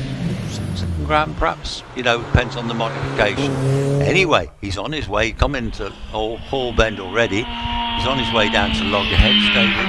He's from Cheltenham, and he's already coming into my view now. So the first car of the afternoon, competitively, screams into Triangle, and is going on his way up to Keepers. And I suspect that he will be pushing around about 80 mile an hour up the straight, over the speed trap. Gone through Keepers now, on his way, starting his trip up to Cedar Straight, which is anything but straight that we know. And anyway, off he comes. You'll get a visual on him right now. And here he comes joining us in this beautiful looking Clio road car. Just clipping the corner there as he comes through, taking a very tight approach on Fallow through Museum. Absolutely wonderful, pushing on the gas as he goes. There's David Garnett going to the finish line now. He crosses with a time of 63.71. Okay, James Kerr has also gone by in the 197. He's nearly up with you now. He'll be followed by Dave Wilson, but James Kerr's in the 197, the later car. Yes, we've got James with us now at the top. Little clip again on the grass of Fallow, but no problems. Through Museum with a great squeal of the tyres. And racing on. Well, we've just had a little moment down here, and Dave Wilson in the Peugeot 205 as it comes screaming down into Triangle. He's locked up, hit some cones, and then tried to drive straight back down to the paddock, which won't moved off. Oh dear. The clerk of the course will go and have a word. Yes, oh dear. Because you need to stop first, and the incident gets sorted out by the. So we gave Dave Wilson there. With Dave Wilson will have a fail there. He has a fail. Okay. In fact, well, during all that excitement, the Mini of Chris Morgan has gone by, but I don't know if it's a competitive run or not. I don't quite know. So, all right, a little bit of excitement. The Mini, this is the one that's actually quite smoky. I don't know whether the engine's a little bit smoky on this one, but he'll be coming to you now. Whether or not they'll accept that as his run, 73 mile an hour. Yes, he's with me now at the top, coming through fallow. He's actually indicating to turn right. I don't believe that he is. Through Museum he goes. Lovely little Mini. Smoking from underneath, Chris. Yeah, that's spinning the tyres a bit enthusiastically. That's on a supercharged Mini. It's got a bit of poke, that one, 1600cc. I did speak to the drivers. It's dual driven, but I think we're all a little bit surprised at what happened with that Peugeot Turbo 5, that whether he just got a bit of a strop on and went back in anger and straight towards the paddock, because the gate is actually locked. So that wasn't the cleverest piece of driving we've ever seen, but it's not for me to judge. That's for the stewards and the clerk of the course. On the line, John Denman is on the line, and he's in a Subaru WRX 2-litre turbocharged car. They're just rebuilding the cones on Triangle after our rather surprising manoeuvre, and no harm done, as somebody just said outside the box. No harm done. Don't you stick your tongue out at me, mister. Eh? My co-commentator there, he's been rude to me now. He's been rude to me now. I'll get ever so offended, I do, you know. He's bullying me. I'm offended. Eh? He's sticking his... He's a shocker, that Canadian chap. Actually, Simon Fido told me he's got the powers of eviction. Yeah. Come on, Simon, evict him for making my life a misery here. That's the thing about being up here. I'm safe and sound. Yeah, you see, you don't have to put up with all this stuff I get. Anyway, here comes John Denman in his Subaru WRX coming into Triangle now, much more sedately than the previous Mini, or the previous Peugeot Turbo 5. Getting confused myself now, on his way up to Keepers. This is a dual-driven car. It did have a big shunt last year, but it's all been rebuilt. And he's on his way up the Cedar Straight, as we know. We like the Cedar Straight. Anyway, coming up to the speed trap, and you'll see him any time now. We will indeed. Bang on cue. Here he comes into fallow, braking very hard into fallow. Lost most of his momentum, but he's through fallow and into Museum, taking it easy. No great records to be broken, but a lovely looking car. As we a little squeal on the back wheels as we go through, and we're over the finishing line. There we go, quite safe. Subaru. John Denman, 734, 73.79. Yes, I've just got up on my live stream. I've got pictures of photographers. Now, where are they? I think they're up on by you. You must have some photographers there. I don't know what the collective noun is. It may well be a snap. I don't know, but a snap of photographers. Yeah. Well, they're a bunch of snappers.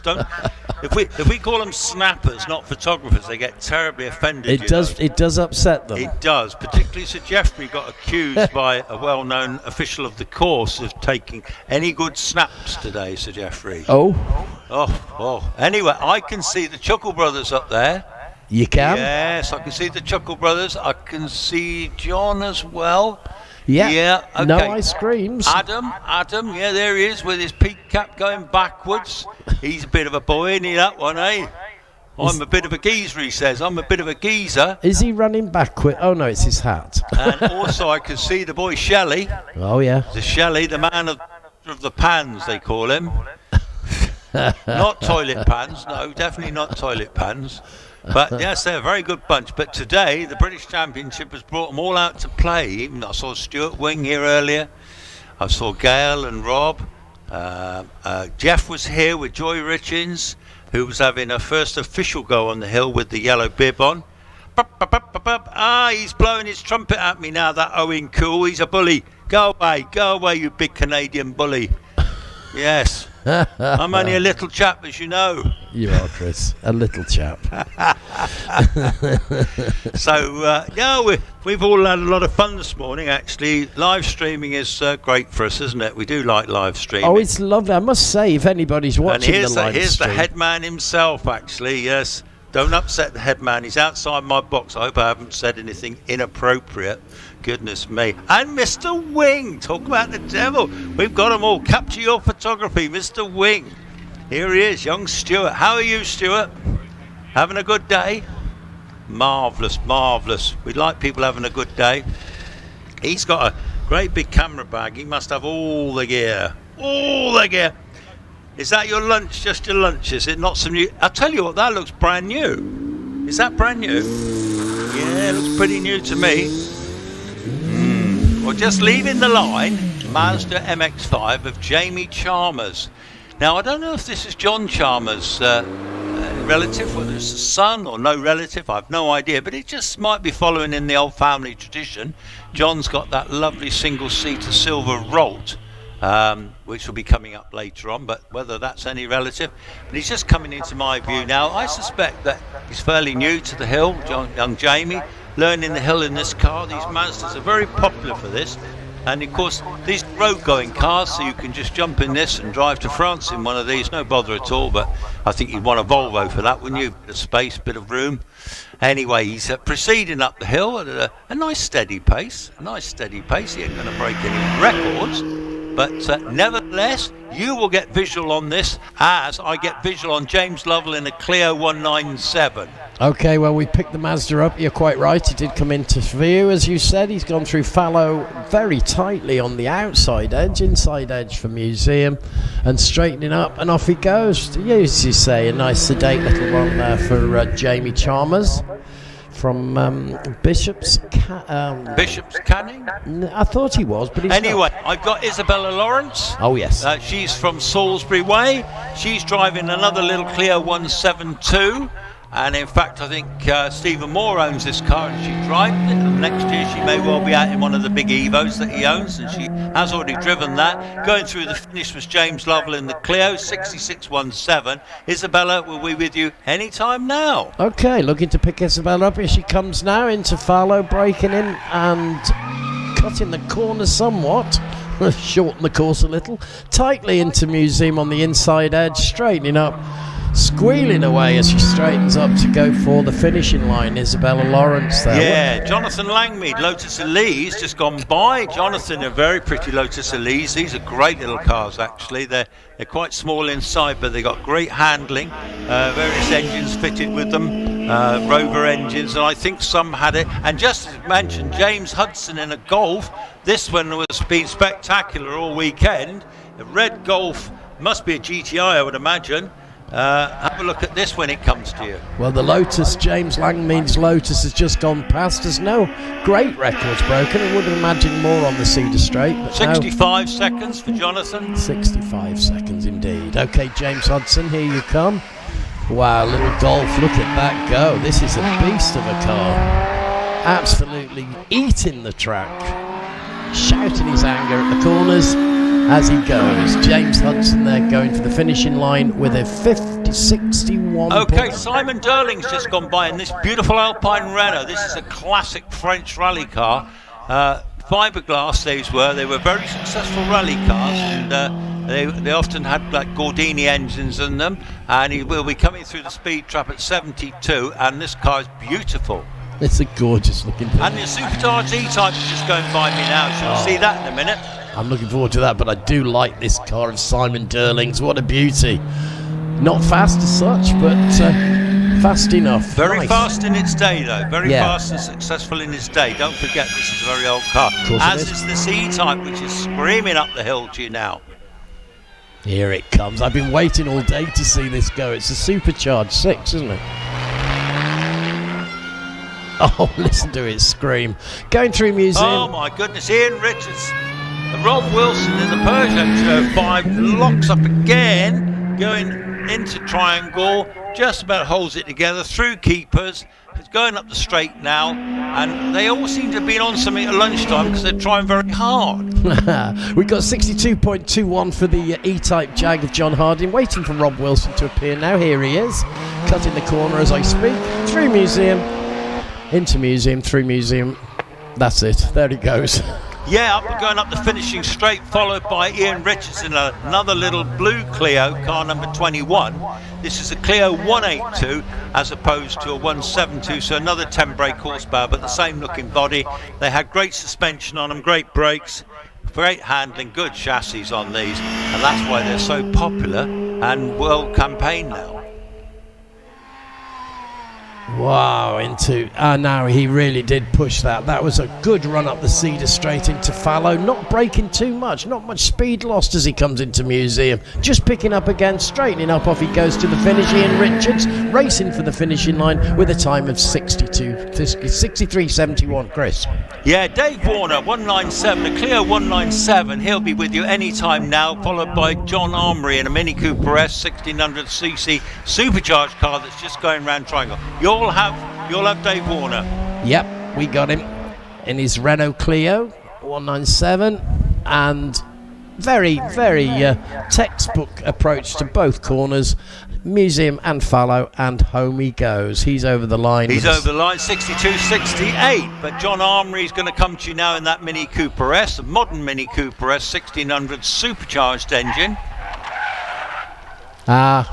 We've had no, he came off completely, all four wheels, but he's carried on. He's back on the track and through Museum. Racing away, John Armory there. Off to the finish. Right, we've got the first of some of the Porsches. This one's an absolutely glorious model. This is a genuine 911, 3.6 litre, flat six engine, normally aspirated, worth a blooming fortune. This is an air-cooled model. They're the models that people want, but now the new water-cooled ones are replacing them now, and very worthy they are too. And he's joining us at the top, braking hard into fallow. Little puff of smoke there as he brakes, screaming between fallow and Museum, through Museum without an issue, and on he goes to the finishing line. Excellent. Bill James coming up to you now in a Porsche Cayman GT4, 3.8 litre Porsche, modern Porsche. This one sounds absolutely incredible. 61.52 for Peter Herbert, and then Ross McDonald is just leaving the line in another Porsche. Yes, we've got number 28 with us, Phil James, just going through Museum, looking very good indeed, and pushing hard to the finishing line. There goes Phil James. Chris, what do you got? Yeah, sure. Okay, well, I've just had Ross McDonald go by me in another Porsche 911 Carrera 3.3 car, left a load of tyre smoke. I was a little distracted. I had this big waspy bee thing come in to see me. Anyway, he seems to have flown off, thank goodness. Oh my goodness me, what a fabulous car that one is, that 911 Carrera that you're seeing. I love it. Ross McDonald's. Yes, it's absolutely beautiful. Yeah, what a beautiful car. And a nice finish there, racing to the line. Ross McDonald finishing with the 63.60. Yeah, David Meek following him in a VX220 Turbo. These are the Vauxhall VX220, the yellow one.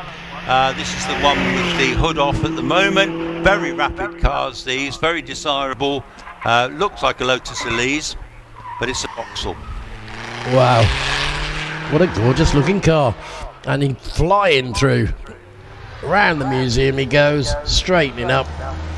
No issues for David Meek, a nice run of 61. Okay, Simon Tarling in a Porsche 996. This is a later water-cooled one. This is the 3.6 litre one in blue. I was chatting to Simon in the paddock earlier. In fact, very desirable with that tail on the... It's actually a racing Porsche. You buy them as a racing Porsche. So this one has got all the goodies already in it. Got the roll cage. That looks fabulous, and Rod Isles will be following it in the Alfa Romeo 4C. Well, Simon Tarling's gone through both Museum and through fallow without any issues, made his way to the finishing line and had a good run of 69.5. Have a look at this Rodney Isles in the Alfa, which is following up, and then followed by Simon Hutchinson in his BMW M2 competition that's just coming round Triangle now. This car's 450 to 500 brake horsepower, absolute brute of a car. Alfa Romeo looks absolutely wonderful. Rodney Isles, he's just gone past me with no problems and finished with a 58.67. Yeah, look out for Simon Hutchinson coming through the speed trap now, and he will be followed by Stephen Moore, who's just coming into my view. Won his class this morning, beat Rick Leddy, still in contention for the championship. Car number 24, 600 horsepower Evo, white Evo, great competitor from Salisbury Way. Simon Hutchinson's just finishing in his BMW, going great guns, 59.51. We're waiting for Stephen Moore to join us. Yeah, Stephen Moore is very close to you now. He's already done 81 on the straight. There he is with you now. Here he is in his Subaru Impreza. No, in his Mitsubishi Evo. Oh, goodness me, a Mitsubishi. Never mind, don't worry. Keep on. We are fallible.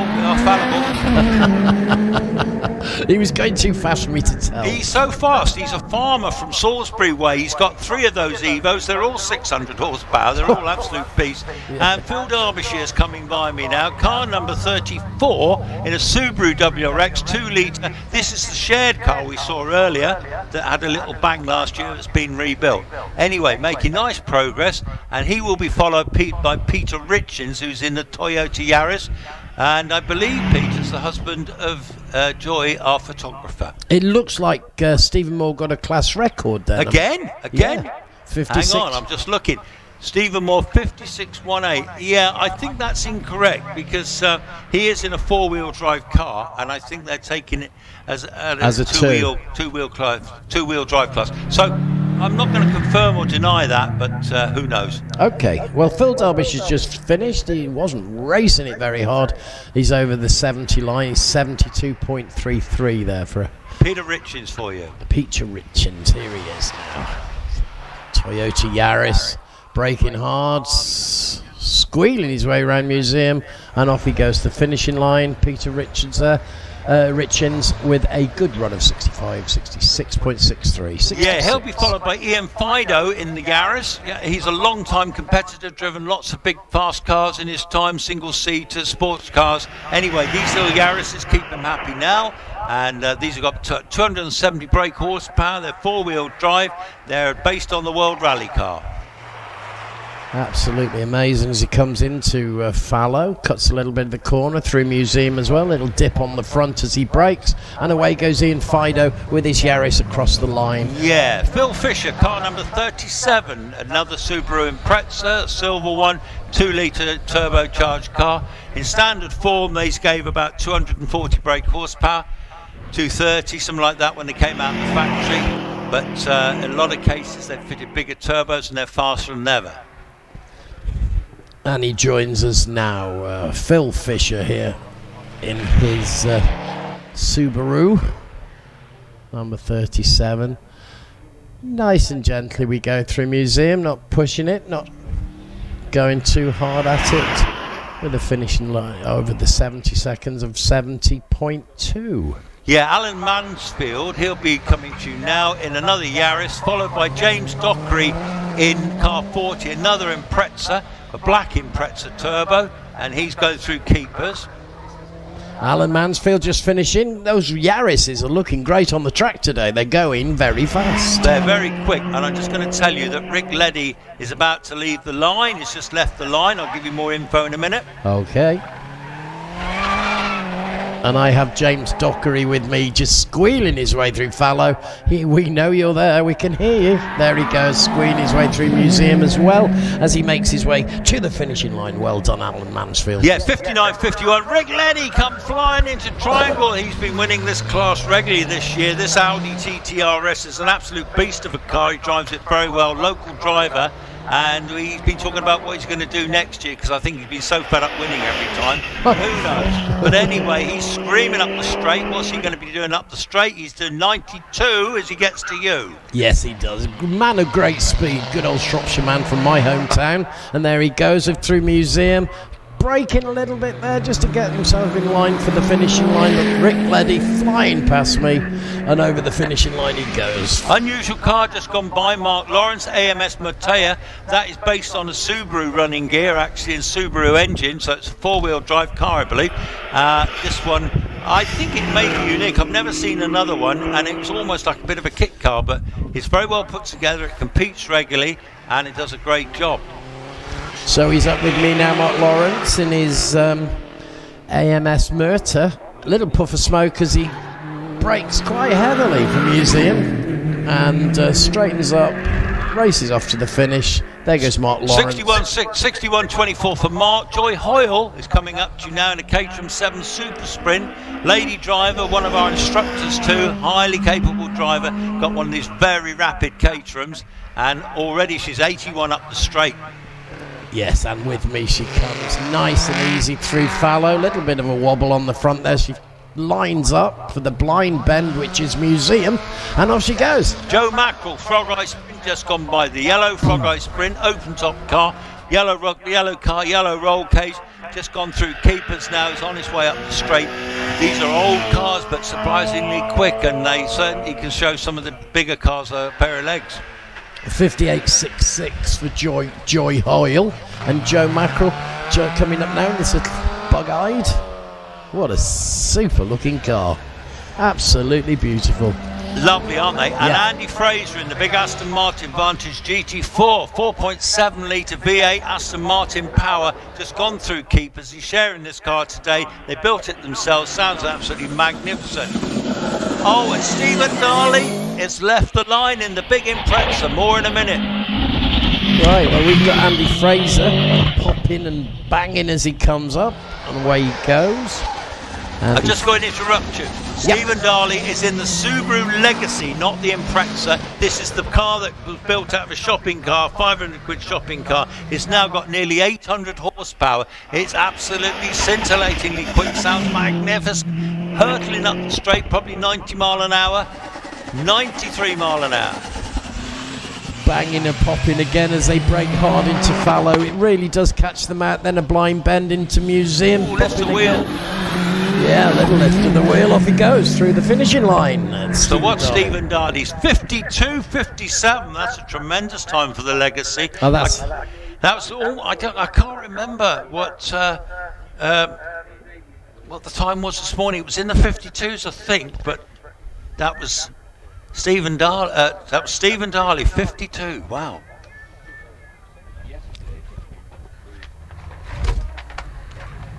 So we're getting ahead of ourselves here a bit now. So let me just see.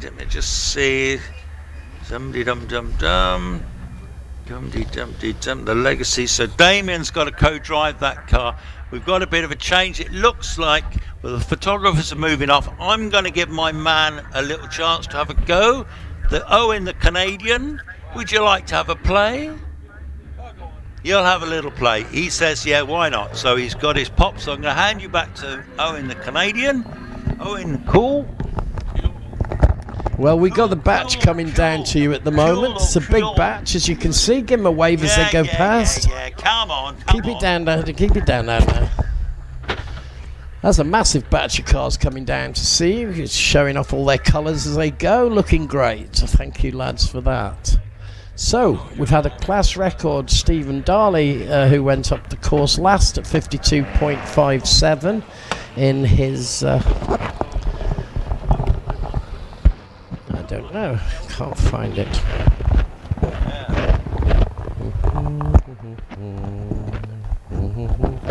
The Subaru Impreza of Stephen Darley has made quite an impact on the racing today. The course record, ladies and gentlemen, was set last year by Wallace Menzies, and that is 41.76, set in the 26th of September last year.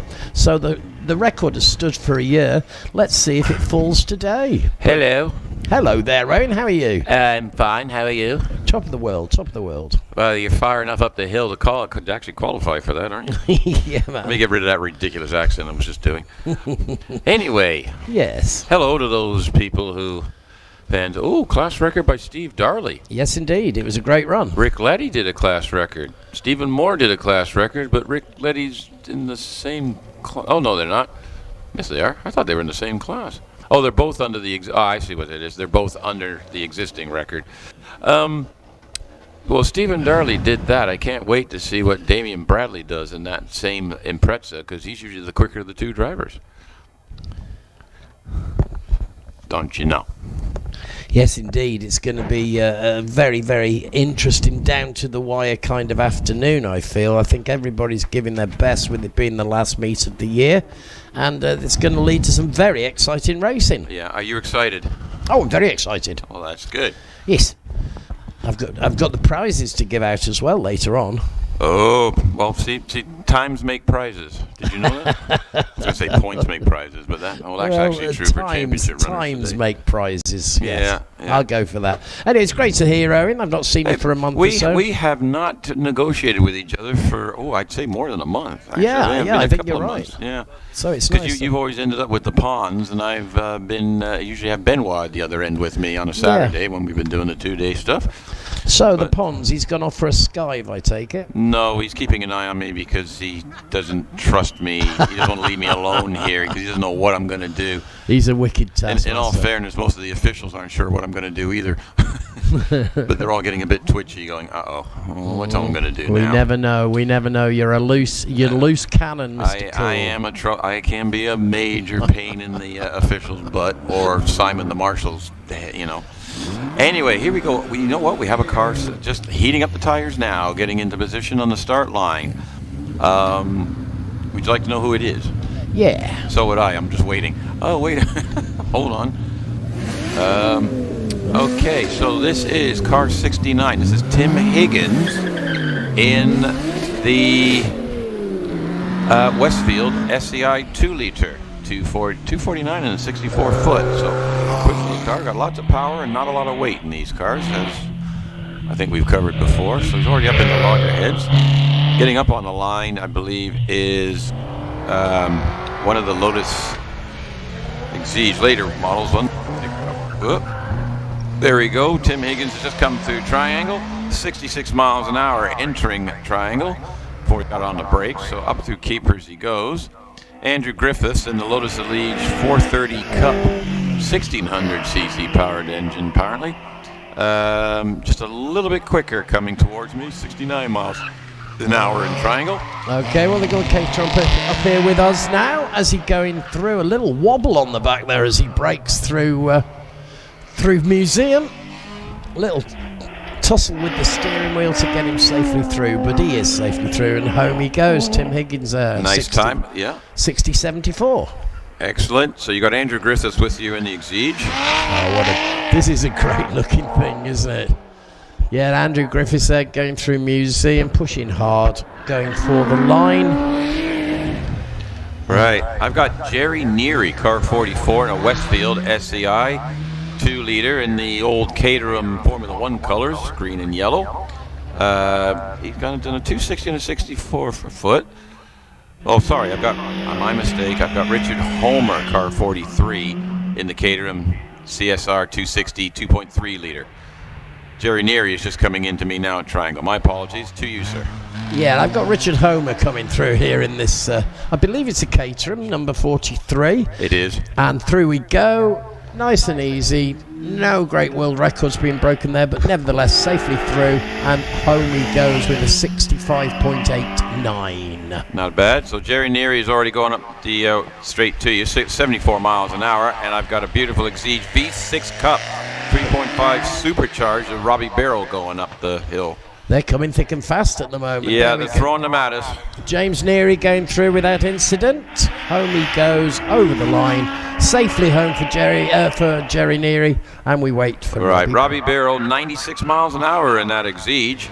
And I've got Tony Adams in the Caterham 7 just coming into Triangle now. We came to a very, very sudden halt at the top of Cedar there for Robbie Burrell as he had to straighten his path, and the back wobbles considerably, but he's home. He's through safely. It's all good. Yeah, Tony Adams on his way up to you in the Caterham 7 supercharged 2-liter version. This one 81 miles an hour to you. Yep. Through the Cedar Straight he comes into fallow, just clipping the edge of the fallow there, and on the inside edge of Museum, crossing over into the middle of the road, off he goes, no problem. Car 48, Anthony Shearman in the Caterham 310R 1596, got into Keepers and has just decided to check out. He saw something on driver's right, so he's pulled over to stop and check it out. He's sitting there, he's not a problem. He's pulled over going, he's got his rear view mirror down now, and he's now moving forward towards there. We do have a replay on camera. Dropped the left rear just on the grass entering Keepers 1 there, the first right-hander, and it just turned the car around a little bit. No problem. He'll be more embarrassed than anything else. Our ever vigilant volunteer marshals, who we cannot do this without, and we thank them again for their continued support of Loton Park and all motorsports venues in the country. Yeah, we're just getting him turned around, and he'll be coming back and entering the paddock for possibly the last time for the year. And the AMS Murtoya is being redirected back down. It was red flag, so it's being redirected back down into the paddock, and he'll get a rerun. Okay, so Anthony Sherman, that's a fail then, is it? What happened? He come through triangle, and then the right-hander into keepers, and the left rear wheel just dropped it on the grass a little bit. Yeah. And it wasn't even fully on the grass, about a half a grass touch. It just touched it enough to break the grip on the rear and just turn him around. No problem. He didn't hit anything. He was just basically still on the track. I'm sure he'd be cross with himself about that. Yeah, that's more embarrassment on on live television and with a large gaggle of spectators here. So no, we've got a great amount of spectators today. It's so good to see so many people out. Yeah, we appreciate you coming out today. We do, and making it to the top of the course. I appreciate that because I'm normally sat up here on my own, ladies and gentlemen. I can see you all there, and I give you a little wave as we speak. Hey, they're all waving back. Hey, you've got a fan club. It looks like it. Great to see you. Great to see you. Right. On the line, Steve Garner, Westfield, SEI, just over 2 liter, car 50. Car 50. Car 50, yeah. We're on 244 on the 64 foot. On the Westfield. Yeah, this is we're still in Class B. Road going specialist production cars. Now, I usually keep track of all the cars and all the classes time-wise, but in fairness, I haven't had time this weekend. So I'm hoping our ever vigilant online thing will throw me some class times once we have them all sorted out, and then we can do a review. Okay, that's good. Right, anyway, Steve Garner is just coming up the straightaway to you, and just coming up speed trap now, and we're looking at 85 miles an hour. Yeah, 85 miles an hour, standing on the brakes to make it into fallow. It's almost a 90-degree turn there. It's a really nasty one. Yeah. And then up the hill and into Museum, round he goes, fighting that steering wheel. A quick roar as he goes past the box to the finishing line with a time of 56.37. Car 51, Ray Lohr in the Caterham 7 Super Sprint. Same class. He's just a little bit slower than Steve Garner coming into Lake and through Triangle. Keepers 33.49. He's already onto the Cedar Straight. This is a 2068cc engine, so I'm thinking it's been bored out. 88 miles an hour to you. Yes, he joins us at the top from 88. He stands on that brake to bring it down for that turn and up into Museum, safely on the inside edge, out to the middle of the road, and he makes his way to the finishing line with no incident at all. Roy Law there in his Caterham with a time of 58.88. I don't think he had the flux capacitor on, or he would have vanished. Right, Andrew Russell. Now this is a different class. This is Class C1 for modified production modified cars up to 1400cc. Andrew Russell in the little Ginetta G15. He's only got 1120 cc's, but he knows how to use them. So he's already up the Cedar Straight. Comes to a beautiful little car, very lightweight car. This 78 miles an hour. A lovely looking car, beautiful orange colour, coming through Museum, Fallow, up the hill into Museum number 53. What a smashing car that is. Andrew Russell. I've got Carl Stevens. Closest thing I've got to a hooligan today, and even then he's behaving himself. In the Escort Mark II, this is a modified production car over 2 liter, or under 2 liter, sorry. And then we'll have Jock Ramsey with the Opel Manta. But Carl, very quick in this. He's been hunting for his best time. I think he told me it was a 56.8 or something like that. So he's always looking to beat it, but he also just has fun chucking the car at the scenery. It looks fantastic. Ford Escort there going through the museum with Right, I got Jock Ramsey in the Opel Manta 2 liter, same class, already coming through Keepers up the hill.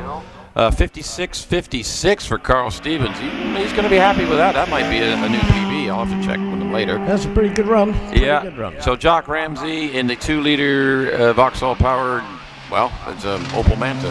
77 miles an hour to you.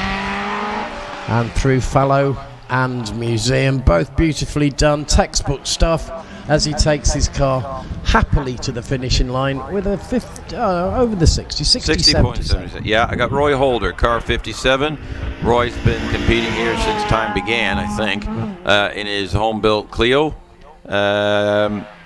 had a little problem on the first time run. He made a hash of it, but he's 78 miles an hour to you. Well, he's doing okay. He's gone through fallow. We're looking good into the inside edge of Museum. Little lift on the back there, and off he goes to the finishing line. Right, I've got Michael Harriman, car 58, and the Mark 1 Clio 2 liter. I believe this was Roy Holder's original car, or old car. Anyway, Mike's been very quick in this car. I think he's been in the 59s and 58s with this car this season. So having a very good battle with Carl Beeman, who we'll see a bit later. They normally run in the same class. Today they are separated for different reasons, but they are still running against each other in the all-swage Loton Park Championship. I think the experience of Mike Harriman showed then as he came through both fallow and Museum. He knows his line, he knows the track, and he looked very good as he went past. 59.00. He'll be happy with that. He's going to be happy. John Pick in the AMS Mertaya Subaru-powered creation. Send him my way. Okay, there you go. 74 miles an hour. Here he is. That's fantastic. Through fallow, what a great looking car. It looks like a sports car. Up the hill into Museum, little bit of smoke from the back, maybe just from braking. Off we go to the finishing line. I think it was braking smoke. I don't think there's any problem there. 59.07. George Harding is coming at you in another Ford Escort Mark II. This is the moving gear lever variety. 85 miles an hour to you. He's pushing. He is pushing and he's into Museum. He swings the back round, but he's still got control as he goes up to Museum now. And again, the back goes round, a bit of opposite lock as he goes up to the finishing line. A great bit of driving. Right, I've got car 59, Robin Johnson in the Frog Eye Sprite in this country, Bug Eye Sprite where I've come from originally, or lived. 64 miles. Yeah, this car's a little quick. Robin's quick in this car. I think there was a second driver. Yes. Well, sorry, there is another driver. This is a shared car, so this is a second driver. Coming up to you, he's 69 miles an hour. This is the Holden Commodore Chevrolet. No, it's actually a Frog Eye Sprite. I have it. Sorry, you don't have my updated notes. No, it's the Bug Eye Sprite. That's okay. Yeah. You're winding me up now, aren't you? Yeah. I thought you might. Tim Painter in the Aston Martin Vantage GT4, 4.3 liter car. This is another shared car. You've seen it once. Now you're seeing it again. This is Class C3. Class of car, and now we've got Damian Bradley in the Legacy. He is going for the out-class record. He is going for it. Well, Aston Martin there. Tim Painter's Aston Martin going through round about 58. Yeah, Damian's on his way already up the straightaway to you. We've got to look out for the time on this. This could be a new record. Okay. 91 miles an hour. That's faster than he was earlier. And we leave the track just a little bit, but both. Holy mackerel. Goodness gracious me. And we raise the wheels at the back as we go through Museum and up to the finishing line. He is absolutely attacking the course. He really did. 53.08. He's actually gone slower than his double driver. Oh, no. Well, it's under the class record, but I think it was slower. Anyway, it was under the class record, but that's a heck of a run. Certainly using the track for his advantage. Yeah, I recommend anybody go to HillClimb.TV later if you're here and watch that run. I don't know how else to describe it. Anyway, let's get back to business. You've got Dave Kimberly coming at you, and I've got Richard Price already down with me. Yeah, we got Dave Kimberly. He came at me at 91 miles an hour at the Cedar Straight, and he's gone through with a time of 52.82. Richard Price is now on the line, I believe. Richard Price has already gone by me, and he's 98 miles an hour to you. Here he is now. He's standing on that brake as he goes into fallow, screams it through fallow, a little bit of braking into Museum, and off he goes, right-hander, way to the finishing line. Oliver Wright in a Radical Club Sport 1100cc car is on the hill. These are double-driven cars. We're getting to the end of this batch, so these are the second driver cars now. And Oliver's in already 100 miles an hour to you, sir. A little bit of opposite lock there for the Radical, but no problems at all. Straight through. Oh, and again. Whoa, there are a little bit of opposite lock there is some spirited driving. Mike West is just coming into view in Triangle in the Fisher Fury, the green, beautifully green and pink pink splittered car, only 1198 cc, but very quick. It might well be Mike West, but it's the Wild West up here, I can tell you. I was going to say, you're starting. There's a lot of dust and dirt going on up at your end of it. We've seen a lot of action up here, and anyone who's tempted to come and join us, coming up the hill, it's worth it. Apparently the other end is where all the action is at the moment. That's right. Here we go. He's coming joining us now from 74 miles an hour. Mike West.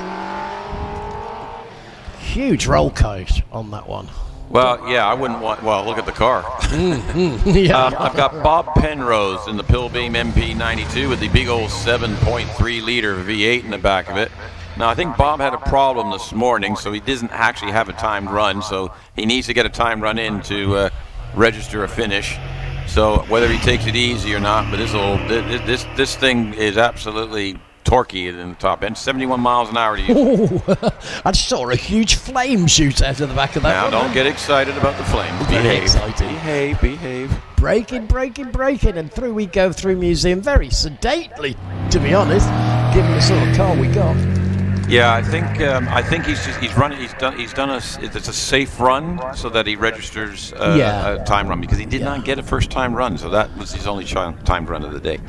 So 63.15 for Bob Penrose, and that might well be the end of the batch. It is, because I can see cars coming back down towards me, so if it's not the end of the batch, we're in bigger trouble than we normally are. Yeah, there will be some problems. But anyway, ladies and gentlemen, here they come. The Caterham's coming down first by the looks of things. We'll give them a wave, give them a shout, and give them a cheer. Great afternoon sport, and some good times there. Yeah, these competitors have done their second timed run, so the cars. Some of these cars will be seen again with a second driver, and the rest of them, they'll be packing them up for possibly the winter, but packing them up for the day. Oh, I guess what's happening is they're sending the double drives down, Owen. I think that's the. Well, they're going to send them all, but I think they may have sent the double drives first so they can get the drivers switched over quicker. Yeah, they are. They're going to send them all. Now then, we've got the Chuckle Brothers here. It's like, hang on, we've got the Chuckle Brothers down here as well. You got the Chuckle Brothers at both ends. I think my earnest colleague is itching for a bit of more. Oh no, he's come to watch the TV. He's come to watch the CBBCs on here. Send him up here. Tell him to stretch his legs. No, he was up there yesterday for a bit, and I think the altitude the air was a bit too thin for him. Yeah, it is tough up here. We have to use oxygen masks, but it's okay. We've got some smashing photographs of the grass. I've just been watching the lads pointing their cameras at the floor. They are kind of weirdo bunch of photographers. They come out here and they just keep taking pictures of the ground. Yeah, well, they're always, every time you see them, they're staring at the ground with the cameras. What is that about? Yeah. Right, so there comes the escort. They're just getting the Frog Eye Sprite moving again, I think. Okay. There it goes, and then the Aston Martin, and then the craziest run you've ever saw. Yeah, folks, mark about this time of the day. Take a look at Damian Bradley's run up this hill, because you'll never see anything like that again. That was quite something. Yeah, that was impressive. Yeah. So using the whole track. Yeah. It was just brilliant. Well, used the whole track and then parts of the track that we don't normally use, but still kept it on the track. I don't know how he did it. Four-wheel drive. Yes. The car is four-wheel drive. I just wonder, can I say, Owen, anybody that's watching us today online, wherever you are in the world, do just give us a note, send us a note, and we'll say hi to you, and we'll give you a shout. But it'd be nice to hear where people are. Yeah, we heard from Benoit this morning in France, Benoit's in France? Yep. Goodness me. Oh, we have hang on. We have a replay online of Damian Bradley's adventure up the hill. Oh, I don't have that here. No, but he dropped a wheel off, 2 wheels there, into the curbing there. So 2 wheels off the grass and triangle, got it through keepers. I'm trying to describe to the crowd here, because you just have to see this, believe it. Up the Cedar straight and literally kicking dust at every corner, trying to straighten it up.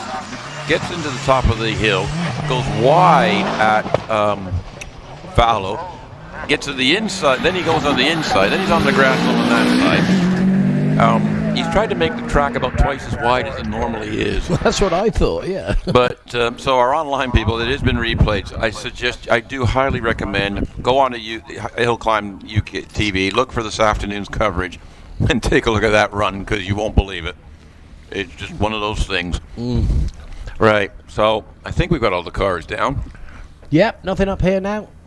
I You've was going got to say them there's nothing in here, just me and the Pons. Pons is having a look, because you get so used to watching the TV, then you stand outside and you have no idea what's going on.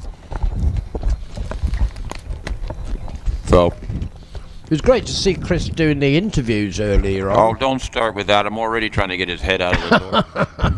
I really did enjoy it. I'm going to say this once in the public. He was very good at interviewing the drivers. He was very good. Phil Memory from Australia. Yeah, I'm not repeating it, and you can't prove it. Well, you can. It's on YouTube. Yeah. Phil Memory from Australia. Thank you very much for joining us. I hope you're enjoying the live coverage. Hello, Bill. Jonathan from Bournemouth. Hi, Jonathan. Thank you for checking in with us and watching the action. Hi, Jonathan. It is going to get action. I mean, we've just seen some crazy runs already, and we haven't even got to the crazier runs. Yes, it is, Max. It is great fun. I am a competitor as well myself, and it's a lot of fun, and there's a lot of good people, to socialize and interact with. It's just a great day out or weekend out, depending on what you want to do. I've got to agree with that. It is a superb way to spend a weekend. Edward Valder, very good entertainment, boys. Does he know that our combined age is about 412? That's just me and you. Yes, oh, thanks, yeah. Sorry, that's true. We put Pons in there, and that would put us up over the 1,000 mark. Oh, God, yeah. Right. We have Leon Weaver is rooting for Tom Weaver. Okay. Young Tom shares the car with Richard. They've got a new Empire Evo they've been playing with, and Tom's getting very quick in that car. From Sunny Ludlow. Did somebody who sent the nice weather to Ludlow? They deserve right. it. Archie Cooper. Good luck to Mum Olivia, who actually scored a point in the British Championship at the last on the runoff before lunch. So, yeah, absolutely. So, good luck, Mom. Right. Okay. I know you. No one on the line at the moment. Yes, there is. Is there? Yeah. Okay. Pons is just selecting his choice of cars. He gets excited with certain cars. So the Caterham Hayabusa 1300 of Phil Goff, it's just launched itself into the abyss, which we call Hall Corner, generally today. Car 70. This is motorcycle powered for those who don't understand. So you'll hear it screaming its head off. Phil's quite quick in this car, so let's see what he can do with it. Comes down through Lakeside, 73 miles an hour into Triangle. Carries on through. Decided to use just tarmac for his run as opposed to others that are using dirt, grass, and anything else they can find. Coming already onto the straight, 31.61 at Keepers. Up the Cedar Straight, and we should have a speed of somewhere around 90 miles an hour, sir. Yes, that's right. He's joining me now, Phil Goff, and 90 miles an hour into the fallow, up to Museum. Absolutely no issue at all. Took that beautifully, and off he goes to the finish line with a very, very respectable 55.54. Right, car 71, Phil Cook in the Caterham Superlight R 1585cc engine. This is quicker than Phil Goff here. Phil is flying. He's already onto the Cedar Straight. And he's with us now. Yeah, I've got 91 mile an hour. Slightly bigger engine, but not made that much difference in time. Through we go, through Museum, little wiggle of the way of the wheels, and off he goes, screaming his way to the finishing line. He's over the line. Phil Cook with a run of 53.76. Right. Tom Price started, but he's been redirected back to the paddock, and I don't know why. Okay. Unless there's, I think there's a flip-flop down. It's over in Keepers, whatever it is. Okay, well, we just have to wait, and they'll sort that out. Yeah. Well, he's been redirected back. It's not of his fault, so he will get a rerun anyway. And now his tires are a little warmer, so he might even get a quicker run in. He could do. I tell you what, while we're just waiting for that to sort out, ladies and gentlemen, you might notice all around the track it's the Orange Army, the Marshals, and they're always looking for new members. If you're interested at all, have a word with one of the Marshals and find out how you could join us for the next season, which starts next April, I believe. But they do a great job. We're indebted to them. We cannot run the race without them, so give them a ton of respect they deserved, and just have a chat with them if you want to join them. We'll see you here next year. What about that? Yeah, contrary to what they look like, they are a friendly bunch. Oh, well, you do make me laugh. Oh, I'm sorry about that. I'll try to behave myself. Oh, but no, you're on the I've best. made it this far. You're on your best behaviour, I believe. Well, yeah. There were some stressed out people saying behave this morning. Oh, well, I know. So I ignored them and just carry on anyway. Well, but, you'd have to. I don't speak in the English. Right, here we go. We should have Anna May Furness in the Radical Club Sport 1100 cc, car number 76 in your program. Coming up, shares this car with Oliver Wright, who we've already seen. So this is Anna's second run. So, yeah. I'm not sure what the first run is. I'll hopefully be able to do some class summaries shortly at the next end of batch. I'm hoping timing helps me out with this a little bit. Right, here off we go, up the hill, 2.27 on the 64 foot, gets into Hull Corner. Gets it out of Hull Corner. That seems to be, well, we've got over the first hurdle. Right, here we go, down into Loggerheads. Through Loggerheads out to the top, comes into view down here, down through Lakeside. 70 miles an hour, round triangle. 2250 on the time. Carries on up the hill into Keepers. Around she goes. 3189 for Keepers. Carrying on up the Cedar Straight, or not so straight. And here she is joining us now. She comes out the top of Cedar Straight, braking hard and sliding a little bit into fallow, holding it in the middle of the lane into the inside edge for Museum, and away she goes. Right, Ash Mason, car 74, he's already gone by us here. I think we had an onboard of his class record earlier. He's 93 miles an hour to you, and he's in a hurry. And we see the Westfield now joining us through fallow into Museum. He is in a hurry. He's not hanging around. Ash Mason there doing a tremendous run for 49.68. Yeah, excellent. Tom Price in another Caterham 7, 1585. He is on his way to you. He's only 2/10 down on Ash Mason coming in out of Keepers. He's heading up the straightaway. Speed 99 miles an hour. And he's joining us at the top through fallow, roaring it through the two corners into Museum and into the inside of Museum, front wheel in the air as he goes past to the finishing line. Little raise of the wheel, that's always exciting to see. Yeah, you don't need four wheels in some corners. Mike Lee, car 75 in the Force LM 1298cc. This car is in, all in the same class. Well, this class is the same as the Fisher Furious and the Radical, so we're getting there on that. Already up the Cedar Straight. Speed coming up. Oh yeah, a little bit of wobbly there. 82 miles an hour to you. Yep. Here he comes now. Looks like a dog on its haunches. What a fantastic looking car. Through we go, into Museum, out of Museum, onto the straight, and away to the finishing line for Mike Lee, really pushing it home hard. We've got an under 60, it's a 53.99. Excellent. We got John McQuillan in car 77. This is the Fisher Fury, other driver. We've seen it once, we've seen it again. 61 miles an hour into Lake, 25.53 at Triangle. To making some nice time, and then into my view will eventually be the Maguire Mini Cooper of Derek Kessel. So anyway, John McQuillan in the Fisher Fury is now up on the Cedar Straight, and he's heading up the hill towards, you'll get there, Speed Trap's coming, there it is, 65 miles an hour to you. 65 miles an hour indeed, slowing down again to come through the fallow and into Museum, locking the front wheels up as he goes, absolutely no problems.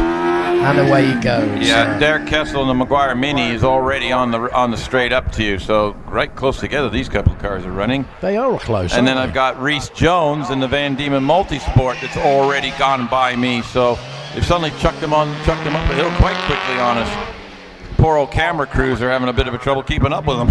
Well, there goes a Mini of Derek Kessel making his way to the finishing line with 86 miles an hour on the Cedar Straight, a finishing time of 58.32. Right, you should have Reese Jones coming at you, and I will have Robin Nicholson in the Malik Mark 20. Oh, hello. That's unusual. That's a strange line. Yeah, Reese doesn't normally do that. This one, and he is a champion. I will say he's pretty much championship leader in the all-swage Loton Park Championship. And I don't think anybody can catch him now based on what they're telling me, but it's all unofficial. So the Malik is coming up. I don't think that Reese's time is actually going to count based on the line he took there, but 90 miles an hour for the Malik. Come to you. And again off the course, but a little puff of dust into the middle of the track on the inside edge of Museum past me, and away he goes. I got a Sylvia Riot coming at me. Martin Watts in the little Sylvia Riot 998cc. Robin did a 55.32, so the Riot's coming, and then I've got a rally car coming at me. Full proper rally car, Roger Moran. But I'll get back to you. So Martin Watts, 93 miles an hour to you. And here he is, the Welshman from Abergavenny, through Fallow into Museum, breaking hard into Museum, and off we go to the finishing line. Right, Roger Moran is in a Skoda R5 rally car, and he does rally this in the Tarmac Championship, but the father of Scott Moran, and he tells me, I checked this morning, he did do his personal best this morning of a 53.7, so he's looking to improve 98 miles an hour to you, so he is trying. He certainly is, and he's making his way very easily through the two corners, not offering too much of a problem, suspension working beautifully, and off he goes to the finishing line. Very low time. It's beautiful. 53.86. Robert Penrose in that Pilbeam MP92, the 7.3 ground pounder V8 engine. Bob Penrose, he shares it with, who was up the hill earlier. So Robert got a time run in before, so he should be all right. But here he is, 91 miles an hour to you in that beautiful car. That's a wonderful looking car, absolutely gorgeous. Looked like it's stuck to the track, it really does. And through he goes, making his way up. Ooh, very serious throttling engine there. Mike Luck in the TVR Chimera 5-liter V8 circuit race car, or an X-circuit race. Used to do a one-make championship with these cars, so can you picture a whole circuit full of these things, the noisy buggers. Anyway, he's with you at 88 miles an hour. Yes, through the fallow, braking very hard on the front there to the Museum. Couple of wobbles to get the line straight, but off he goes. That's Mike Luck there with a time of 55.61. Alan McDonald in the, I basically took a Mitsubishi Evo, shortened it so I could get a Mini over it coming up the Hing, a Sport Lieber. It is absolutely, he's on it. It is popping and banging and doing all sorts of weird things. So, goodness me. Yeah, you haven't seen this one before, have you? No, I have not. That is an absolutely amazing Mini. It is a handful. I've seen the onboards, but he's very quick in the car. Graham Lokes in the Lola T492 with a 3.2 Porsche engine. Alan did a 55.29. This is a 996 911 engine that he's rebuilt and everything, normally aspirated, in a beautiful old car. And through he goes in his Lola, he's taking his way round the museums and through Fallow. No problems there for Graham. Right, car 86, Chris Harrison, the OMS Hornet 599cc, the little, this is a Class H car, already up the Cedar Straight, 82 miles an hour. The OMS Hornet here through the Fallow, middle of the road, into the right-hand turn on the inside edge, and through we go.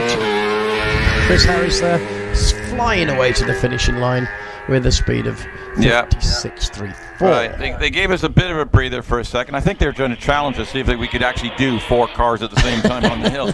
Anyway, I've got David Spencer, car 787, and the Reynard 883, 1 liter. So these are the second drivers at the end of the batch. All right. Double driver cars. So he's just in the triangle now. 73 miles an hour on the entry.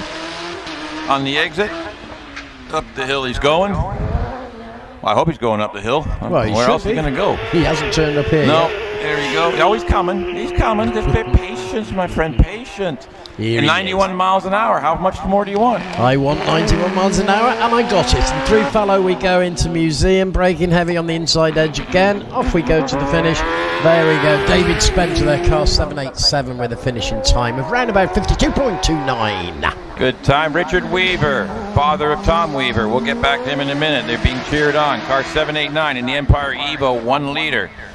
So this is the mid-season change of car for him. I think they had an OMS Hornet before, didn't they? They did have an OMS Hornet before. I'm just consulting with my open-wheel car guru. 101 miles an hour to you, sir. Yes, that's a good run on the Cedar Straight. Still pushing it hard, grabbing every inch of power that he can, and off he goes to the finishing line. And away. Oh, sorry, wrong thing. Car 798. You can tell we're getting a bit punchy. Pons and I have been here. We're doing endurance commentating this weekend. You certainly have. 52.27 for right, Richard Pete Reaver. Tatum, car 798, has made a hash of the entry into Triangle, and will not be coming out. He's fine, but that run is not going to count for anything. So it was he just locked up on the braking. The car turned sideways, dropped the right front just into the grass a little bit, and took out Simon's favorite cone again. Simon, move that cone somewhere else. That's 2 cars that have taken it out today. And oh wait, are we getting a replacement cone? Oh no, we're getting the broom. Yes, we have debris on the track.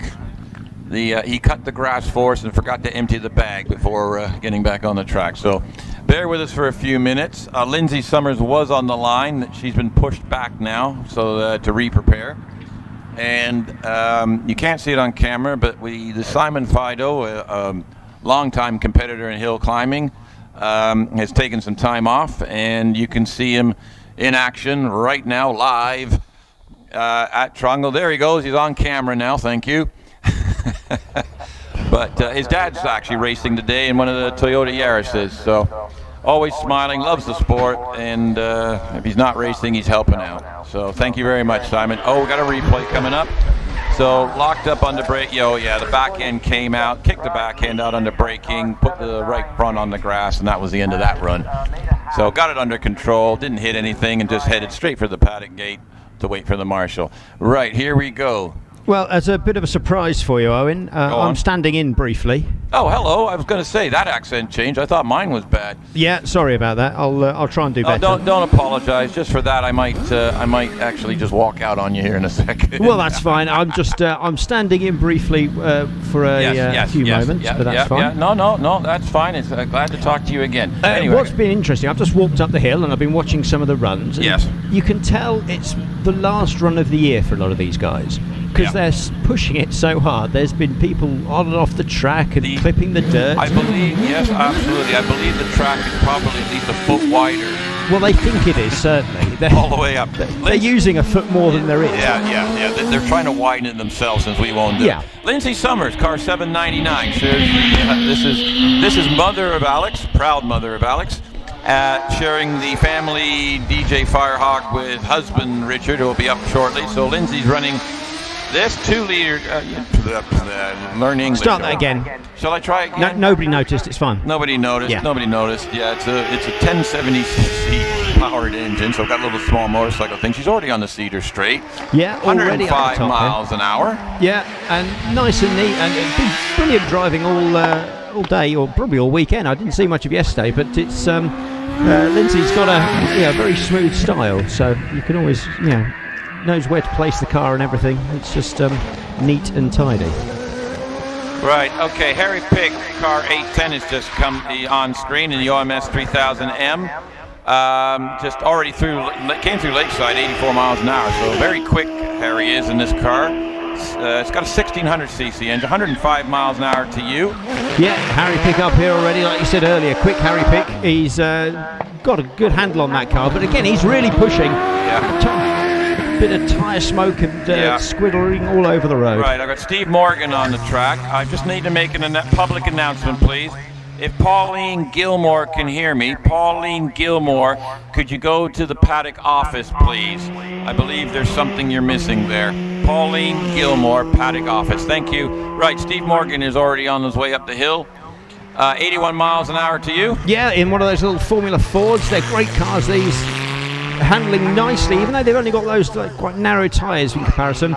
Bit of a slide up through Museum and getting the power on as best you can. Right, Caroline Ryder in another Van Diemen. This is the 86 year model. The other one was an 89. Car 807, the mother of Matthew Ryder. And this car is also driven by Alex Coles, who's the British Hillclimb Cup champion for this year. In this car, set 6 class records, and I think he's going for 7. Yeah, and they're great little cars. This one, I saw this in the paddock a little while ago. It looks brilliant, really immaculately turned out. Very well done, and it's great to see cars that are 30 odd years old still winning championships. Yeah, and she's heading across the line. A very competitive class, this. 58.24. Well, Alec, I'm going to hand over who is now on live. I don't know how to describe him. The intro is, he was immortalized in various other things. He's now immortalized on YouTube in motorsports, interviewing some legends of the motorsport. I give you the Pawns.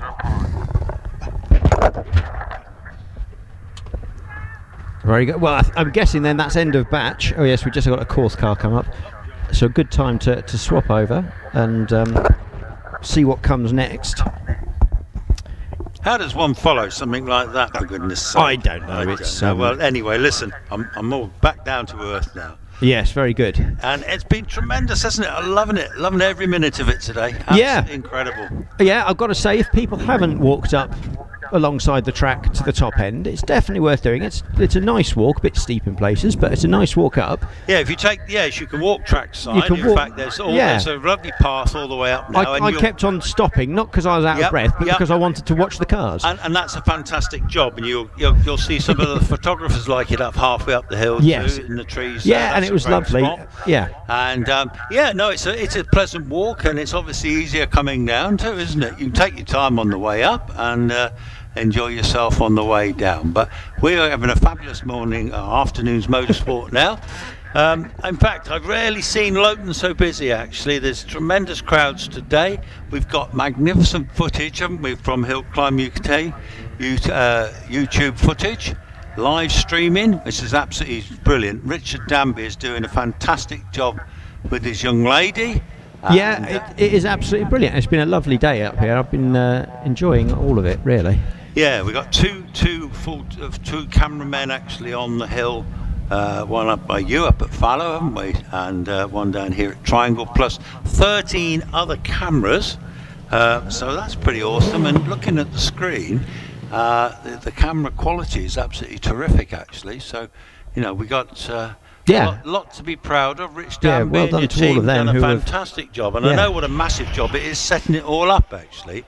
It's well beyond my understanding, so I think it's a brilliant job, and well done to all of them. Yeah, without a doubt. So these cars are coming back down to you? Yeah, I'm just seeing them now, to be fair. They're on their way back down, and I did enjoy watching those Westfields and Caterhams. They were terrific. Yeah, some of them a bit ragged at the top end here. I think they're really enjoying their final drive of the year. Yes, well, I think some of them may be going to, Prescott next weekend. Event there. But it's more of an end of season sort of bash. I don't think there'll be any championships deciders or anything like that. But nevertheless, gives them all a chance to have a final get together. But these guys, they're waving, they're coming down, they've had the final runs, they're waving to the marshals, they're waving back or clapping. And feel free to wave to them, guys and girls, because they've done a great job for us, haven't they? They have, yeah, really good. Excellent stuff. Right, well, with that batch coming down to you, I'm going to hand back to Owen, who has returned. Oh gosh! And the mighty Owen has returned. Yeah, you and he can pick up for the next couple of groups. I've got a mighty Owen outside mowing the Canadian. We've got an Owen Lewis up the top. It all gets a bit confusing with all these Owens. Yeah, I'm here with you now. Thank you, Ben, for sitting in while I attended the bathroom. Alex, what? Alex, let's have it right. It's not Benoit. It's Alex. It's Alex. Of course it is. Thank you, Alex. Of course it is. Well, listen, I think it's all end of season stuff. We're all a bit tired. We've all done a lot. But what a season it's been, hasn't it? This has been a tremendous journey for us all. I know that's the expression they use on X Factor, don't they? When it's the end of their journey. But we're going to hopefully come back next year to do some more, aren't we? Well, I'm certainly looking forward to next April. That's the first meeting, isn't it? Yeah, definitely. And you've done a great job this year, to be fair. We've all been thrown together, and the things have worked out well, to be fair. Oh, we've had a lot of fun, and now of course I've got somebody with me in the top box, which is a most unusual situation, but it's rather good. I've got somebody to talk to who can share what we see from this wonderful window. Well, obviously I've been helping Owen today. He's been helping me. Between the pair of us, we've been coming and going from commentary, so we've unusually had a chance to sort of catch up with what's going on around us, have the odd cup of tea, odd comfort break, and everything's cool. But anyway, I see the marshals are starting to wave some flags, potentially nearly wave some flags, so it won't be long before we're back with some more live action. Okay, so what is the hold up at the moment? No, there's no hold up. Okay. It's just end of batch. End of batch. And we're actually we're into some single seaters, as you know. We're in the small class of single seaters up to 1100 cc. So yeah, we'll get through those, and then we'll work our way up, and we'll be going on to the Formula Ford racing cars, which actually we've already seen some of the dual-driven ones, haven't we?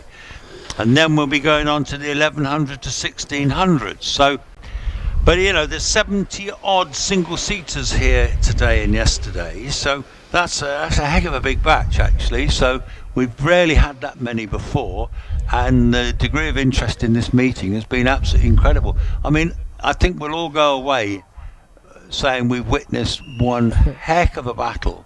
One heck of a championship fight. Oh, we're very lucky to be part of it, I think. Phil Memory's been in touch, by the way. Chris from Australia. He's finding it's bedtime over there. Now it's midnight. So good night, Phil. Okay. Thank you for joining us. We've also got somebody watching down in Cornwall, Francis Gillett. Hi from Cornwall, supporting all the drivers from the southwest. Last Cornish hill climb next weekend. See you there. Ah, indeed. It's just flashed up on my screen. So you seem to have some info that's better. Quicker than mine. I'm not telling you. I'm not going to tell you how I know how you did it. Yes, I know how you did it. Okay. You were using that sneaky technology of an iPhone, weren't you? In a way. You were. Yes. In a way. That's it. So yes. So you've stolen the thunder. That's it. I'm going home in a huff now. That's it. You pinched me thunder. You're ahead of the game. Yeah, that's it. Okay. Yeah, I know your game. I've got you sussed. We've got it all up here at the top box. This is where the class is. Oh, have you seen this one? Feet to Baloo. Quality commentary, big cheer, lads, loving it. Well, thank you very much. Well, we've all played a little part in doing that. Yes, Simon. I'm very, very glad to be getting these notices from all around the world, because it really is quite a sport to watch, whether you're on the TV watching it or here live. It's just very exciting. We had some great times already today. Course record, ladies and gentlemen, was set last year at 41 seconds by Wallace Menzies, who is actually driving today. He's already won this morning, he's taken the championship, but nevertheless he'll be back this afternoon to give us, I'm sure, a superb demonstration of how to drive a car very, very quickly up a hill. I think, from my perspective, what I shall remember, because I've been following these cars and drivers very closely this season, as you know, and I've got to know them a little bit better, and I know the effort that goes into this, and obviously the disappointments when they happen. So today, you couldn't have had, Alex, I got to say, was magnificent. He tried his heart out, and he was on possibly for a record. So he gave it absolutely everything. So when it finally came unstuck, he couldn't have done any more, really. So one can totally understand. But now he can look back now and think how proud he must be, of what he did, really. In fact, they're just showing on the HillClimb.TV run-off one on board, so they're about to show it leaving the line, which I've not seen myself, obviously. This is in-car footage from the car itself. They've got to take they're just pulling the bits of polythene off the tyres to keep them clean, and they're going to show this run now, hopefully, which they will as long as they get time, and it'll show how hard he was trying, and he was literally on the ragged edge, and the lad couldn't have done any more. And of course this is 3 seasons worth of effort, really, because he's been trying desperately. So it came unstuck on the very last corner of the second to last run-up. So he really couldn't have done any more. He was an absolute gladiator, and I just take my hat off to him. He's a bit special, is this lad. He's a bit special, as is of course Wallace, who's won the championship. He just hasn't been putting a foot wrong, has he, this year? He's been so consistent, and consistency and his speed and his team have been magnificent. So yeah, they're just showing Alex come to the line.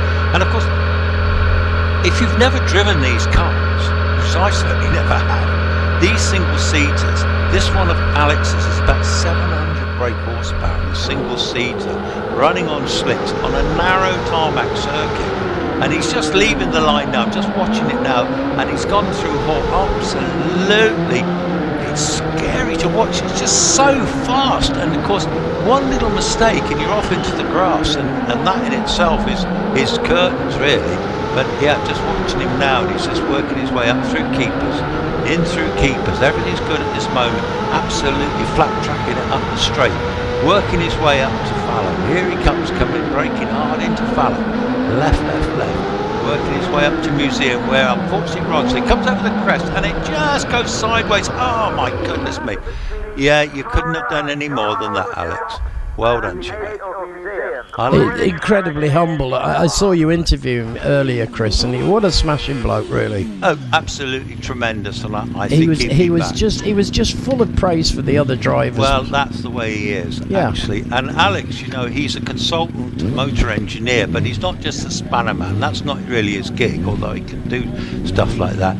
These modern cars, he's like a modern high-tech computer engineer as well, you know, because they map the cars, don't they, you know. Anyway, enough of Alex for the moment. We'll talk more later, I'm sure. Jim Spencer in his Reynard has left the line. He's coming into my view now. He's in the 1000cc Reynard. Here he comes, going round me. They're all getting a little bit twitchy, coming out the triangle, working their way into keepers. This is a hotly contested class, and there's lots of them in it. Now he's on the Cedar Straight as we speak now, and just coming to you now. He's with us now, as you say, into fallow, taking the wide approach, but not much on the brake. Same through Museum, going like stink. Actually, yes, he has a cone on the front of his vehicle. And that would explain the red flag. Yeah. So even with a cone on the front, he's like he's got an ice cream on the front. While Tom Weaver was on the hill, he's going back into the paddock. So Tom is a very emerging young talent, sharing the car with his dad. Got a competitive car now, but got talent. So we'll be seeing lots more of Tom Weaver in the years to come. But anyway, so the redesigned car that has just gone up there now. Amazing. That did make me smile. It would indeed. So He was going great guns as well. He looks superb on the track. Jim Spencer and his cone. We've also got. We got another cone down. Oh my goodness me! It's been a bad day for the cones today. They've had a bashing. Yeah, definitely. I should imagine they're glad it's the last one of the season. Well, the marshals have been kept quite busy in one way and another. Certainly. But, there's been one or two sort of moments, as you might say, but fortunately, everything's ended up okay, and that's what we want, you know. Okay, well, the cars that came up, Tom and Weaver didn't make it, but Jim Spencer. No, but Tom will be back shortly. Yeah, He'll be having another go. They're out of the cars at the moment, so they're double drive cars, aren't they? Both Steve Morgan, Caroline Ryder. That's absolutely right. And they must have had their double drive now because they're not coming back. Great to see Rhys Jones's Van Diemen Multisport, my favourite car in the world. I saw that earlier on this afternoon. I love that beast. You do like that car, I do. I don't know what. It is a lovely little thing, to be fair. I'm always pleased to see it. The Van Diemen, superb. I pointed out if it comes up later on, and my favourite car. But of course, I tell you what's made a great impression on me this afternoon, Chris, and that's the E-Type Jag. What's not to like about an E-Type Jag You're with right. a supercharger? And it's so unusual to see them racing up the hills. As we know, they're extremely valuable bits of kit now. But they are. Goodness. You know, nevertheless, it's great to see it. I dare you to put a price on the one we've got. No, I'm not going to say the price. no, that'd be probably totally wrong anyway. Could but be. E-Types are fetching a lot of money. Yeah. Now, on the line, in fact, just leaving the line, what's going on here? All right, Gavin McClatran in an OMS. He's left the line. He's actually coming into my view around about now. Here he comes. This is in the OMS with the exposed engine at the back, bike engine in that one. Rapid little cars, high revving little bike engines. They run all sorts of engines, Yamahas, Suzukis, Suzuki Hayabusas. I don't know if that's not a Yamaha in that one. It sounded a bit like a Yamaha, but I might be wrong. Well, he's joining us at the top of the track now, coming through fallow. no problems, right through the middle lane, taking the right turn into Museum. Away we go to the finishing line. There we go, that's Gavin McClatran with a finishing time of 54.34. Martin Turner just gone by me in the Empire Evo 2 1070cc. That's the Greenham's old car from my memory. They were very competitive in it, and he was always sparking up as he comes over. In fact, he was 103. Yeah, Martin's really pushing this vehicle. Like you say, driving it like he stole it. Superb. 103 on the Cedar Straight and a finishing time of 51 seconds 92. Fabulous. Ben Fisher on his way up to now in the little Hornet. Here he comes. OMS Hornet. Yeah, Ben is with us. I don't know if that's the old Weaver car, I'm not sure, but it's the same colour car, and that will be followed by Nigel Pitt, who's very, very rapid in his OMS 1000. They've got an 85 miles an hour then from Ben across the Cedar Straight with a finish of 55.13. Nigel Pitt's on his way. Yeah, Nigel Pitt, have a look for him. He's going to be rapid, and he'll be followed by Tom Weaver, who hasn't come to me yet.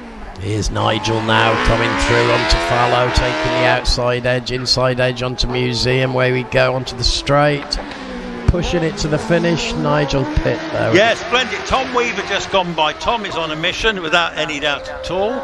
Young emerging driver in a very competitive car. These Empire Evos, they are very, very rapid indeed. This one looks mint, 2 in white.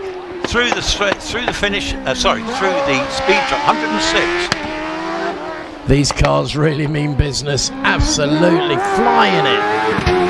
Absolutely flying it through Museum as if it wasn't there. 47.97. That's a superb time. Superb, isn't it? Yeah. Best this afternoon so far, I think. Yeah, Rob Clark, another Empire Evo in a grey Evo. He's a local man, actually. I think he lives at Kinlet, so he's not far away. Very local for him. He's been getting quicker and quicker and more confident through the year. He's going through the speed trap now, and he will be going through at 103. 103, that takes some solid braking to get into Fallow, but he does it with a little twiddle on the back, and down we go into Museum, braking just through, but accelerating as soon as he can out of Museum. Yeah, Richard Matosian in the Raptor, the Graham White Racing Raptor, ex-Robert Kenrick class-winning car this was, and a top 10 runoff car even under Roberts driving. He's retired at the moment. So here you go, have a look at him. Managing to keep it right in the middle of the track. Superb, taking the right. Oh, a little wobble on the front there as we go through Museum. Perhaps a little bit of oversteering for a moment, but anyway, corrected and no problems done. No rising. Yeah, Mark Schlanker with me now in a Force. 998 Force. He had a little moment this morning. I don't think he finished his run this morning, so he's looking to finish this afternoon. Yeah, he's already well up the Cedar Straight. He'll probably be pushing around about 90 up the straight, I guess. 98. Here he is now in the Force HC.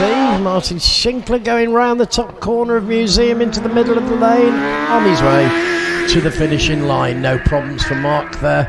Good run, 51.69. Dave Tatham on the hill now. Brother Pete made the last run. He had a little bit of a moment, locking up into triangle. Here comes Dave, driving the car very well, but always sideways through triangle. My goodness, these boys try. He's on his way into keepers. The Tatham brothers, they are definitely formidable competitors. They certainly give it a go. I think he's going to over 100 up the straight there, I guess. 111. Wow, 111 breaking into Fallow, hardly losing any speed at all, keeping the middle line and into the inside edge of Museum, and off goes David Tatham to the line under 50 seconds. 48.31. Richard Summers just gone by in the DJ Firehawk, doing a great job. He's sharing with Lindsay today. This is one of the other family cars. They've got two DJs, Firehawk and Firestorm. And this one's the Firehawk as it comes through Fallow into Museum. Every inch a racing car. Off it goes to the finishing line. Richard Summers there. Great name, great car. 47.46 for Richard. That's a very competitive time, isn't it? Yes, that's shaved a little bit off Tom Weaver's. Yeah. Okay, we've got to add a little incident down here with Clive Austin. So, anyway, we'll talk amongst ourselves for a minute while the marshals go and deal with whatever's happened up the road. Okay, well, have a look at who's been watching us and let's say hello to those people like Leon. Yeah, Leon Weaver. Yeah, I'm just getting this now. You see, you're already ahead of me, aren't you? Fantastic run, Tom, from Nan and Grandad. Love that. We did too. Thank you, Nan and Grandad. Yeah, we did love it. It was a great run. We like the Weaver family. They're lovely people. Mm-hmm. The Jag brings hellfire and brimstones. Clyde Davis here, absolutely right there. It's a fantastic bit of kit, isn't it? Yeah. Don't know where Clyde's ringing. Well, not ringing in from. Sorry, all this online business. You know what I mean? It's all. I love it. It's all a bit technical for me, an old bloke like me. I want to say hello to Fred James, who thinks it's a great channel and really. No motorsport or anything else worth watching on TV. This is great. Great channel, really nice work, top stuff from Fred James. Well, Richard Danby, Rich, you are doing a fantastic job bringing this to the people. Well done to you, mate. Oh, I agree. The coverage is superb. I am cheating a little bit. I've got to be honest. Alex brought up his iPhone, and so we're about a second ahead of you, Chris. Well, you are, and you know you've got to remember, I'm probably using a Nokia 3310, rather than you boys with all this new technology. You're sitting there playing Snake or something like that. Something as modern as that. I don't even know what that is, actually. Oh dear, Chris. Listen, I'm not a games player. I'm a fisherman. I get out and about. I'm a fresh air man. You are a fresh air man, that's for sure. Poor old Mrs. P, long-suffering Mrs. P. 40 years of suffering. I don't know how she does it. Nor do I, to be fair. We've had many a discussion about such matters, but she has the patience of a saint, doesn't she? She must do the ponds. She must do. Yeah. That's right. Well. Good news, actually. Clive Austin did have a little moment at Hall, but nevertheless, they're just dusting off his wheels. The car looks pretty intact. So, yeah, I think it's fair to say that driver and car are okay. There's cars down on the start line, so no doubt Clive will go back to the paddock, and he will have a failed run, and that will be his last run of the day. However, man and car are okay, and that's more important. Well, of course. So we're just waiting now to pick up where we left off, getting Clive cleared off the track, and there's a lot more cars to come in this class, including 1 or 2 Formula Fords. I think I noticed in the lineup ready to come to the line. In fact, Clive is actually just going down and freewheeling back down from back to the start. They'll make sure they clear the line so that he can get back in. But fortunately, no damage done, just dent to the Pride. But trying very hard, no doubt. But anyway, he survives to fight another day. That's always good news. Of course, with motorsport, one has to be aware that it's a very dangerous sport, and a lot of people are risking a lot of things to make this happen. Of course, we do get little spills now and again, but of course, we look after them with our orange army, and we keep the track open as long and often as we can. We're just waiting now to get the next car on the line. Chris will tell us what that's going to be. Yeah, well, it won't be long, actually. They're just doing the little odds and ends down there to make sure everything's all tickety-boo. And in Goodyear's just walked back down, and there she's back by the pre-start line. In fact, it looks like Harry Pick's car or something like that. I think Harry's sharing, isn't he, today? I think. Anyway, all will be revealed very shortly. Do you like these single-seaters, Owen? I love them. I love them. They're great. They look good on the track as they come round, and they look like racing cars. Well, they certainly look like racing cars, mate, because they are. They are the business. They are the business. They are built for the kill, as they say. They're just ready to rock and roll. There's one purpose in life, is to go as fast as possible up a hill. There's no police sirens. There's no blue lights, flashing blue lights. That's what we have to keep looking out for. It's a nightmare. It's a nightmare. All these sneaky cameras and things like that. They don't have any of that to worry about, do they? Go for it. I was driving up the Cedar Straight myself in my Hyundai just recently, and I was watching the rear view mirror in case anybody was chasing me. You were that worried, weren't you? Yeah. Well, don't worry. There's some hidden cameras there, boys, so you'll probably get a little ticket in the post soon. Oh, it'll come through. You wouldn't believe it, though. I actually hit fallow doing a massive 45 miles miles an hour. Really? Yeah, Oh, yeah. goodness Got me. to. So is there any danger of you, bringing it out as a competition car next year? I can't afford the numbers to stick on the side. Oh, I would if I could, but yes, I know. I'm sure you've put on a fine display. Yes. Yours is a hybrid thing anyway, isn't it? It is a hybrid. I've decided this is the way to go now because for a start, an electric car would be impossible for me to charge up. I don't have a driver. I park my car across the road on the other side, so I couldn't charge it up. Yeah. But these self-charging hybrids, I'm sometimes on a decent run, I can get up to 75 miles per gallon. This is figures I can only dream of. You know that. Now, in fact, I was driving home yesterday, and I sort of sometimes drive quite enthusiastically, and I knocked about 3 or 4 miles to the gallon off my normal. Oh dear. Yeah. Well, I thought it was pretty good actually. And here's to the Orange Army, Sam and his team from Lawson Thursfield. Yes, they're doing a fantastic job, aren't they?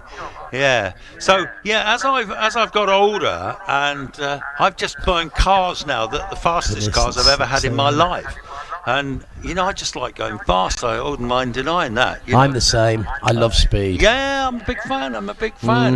So I don't like the speeding. Any points on the license? Yeah, I got 3 at the moment. Have you really? Yeah. I got nicked on the motorway actually down Bristol.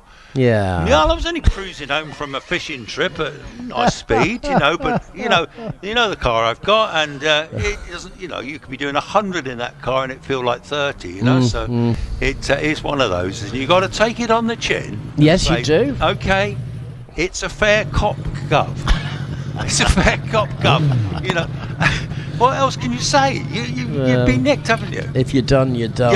You're done. Even if you're doing 35 in a 30 or something, you're still done. You know the rules. It's just if you choose to break them, you sometimes have to pay the price. Which, in my case, was 3 points and more insurance money. Yeah. I mean, come on. Never mind. Gary Hill, I think this is in the Harry Pick car. He's on the hill in the OMS 3000. He's coming down to Loggerheads. This is his shared drive. Don't think he's as quick as Harry, but nevertheless, he seems to be pedalling it down to Triangle past Lake. He was 82 past Lake, powering it away up through to Keepers now. And he'll be hitting that straight, going round Keepers. Yes, he's made it round there. Foot to the pedal, up the Cedar Knots Straight, as we call it. Up to the speed trap. Here he comes, 100 through the speed trap. And braking and popping as he comes through fallow, holding the middle line as he turns into Museum without a problem. And there he goes, number 110, Gary Hill in the OMS 2000. And he finishes in 52.12. Sam Wilson in the Jamman 1600. This is a Formula Ford car. He knocks it sideways into Triangle under braking. Gets round though, fair dues. Little skinny tyres and very responsive steering in these little cars. These were a starter car and still are for circuit racing, but they use them on the hills. Driving with loads of gusto over the speed trap, 84. And then he comes into fallow, cutting a little bit off the corner there, and clipping the edge onto the outside edge and into the inside edge of Museum. And no worries as he makes a textbook run to the finishing line. Yeah, Carol Nichols just has gone by in a Nike Mark IV 1600. I think this was 1969, and I think this car was definitely built by her father, who built several other racing cars. She's such a fantastic competitor, out all the time. Will be followed by Les Buck in his Pringett Mistral 1600 Formula Ford, immaculate looking car, campaign regular, same as Carol. And the two of them are brilliant competitors. Okay, well, we've had Carol just go through us now. She knows the track well. There wasn't going to be any incident down the course. There wasn't. She gets a time of 67.02. And Les Buck is on his way to us now, meeting us at the top here. Coming round fallow, little clip on the corner.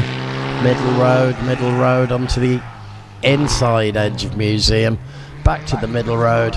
And away he goes to the finishing line, Les Buck there. Okay, Tom Morgan's just gone by me in the Van Diemen. There's 3 of them coming up now. Sarah Bosworth will be coming, and Alex Coles. Here comes Sarah Bosworth into view, and Alex Coles will be following. So 3 Van Diemens, all well driven, and Alex Coles will be the quickest of the bunch.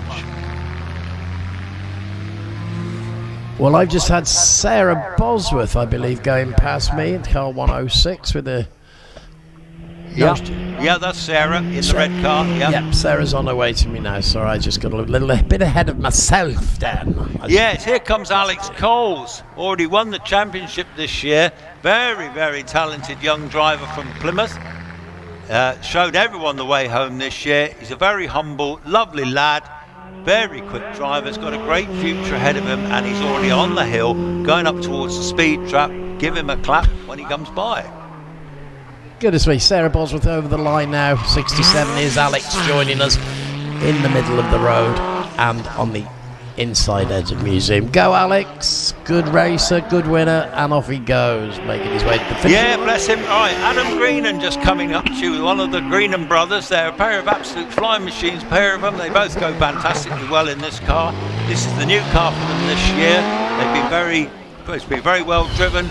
They're a lot quicker in this than they were in their old car. And he was 109, and he's gone over the finish. Sorry, I've interrupted you there. In 49.01. Liam Cooper is just coming to me now in the force. Shared this with Olivia this morning. Olivia beat him, went into the runoff. So come on, Liam. Let's see how good you are. All right, let's see Liam how good he is. He's going to come and join us in just a moment. That was a great run, by the way, by Adam Greenan. A very enjoyable run of 49 seconds, which is incredible. Here comes Liam Cooper now joining me at the top. He comes through fallow, little wobble on the back, holding it tight as he brakes hard for Museum. Through Museum, away he goes to the finishing line. Liam Cooper doing a great run there under 50.05. Okay, Leslie Much in the Raptor, Graham White Racing Raptor. That red one, a beautiful looking thing. Leslie Much, I think he comes down from Scotland. Okay, I've got a speed of 33. He's coming to a halt up by you. Oh, yes, he is. I think he has a difficulty. Right, they're red flagging down here. Okay, and he leaves the Alan course. Warburton has just stopped. He's been red flagged because obviously Les has got a problem. As I can see, Les is getting out the car. I don't know what's going wrong. But nevertheless, car and driver are all intact. Oh, everybody's fine. I think it's a mechanical thing. We only got 33 miles an hour on the Cedar Straight where the trouble started. And he reached the top of the Cedar Straight. Instead of taking the fallow turn, he's gone into the paddock instead. And they're just having a look at what they can do. I guess they turn him around and send him home. I don't know. Yeah, well, we don't know, but anyway, that will be a failed run, so he won't get another go. But it, I guess there's a mechanical malady. Such a shame. Hopefully, I can't see any oil coming out the back of the car or anything like that. They're just wheeling him up towards you, up by the finish. In fact, up by the Parc Ferme, isn't it? Yeah, they're pushing it round, turning it round. Not sure what's happening. I don't know why that stopped. There was no indication of any problem. No, he'll have some sort of either electrical problem or fuel problem. Oh, there's so much that can go Anything wrong. Could be. Millions of moving parts in those engines. But I'm seeing Alan Warburton getting pushed back into the paddock. This was the car that broke the class record earlier, the Gould 59. Fantastic car actually, and they both drive it very, very well indeed. Well, they will get another run. It was only flagged off for Alan Warburton, so he'll come back a little later. As you say, it is an official fail for Leslie Much, unfortunately, and that must be quite disappointing. Well, this is motor racing. It's motor racing. That's what happens when you've got cars that are on the limit and engines that are really on the limit too. We have seen some driving on the limit today. We really have. I mean, they're going for it. I'm thinking, looking at this, they're turning him back round, so they're just wiping the grass off the tyres. So I suspect they'll give him a shove and he'll work his way back down the hill into the paddock. He's putting his helmet on. He'll have to put his gloves on as well because that's a requirement of it. You have to have your gloves and your helmet on if you're coming back down the hill or going up the hill. In the past, I mean, you'd see drivers, they might have won the hill for the day, and they'd come back down waving to the crowd with the helmet off. But unfortunately, I think rules and regs are now that mean they're not allowed to do that anymore. So this morning, Wallace came back, and then they'd been given special permission. Once they came back to the paddock here, they could take their helmets and gloves off. So I could have a chat with them. And so until they officially are told they can't take those off, they have to stay on. They absolutely do. So when they're driving them back down to the paddock, they are observed as well. And if they transgress, there could be a terrible regress. Oh well, let's hope that doesn't happen today. Yeah, so I think they know the rules. They know the rules. It's like us and our speeding. If you do it, then. Well, we got Leslie Much coming down. Yes, to you I see. He's sort of gradually working his way back down in that glorious little Raptor. Graham White Racing. Graham has built these Raptors, and I don't think he's got a big fancy workshop. I don't know what this facility is, but all I do know is I've seen his stuff on Facebook and the like as he's building them, and that he's just got this genius of building fantastic little race cars. And of course, Graham was a very, very accomplished driver himself. He built the original Raptor that had the Judd engine in it, and that was a phenomenal car. It had difficulty getting off the line, but once it was away, it was phenomenal. Timing chain. Yeah. So you're a little quiet on me. Can I hear you now, Owen? Yes, sorry. Sorry, Chris. You're back in the game. I should have. I'm actually consulting Alex on something. Yeah, I was getting some knowledge. I'm never ever going to turn down a bit of knowledge. Knowledge. Do you have the mighty Alex with you then? Yes, I do. Yes, I do. Yes, he does know stuff, doesn't he? He does. He knows a lot. I can hear whistles. Why do I hear whistles? Well, you probably hear whistles because we've got cars in the warm-up area. Okay.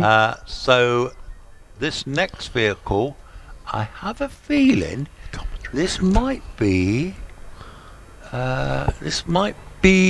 Bill Morris's old car, but I'm not sure. I'm just going to wait and see. There was a Pilbeam running later on, so this one here.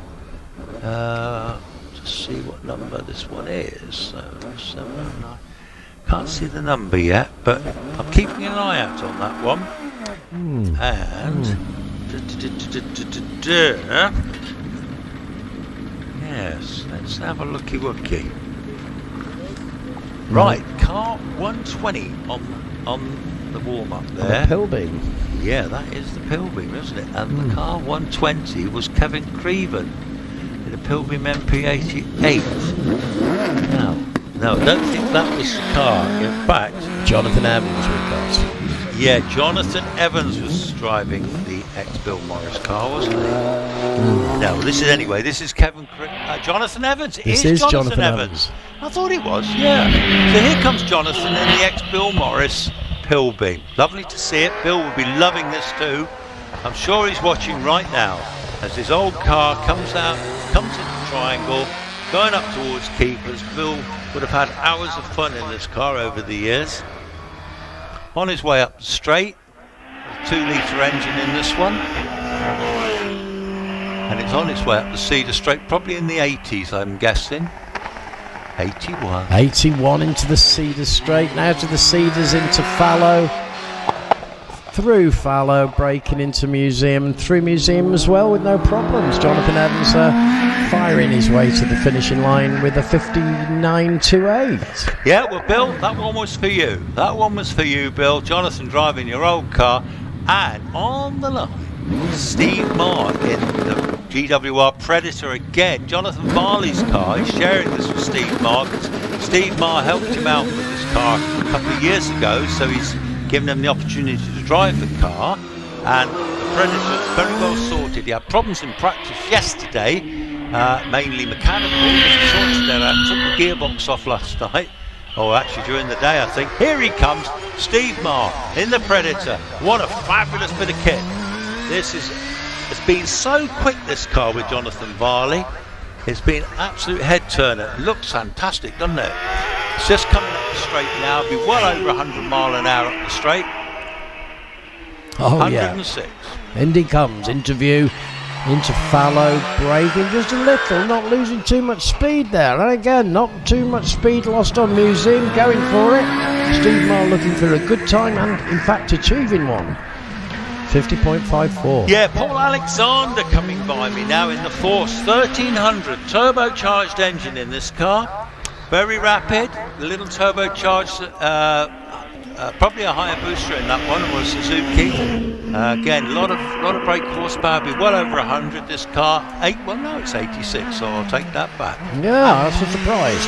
Anyway, the force comes through. May the force be with you, and braking hard for Museum. And round we go. So little clearance from the road, that one. It looks like it's... Alan Warburton just gone by me, by the way, in the family call. His son went up in a class record this morning. Well, they're coming thick and fast at the moment. Here's they're Alan coming. now joining us at the top and through Fallow without a problem. Little twitch there at the raise of the front wheel as he makes his way around Museum. Alan Warburton there, great finish. Yeah, 47.89 for Alan there. So, don't think that'll get in the runoff, but nevertheless, I think the car might get there in a bit. So, hang on, there we go. Just watching this big screen here, all sorts of things flashing up.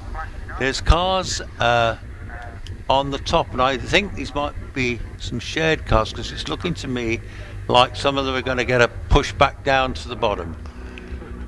So it looks to me like an end of batch. Hang on. Well, they're coming down to you now as... Yeah, they're just opening the gate. Yeah. Liam Cooper's coming down, so he'll hand over to Olivia for a run, no doubt, and see if Olivia can get into that runoff that she did this morning, which was amazing. Okay, so they're coming down to you, and it gives us a couple of minutes just to catch up with housekeeping, that sort of thing. Yes. So you've got Alex up there now, so Alex is looking after your needs, no doubt. Is he looking after your dietary needs? I know you're missing him. I shall put him on so he can say hello. Hello, Alex. Come and say hello.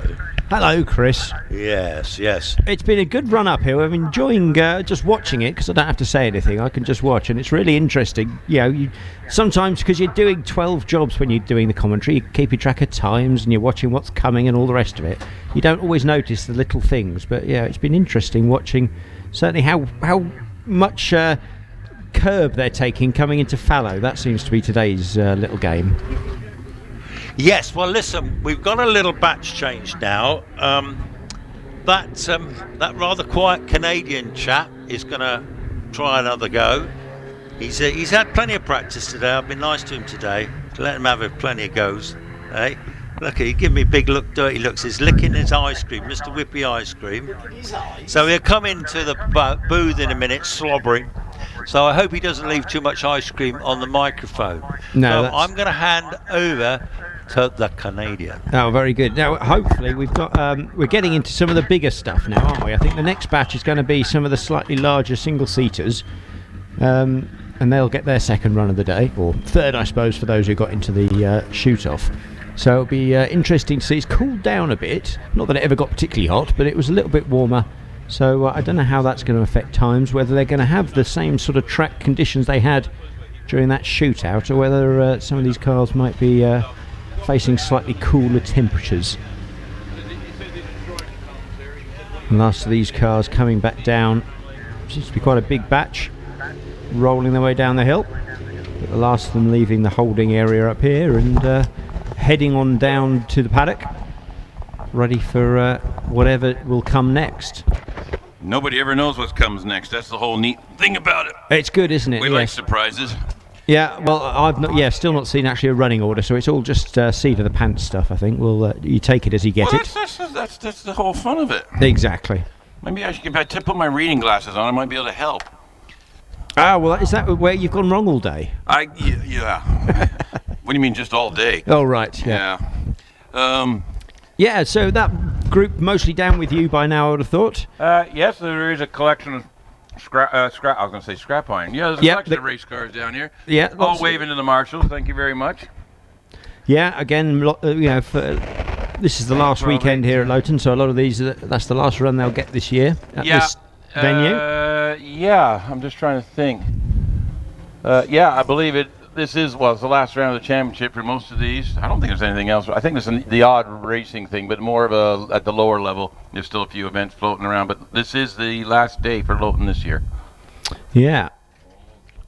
As we head into colder, wetter times, You're really cheering the crowd up today. We'll all be waiting for the warmth of the new season when it comes around. You're making a lot of friends with your weather predictions, aren't you? It stayed dry, which is good. Yes. It never warmed up. Luckily, the apparel shop had some lovely coats, so that warmed me up. Yeah. It's done the job for you today, wasn't it? They were good value too. Excellent value. They still have a few left, actually. Yeah, they have a few things left. Some of the sizing's a bit odd, but if you're very small or exceptionally large, there are fleeces there waiting for you. I think I looked at shirts last time, and it was like, I need one of the, and it's like the common sizes are gone. So yeah, it's end of year. It's quite to be expected. Yeah, I could buy 2 smalls, one for each arm. You could sew them down the middle. That'd be fun. Or an extra large, which I could camp out in overnight. So now who's being pessimistic? Okay. But that's good. So I think we must be moving into some bigger single-seater stuff. Well, I'm looking at the start line, and they're just first car online. This might be Tom Weaver, but I think I think Tom Weaver might be first up here. So nope, Adam Greenan in the Empire Evo 3. Oh, there you go. Yep, I've just been reliably. It's hard to tell the colors and everything when you're looking at them straight on. But they're just he's just getting strapped in, and they're just getting the front tires just knock all the rubbish off them so that they're as clean as possible. And being as Hull Corner has been right tricky today with the temperatures and that. And it's still catching people out even this afternoon. So I saw that. I think Clive Austin decided to see what was going on up there, did he? I think it's been tricky all over, really. So but that's good though. That keeps things interesting. On the cooler side, and then overcast all day. There's been no sun to generate any heat, and because with these cars they can spin the rear wheels up to clean them and get a bit of heat in them, but the fronts are still basically stone cold. So get off the line, go through the first corner for them, but then as soon as you get to that first left-hander, they haven't quite warmed up enough yet, and it's that's the technique that's being used today. They got to figure out how fast they can go through there with less grip than normal, and the ones that are doing it are doing fine. Yeah, well, it didn't seem to slow down some of those boys in their big, Alex Summers and Wallace Mingus were still putting in good times, so they've figured out how to drive around these little problems. Might be experience. We could be luck. We don't know. That's a lot of luck. A lot of these cars, a lot of those, like those cars, the top ones, they have onboard telemetry, so they look at every run. Yeah, I was going to say. To see, any wheel spin, because they've all got wheel speed sensors on them and everything else. Yeah, I mean, 7 consecutive seasons of luck between those two, or whatever it is. So it's possibly gone past luck now. Yeah. Okay. Right, you got Andy Greenan on the line, car 111, Empire Evo 3, 1600cc car. Got quite a lot of these cars. Very good. Well, I'll pass you back to Owen then. You could double Owen for a while, people. Oh, that drives everybody nuts, right? Very lucky audience. Off the line, 64-foot 208, gets into the hall, gets her turned around, no problem. All right, on the way up to Loggerheads. Well, my thanks goes to Alex. I'm back with you on the mic at the top of the course, waiting for Andy Green. Right, 87 miles an hour in the triangle. Ooh, got a little bit late, just missed the apex a little bit, no problem, back on it again. Up into keepers. Onto the Cedar Straight he comes. Heading up towards the tunnel. Sparks coming off the bottom of the car. 118 miles an hour, sir. Yeah, that certainly was a very good run on the straight. Took the over the grass on fallow, but using the tarmac to go through the museum, which is a good idea. 47.69. That's a reasonable time. Right, we got Olivia Cooper, who actually made it into the finished 10th in the first runoff today on there, and beat the husband co-driver of the car as well. So 2.28, 91 miles an hour into Lake, going up through Triangle like there's no tomorrow. Keeper is very quick. This is going to be see, can she qualify for the second runoff? 121 miles an hour. Braking incredibly hard as she hit the fallow into museum, no problems, and we're there. Through the museum, away goes Olivia Cooper to the finishing line with 47.87. Wow, that might do. We'll have to wait and see. John Stockley in the Force SF 1585cc engine. following her up the hill. Just a couple of hundredths quicker than Olivia so far, up to keepers 28.02. 98 miles an hour to you. Yep, and not losing very much of that 98 miles an hour as he goes through Fallow and into Museum. Little wobble there on the front, but a way to go for John Stockley. Darren Gumley, car 117 in a Force TA. Had a muffed first run, so this is the only time run he will register today in the two-time runs. One of our Shropshire racers, this one, local. Yeah, 100 miles an hour. 100 miles an hour, breaking down to about 70 for Fallow. Straighten into Museum. Away he goes, 117, the car of Darren Gumley, making his way over the line of 47.38. 38, yeah, a little quicker than Olivia that time, right. Very good time. David Warburton got into the top 10 easy the first time. I think he finished 4th in the end. In the Gould GR59 with 1600, number 9 on the car, representing he was in the top 10 last year. 121 to you, sir. Wowee, that's incredible. Okay, well, it goes through Fallow and screams between the two through Museum, lifting the front wheel as he goes and makes his way to the finish. 44.40. I think that'll put him in the run-up. Right, I got Stuart Sugden. Blocked it up a little bit coming into Lake, but was doing 96 miles an hour at the time. Car 113, already up through keepers. Onto the Cedar Straight, absolutely flying in the GWR. That's Graham Wright racing. 121, locks it up badly though. Incredible smoke as he locked up as well. And again, braking hard for Museum, losing a little bit of that momentum, but nevertheless taking it through for a very good run, 47.06. 47.06, yeah, that's Stuart Sugden. Yeah, that's good going. Got Kevin Creven, car 120 in the Pilbeam MP88 2-liter. 83 coming through Lakeside into Triangle. These Pilbeams, they're lovely. Yes, now you behave yourself. I got a few more cars today. I know. Up the straightaway we go. I think we're going. Yep, up to 93 miles an hour to you, sir. Indeed, and braking incredibly heavily to go through Fallow. And away we go, round and through Museum. Picking speed up again as he takes it to the finishing line. No world records. I've got car 121, Michael Tregoning, in another Pilbeam MP88, 1998 cc's, and he is about a second and a half quicker than our previous, just went up the hill, of Kevin so far. Basically identical car, 97 miles an hour to you. And the Cornishman makes his way through the S-Bends, the Museum and Fallow Museum and home. No problems for Michael Tregoning. 52.06. Tim Elmer, car 123 in the Dallara F399, another 2-liter car. And this is quicker. Tim Elmer he's just ahead of our previous runner. 92 miles an hour at the top of Cedar Straight. Standing on the brakes as he goes into Fallow. Very twitchy on the back, but round he goes without incident. And an acceleration, final run of about 70 or 80 yards to the finishing line, and there he goes. Einon Price, car number 10. So he's been in the British Championship last year, number 10 car. That's a good finishing place. He's coming up the hill. 112 miles an hour to you in the Force. Spectacular as he hits the brakes and makes his way through Fallow.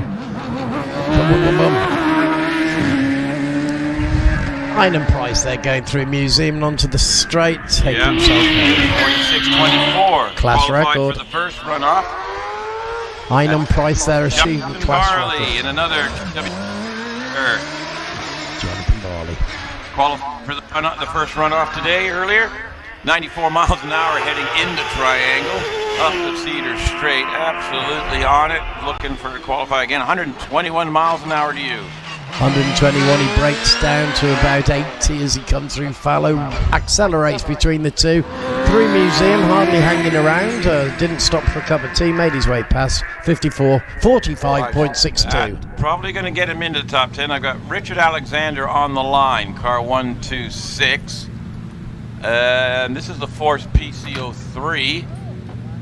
And I'm not sure we got... just trying to get it back into the light beams by the looks of it.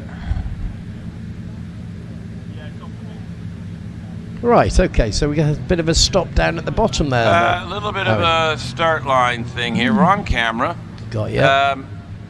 It looks like they're backing him out, so I don't know whether there's a technical issue with the car. Oh, okay. So it could be a tire thing or not, but the marshals are guiding him backwards down the hill. In the lap of the gods. Yeah, actually, it looks like they're pulling the car out of the way, so...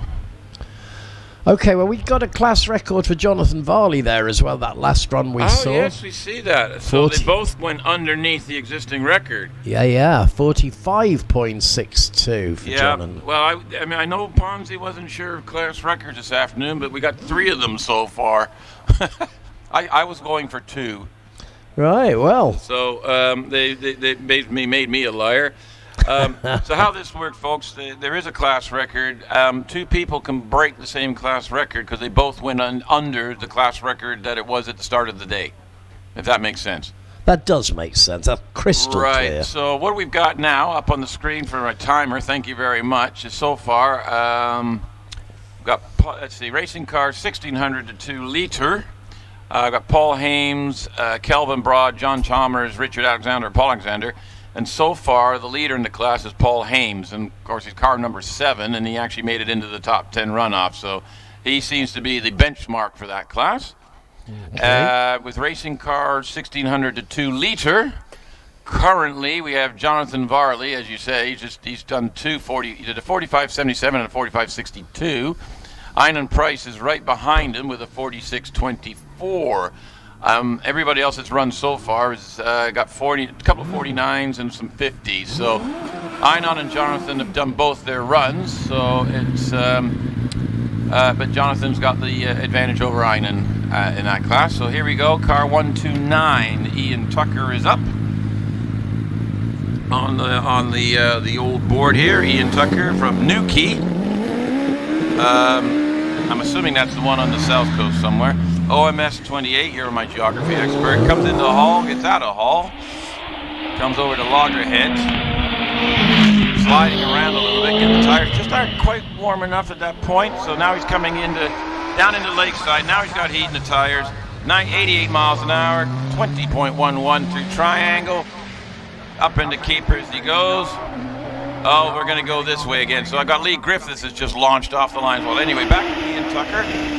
Up the hill towards up Cedar Straight, 84 miles an hour to you, and I've got Lee Griffiths right behind him. Okay, well, Ian Tucker breaking hard into fallow there, holding the middle ground for the turn into Museum. And a way to go to the finishing line for Ian Tucker, car 129 with a 53.17. Right, Lee Griffiths and what I call the old buzzing hornet, old Jordan Formula 1 livery, but 110 miles an hour to you, sir. It certainly looks like a hornet as well, going great guns into Museum. And a big spurt of energy as he races to the finishing line, Lee Griffiths there. Right. Finishing under 50, that's very good. 47.88, that's a good run. Calvin Broad, car 127 in the Force TA. I think this is the one we had a little bit of wheel with, but anyway, he's on the track now. He's just coming into view. Coming down Lakeside right now, 97 miles an hour, hard on the brakes in the Triangle. 18.71, this thing is loud at full throttle. Up through Keepers, onto the Cedar Straight. All the way up, here he comes, heading for the speed trap, 115 miles an hour. Yeah, he really had to lose a lot of that speed to get through fallow. A bang and a bit of flame from the back, and through he goes. Kelvin Broad there, really roaring his way to the finish with a 47.24. Car 128, John Chalmers. Aha, okay, we've got a red flag. I thought I spotted something of Kelvin. Just at the top of the straight, there's some debris on the racetrack. I thought I saw Kelvin hit it when he was going up the hill. The marshals picked up, and it looks like somebody's, looks like a paper bag that would contain a sandwich or other has somehow gotten into the middle of the track. Oh dear. Please take your litter home with you, ladies. It is at the top. I think I'm not sure, it was at the top of the hill.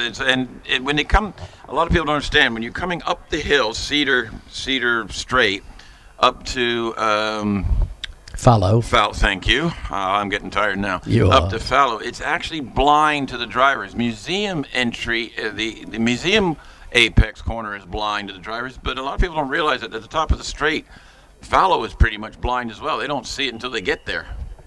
So it's almost uphill and then over a crest to get in there, and that's where the rubbish was. So too risky to have that sitting there. So they needed to clear it. Our volunteer marshals always looking after the competitors to make sure the track's safe. Safety being paramount. Well, yeah, and the competitors trust the marshals. Yes, of course. So if the marshals say the track's okay, then the track's okay. Yeah. They do a great job. Yeah. Right, we've got car number 7 on the line, which I believe is That's Paul Hames. Yeah, gold. Or gold. Gold. Not gold. Not gold. It's got a U in it. Yes, it has.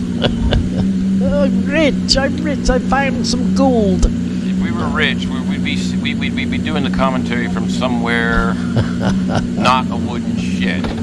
Right, Paul Hames, car 7 in the Gould GR59 1300cc supercharged engine. So he's got a little engine with some big blower on it. Here we go, 64 foot. Qualified for the first runoff, car number 7, so he's a regular top 10 runner.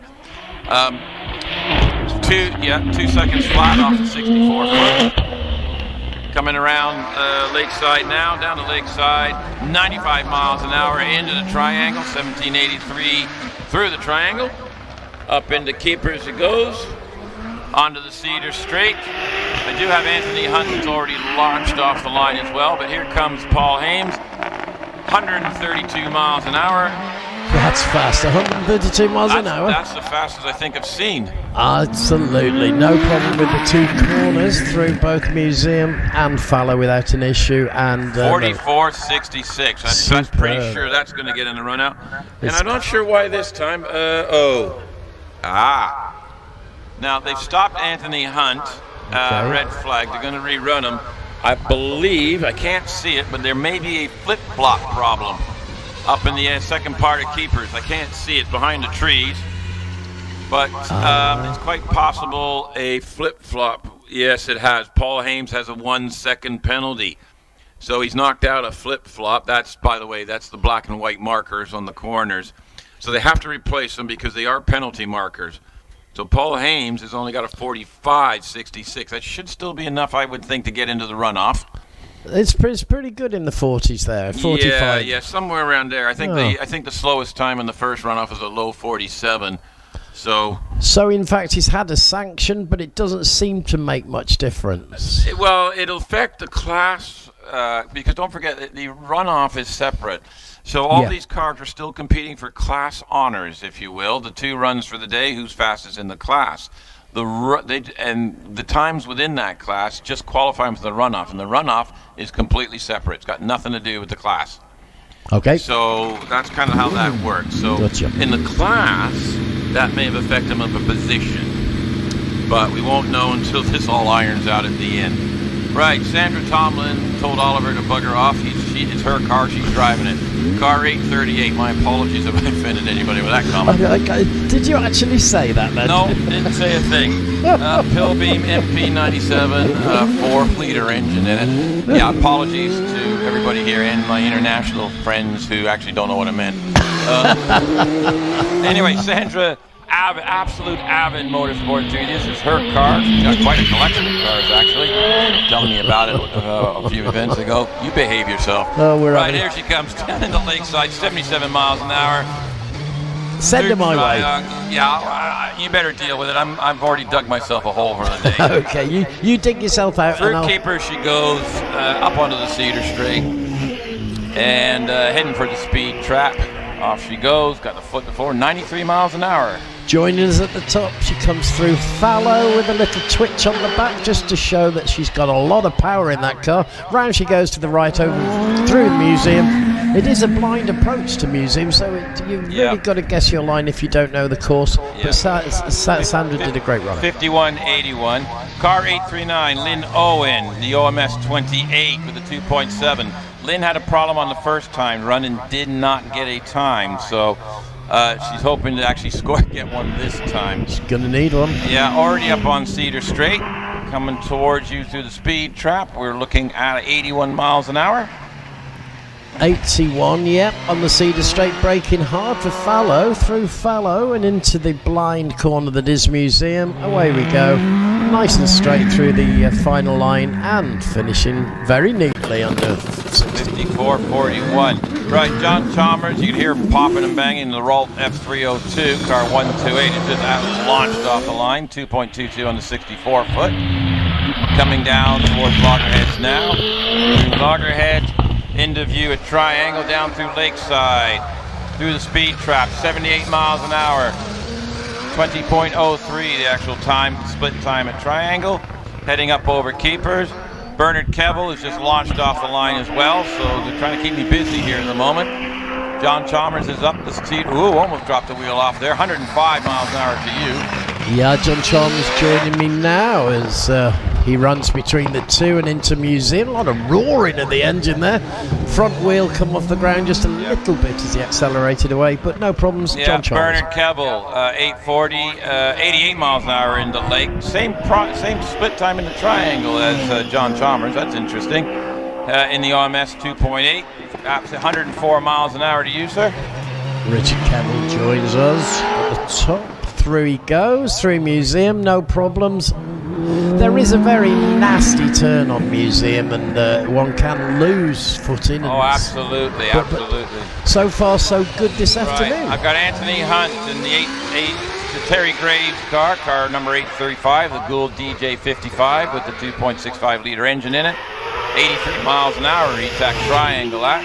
Up the Cedar Straight, coming to the speed trap at a 99 miles an hour, not quite the 100. Through Fallow he goes, clipping the grass a little bit, but it makes no difference to his speed, and accelerating away out of Museum. Anthony Hunt making his way to the finishing line for 47.93. All right, car 841 is Andrew Colley, who's absolutely praying the tires will hold on to it because he's going faster than the tires want to stick. 87 miles an hour into Triangle. Had an almighty sideways moan coming down into Lakeside. Anyway, he's got it to the Cedar Straight and almost to the speed trap, and after that he's your problem. 102 miles an hour. So from 102 drops down quite substantially for Fallow, up to Museum, round through Museum and into the middle lane to make it for the finishing line. Andrew Coley there, car 841. Right, here we go. Nicola Menzies, car 706, wife of three-time champion, British Hillclimb Champion that is. Wallace in sharing David Uren's Gould GR55, 92 mile an hour into Lake. Nicola qualified in the top 12 the first time earlier today. She's looking to do it again. I think so. Yeah, so she's chucking it. She knows where the road goes here. Car's well set up, 104 miles an hour. Up to you, sir. Here she comes all the way from Alloa in Scotland, flying it through the two corners into Museum, taking the inside edge. Off we go to the finishing line. Nicola Menzies flying there for 48.01. A little bit off for time from this morning, so we'll have to wait and see. Graham Wynn, car 704. This is the Scott Moran shared car, Gould GR W59. 86 miles an hour into through Lakeside into Triangle. 1844. Kind of muffed that a little bit, I'd say. He's missed the line a little bit going through there.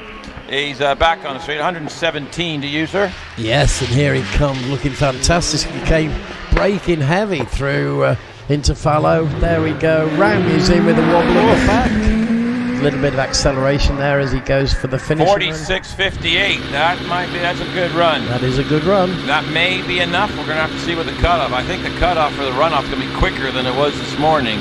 I think the slowest was about a 47, around a 46.9 to 47. Well, we've broken I think that we've already. I think we've got more cars than that. Matthew Ryder, believe it or not, missed the first runoff due to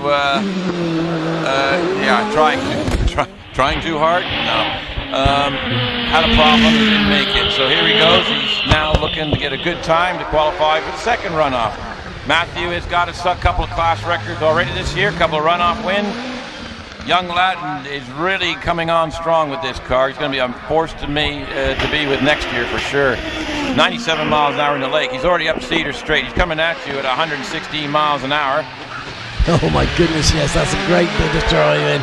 Stunning bit of braking through the middle, and off he goes. No problems. Matthew Ryder really going for a big day out there. 44.17, great time. Yeah, that's definitely going to put him in. Got to.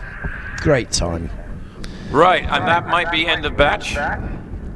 Okay, well, I should tell you what's happening in the top paddock. Yeah, you monitor that for a minute. I'm just going to step out for a second. Okay, you go on ahead. We've got the cars all waiting in the top batch. They're going to probably send the double drivers first. I'm not sure, but I'm never really sure of the criteria of how they make the line to send back down. But very soon you're going to have a display, ladies and gentlemen, of all the racing cars you have just seen in the last 10 minutes, 20 minutes going up the hill, and they're all going to come down together. So give them a wave, give them the clap. They look great. Good time to get your cameras out, ladies and gentlemen. If you want to get some photographs, now would be an ideal time. They're going to send them down shortly. We'll just keep our eye to that and inform you as and when. All going very well this afternoon. The tarmac is holding out nicely. Bit of slipping and sliding, but that's all part of the fun. And we are seeing some great times as well. Records being set right, left and centre. We love it. Hope you're having a good time. We are. Okay, here they come. Bit of brum brum. Oh, now listen to that silence.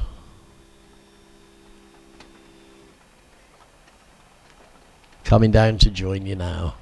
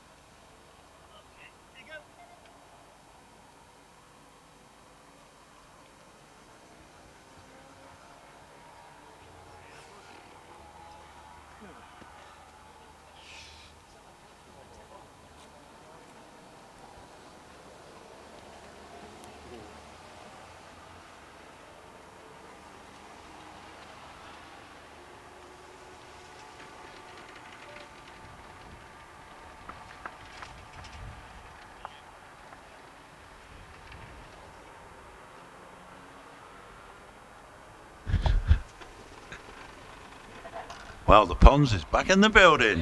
Hey, see? How about that? How you doing, Owen? Which one's up there? Is it Owen or Alex? Who have we got up there? You've got me, sir. It's Owen Lewis. And I've just sent the cars down to you now, Chris. I thought give you something to talk about. Can I take some home with me? You can. I'd love to. Yeah, I know, so would I. Wouldn't we both? Out of these single-seaters, which one would you fancy? Oh, I always say it. I'm so predictable. The Van Diemen Multisport. No, that's not a single-seater. It is. No, it's not. It's a sports car. It's only got one chair in it. Oh my goodness me! I like the Goulds. I love the Goulds. Goulds are lovely, aren't they? Yeah, Wallace's Gould with the yellow wheels is such an attractive car. It is, but I tell you what, seriously, Alex's Firestorm is one heck of a piece of kit now, and he drives that fantastically. But I tell you what, it's seriously quick too, isn't it? Yeah. Now we're now amongst the business end, aren't we? We are amongst the business end. These dual-driven business end cars as well, going back down to the paddock. So we're going to have a few more of these business end cars, and then these will then qualify for the runoff. There will be a tin top runoff as well. Yeah, so that will be prior to the main runoff. I see. So I'm reliably informed by Mr. Dave Newell, who will be driving his incredibly rapid Austin A40. Yeah. And we'll be cheering him up the hill, won't we? We will. We cheer him every time. You make sure that when he comes up, assuming he gets that far. He always does. Well, he's had a few difficulties lately. But nevertheless, so we will give him a cheer. So there'll be a tin top runoff, and then we will be into the second main runoff, which I shall commentate on, and my chum Owen down here will commentate on the tin top runoff. So he isn't totally signed off for the day, but I wanted to see these big boys qualifying and then to do the runoff. So we're sharing it down here. So we love Well, the last car's just left the top paddock now, so all cars on the track coming back. I'm seeing that on the live feed, as you say. Yeah. That's all good. I see there's 3 marshals on the post below, on the top of the Cedar Straight, actually, on the right-hand side, going down the hill. Now, sometimes that's single-man post or even not at all. So yeah, it's good to see. So I see down in the paddock, cars have been pushed around and getting ready, and the ones that are finished are going back into their trailers. So we're waiting. Are we going straight into the Titan 10 Tin Top Challenge? We will do the Titan Tin Top Challenge when the Titan Tin Top runoff cars have all done their bit. So in the case of the All-Swades UK Loton Park Championship, there may well, I know Dave's still got a run to do, and then he'll probably have to, if he qualifies, go into the Tin Top runoff. So we will see. So at the moment we are concentrating on the big bangers. Okay. And John Brown, great time from Dave Warburton today with 2 new class records and a 5th place in the first runoff. Well done, Dave. I couldn't agree more, John. That's been magnificent, hasn't it? Magnificent, Dave, today. And it's not the easiest of days. It's not an easy day for breaking records. It's not hot. The track is not hot. It's quite tricky. So that makes it all more merit-worthy, doesn't it, really? Yeah, I'm surprised. I learned today. I learned that the actual track when it's warmer is faster. I didn't appreciate that full fact, but I do now, and I think that's incredible. Yeah, absolutely right. And so sometimes I remember Sean Gould breaking the hill record at the end of a meeting on a dark afternoon when it was pretty chilly, and we were just staggered to watch him going up the hill in it was cold conditions, and yet he broke the hill record. That was a couple of years ago now, I think. Yeah. So that was impressive. So you never quite know what's going to happen. What's going to happen in the second runoff is Alex going to think, well, okay, that's gone, but he might just be jumping in that car and saying, do you know what, chaps, I'm going to go for it again, and I'm going to try and break that hill record. And knowing Alex, I'll bet you he has a go. Well, we shall certainly give him all our support as he tries that. He's a great driver and certainly brings a lot of entertainment to the sport. Or who can say that Wallace might think, do you know what, pressure's off now, let's do it. And he just might pedal that car up the hill again. So, you know, it's all to play for in that respect. It's going to be brilliant viewing. That's why I live for runoffs. I absolutely live for runoffs. I've watched some brilliant runoffs over the years. At Shrewsbury a couple of years ago, there was about 5 hill records on one runoff, which was just staggering. It's incredible. Yeah, that really was staggering. Okay, Jack Cottrell on the hill in the Dallara. This has got an IndyCar engine in it. It's a very powerful engine. Jack is a very talented young driver. This is a gorgeous looking car, screaming down, and he's come down 87 mile an hour past the lake into Triangle on his way up to Keepers. Again, I think we'll see a lot more of young Jack in the next few years. He's getting better and better. He's getting more and more confident in this car. The car is certainly the package. He's 100 mile an hour up the straight to you. Yeah, braking very hard there to get into Fallow, but accelerating equally hard to get into Museum. Round we go through Museum, screaming and popping his way as he goes, Jack Cottrell, to the finishing line with a 46.73. Yeah, on the hill, Paul Croot in his Jaguar engined OMS. This is actually came out of the standard road car, a 3-litre V6 engine. Sounds absolutely brilliant. The car is, as Owen pointed out, in Jackie Stewart racing colours. The green and the white looks fantastic. Probably one of the best looking cars on the hill. Sounds fantastic. He hasn't got anything like the horsepower other cars have got in this class. He's got 300 against 700, so it'd be unrealistic to compete. But it's 98 mile an hour. And here it comes, a great looking car. I say this every race. That's a beautiful green. I love that car. Jaguar engine, as Chris pointed out. Paul Croot there flying over the line with the 51 seconds dead. Yeah, so Oliver Tomlin on his way up to you in Mum's car, Sandra's car. As she pointed out to me in the paddock a few weeks ago. He's borrowed his mum's car. Yeah, it's not a shopping car, this one, is it? 4-litre Judd power. What a fantastic bit of kit. I love it. And it's screaming his way to the finish, fighting all the way there, 47.39. Yeah, Stephen Owen coming by me in the OMS 28. He builds these cars. He's the designer, the builder, based up in York. He races with his wife Lynn. This is the same car they race together, 100 mile an hour over the speed trap. And breaking down into fallow, through fallow, into the straight in the middle of the lane, into the inside edge of Museum. Little wave on the front wheel as he goes, makes his way to the finishing line. 48.09 for Stephen. Simon Andrews shares this with Bernard Kevill. Simon is usually the quicker of the two. In the OMS 28, another OMS. He's already halfway up the straight, going over the 109. And he bottles all that speed as he gets himself through fallow and Museum, picking it up again as he goes, making his way to the finishing line. Great finish under 50 seconds. A 49.03 there. Yeah, nice time. Terry Graves coming down to me in the Gold 55. Marvellous paint job on this. Shares this car, but this is his own car. It's got this new Cosworth engine in it this year. It's certainly a very powerful unit, and Alex Summers drove this car earlier in the year to a fastest time of the day up here on a club meeting. 110 up the straight. 110. Here he comes now, going through fallow. Quick scream of acceleration between fallow and Museum, breaking the Museum. And off we go.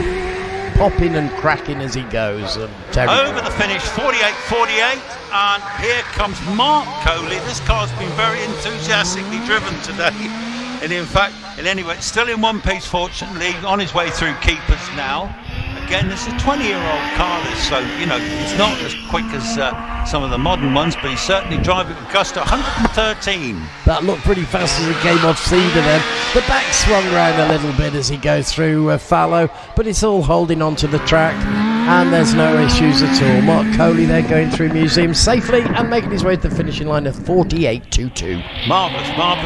Okay, David Wren has just left the line. Ex-Marching Groves car shares this with Nicola Mingus. Flies into triangle, locks up the brakes, big puff of smoke. On his way up to keepers. Dave is a trier, I can tell you now. He certainly can pedal this car up the Cedar Straight. Going to be 114. No, that's incredible. 114 miles an hour, breaking down to about 80 as he comes through us. Through Museum, David Duran safely home. Great time. Well, scary Trevor Willis. Here he comes, 3 times champion in his OMS. 3.2 litre engine in this, 2 bike engines put together. Scary Trevor, marvellous driver and instructor, 3 times champ. What more can you say? Over the finish, over 120 to you. We're seeing some great speeds now. It really is lovely as he goes through Museum. Little wobble on the back there as he pushed the gas. Yes, Scott Moran coming to me now. 44.99 for Trevor. Scott Moran, 6 times champion, just gone by in that shared Gould 59. This is the latest spec car. Scott is really ringing this car now. He's got the hang of this one, smooth as ever. 128 mile an hour. 120, he breaks down, of course, come through fallow. It's a nasty turn into the middle of the road to go up through the 2 and then into Museum. Scott Moran screaming past the commentary box. 43.67, marvellous time. Sean Gould, the builder of these Goulds, very clever chap. He must be. Matt Ryder shares this car with him. Sean's coming to me now, smoothly into triangle, puts on the powers away to keepers. Sean has held the hill record here, builds these cars, so what more can you say? Very talented driver, come back from a shoulder injury this year. 117. Yeah, lovely twitch there as he goes through the 2, through fallow, twitched in the middle, makes his way off to Museum. And guess who I've got? Alex Summers, absolutely flying. Looking forward to this 101 run. at Lake, up to keepers already, on the Cedar Straight now, looking absolutely marvellous. I think he's going to be 120 up the straight, I guess. 120 years, yes. Absolutely, had to lose a little bit of that speed to get around fallow, but he certainly made it up between the 2 and into Museum, into the middle of the lane, and Alex Summer there with a superb run of 44.03. Okay, a little bit down on what I might have expected, but don't forget, he's saving himself for the run-off. On the line, Wallace Menzies, now 3 times champion. What an accolade that is. He's away in this marvellous goal. The team have got this car absolutely on song all season. Wallace has been absolutely magnificent in it. What's he going to do now? My guess, he's not hanging about. He's not hanging about. Here he comes screaming into triangle. He was 105 past late. He's already on his way up to keepers. That car looks amazing, doesn't it? And that colour scheme on those two wheels. Here he comes on the side. Just ludicrously fast. Love it. Yeah. 126. Oh my goodness. Here he comes now. 126 through the straight. Pop. Through Museum. Oh my here we go. Goodness gracious me. 42.44. Well done. I've got to give him a clap for that one, haven't I? Yeah. That was amazing. 3-time British champion. Well deserved. He's What just a man. He's just showing us he's the champion for a very special reason. He's extremely good. He is extremely good. Got to call him the Flying Scotsman now, haven't we? That's a great name. Yeah, we like the Flying Scotsman.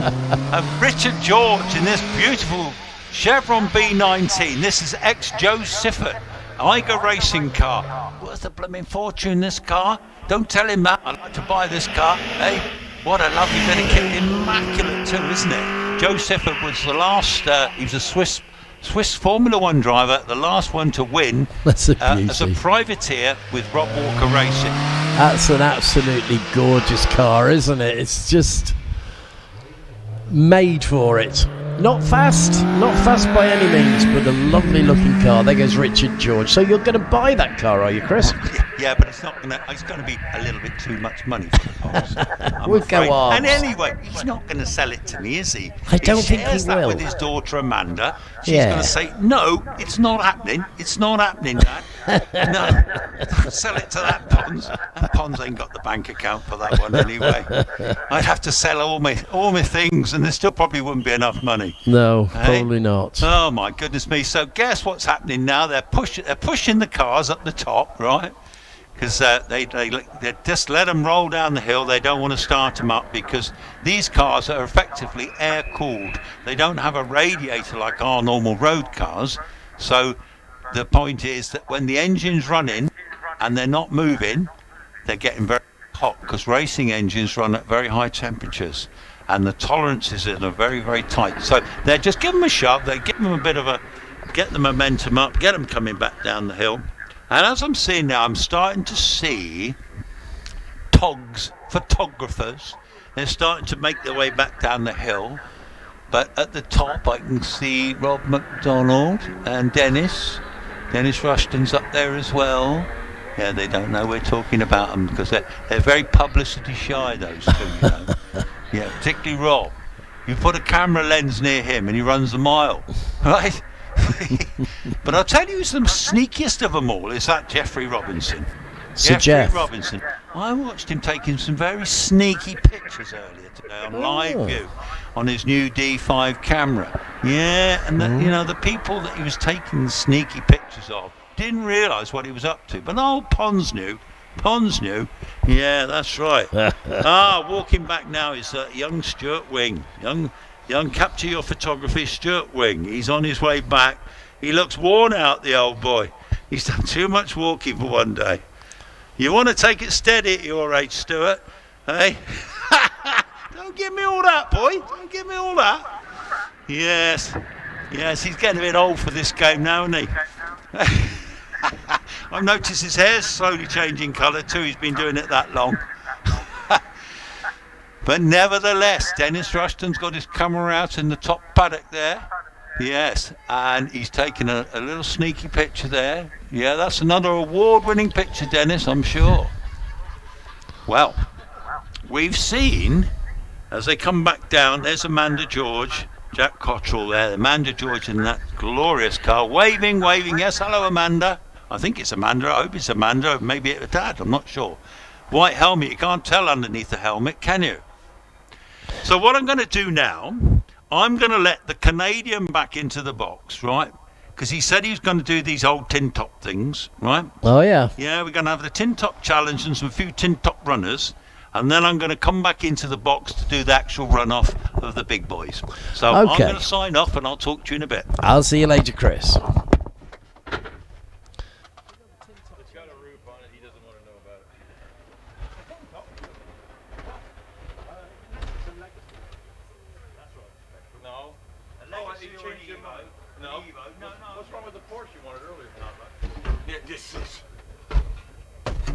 You can't decide, can you?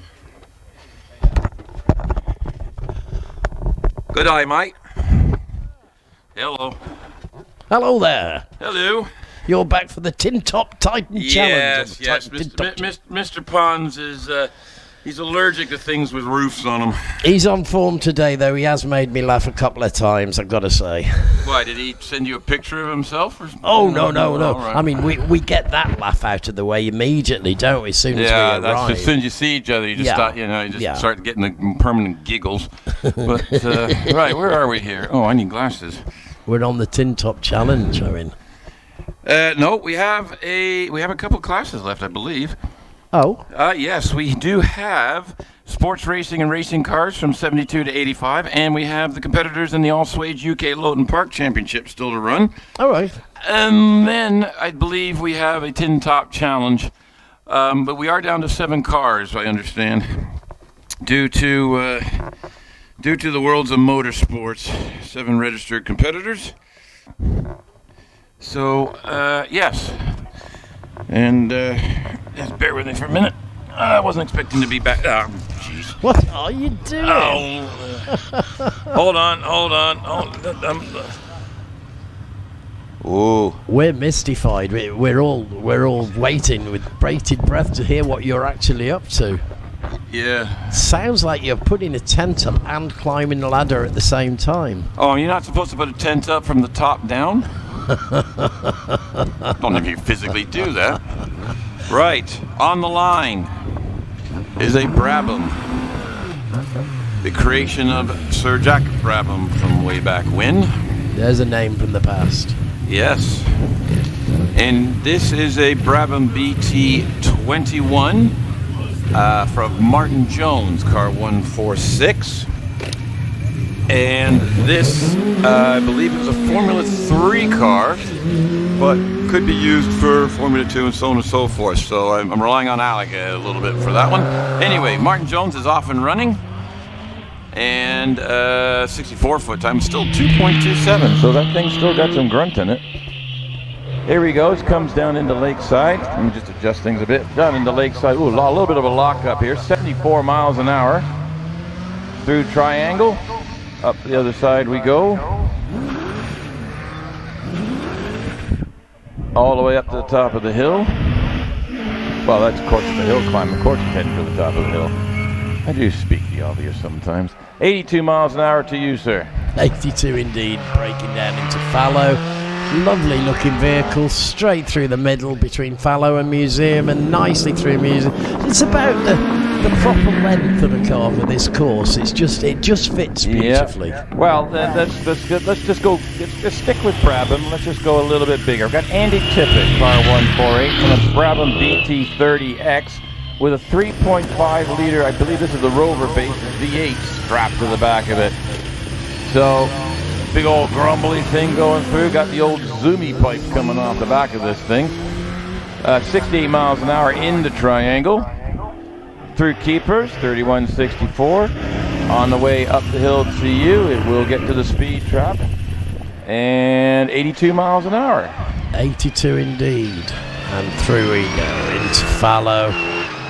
Nice lines between Fallow and Museum, inside edge on Museum. Off it goes, number 148, Andy Tippett, making his way to the finishing line, and there he goes, 56.3. Right, I've got Amanda George in car 145, that Chevron B19.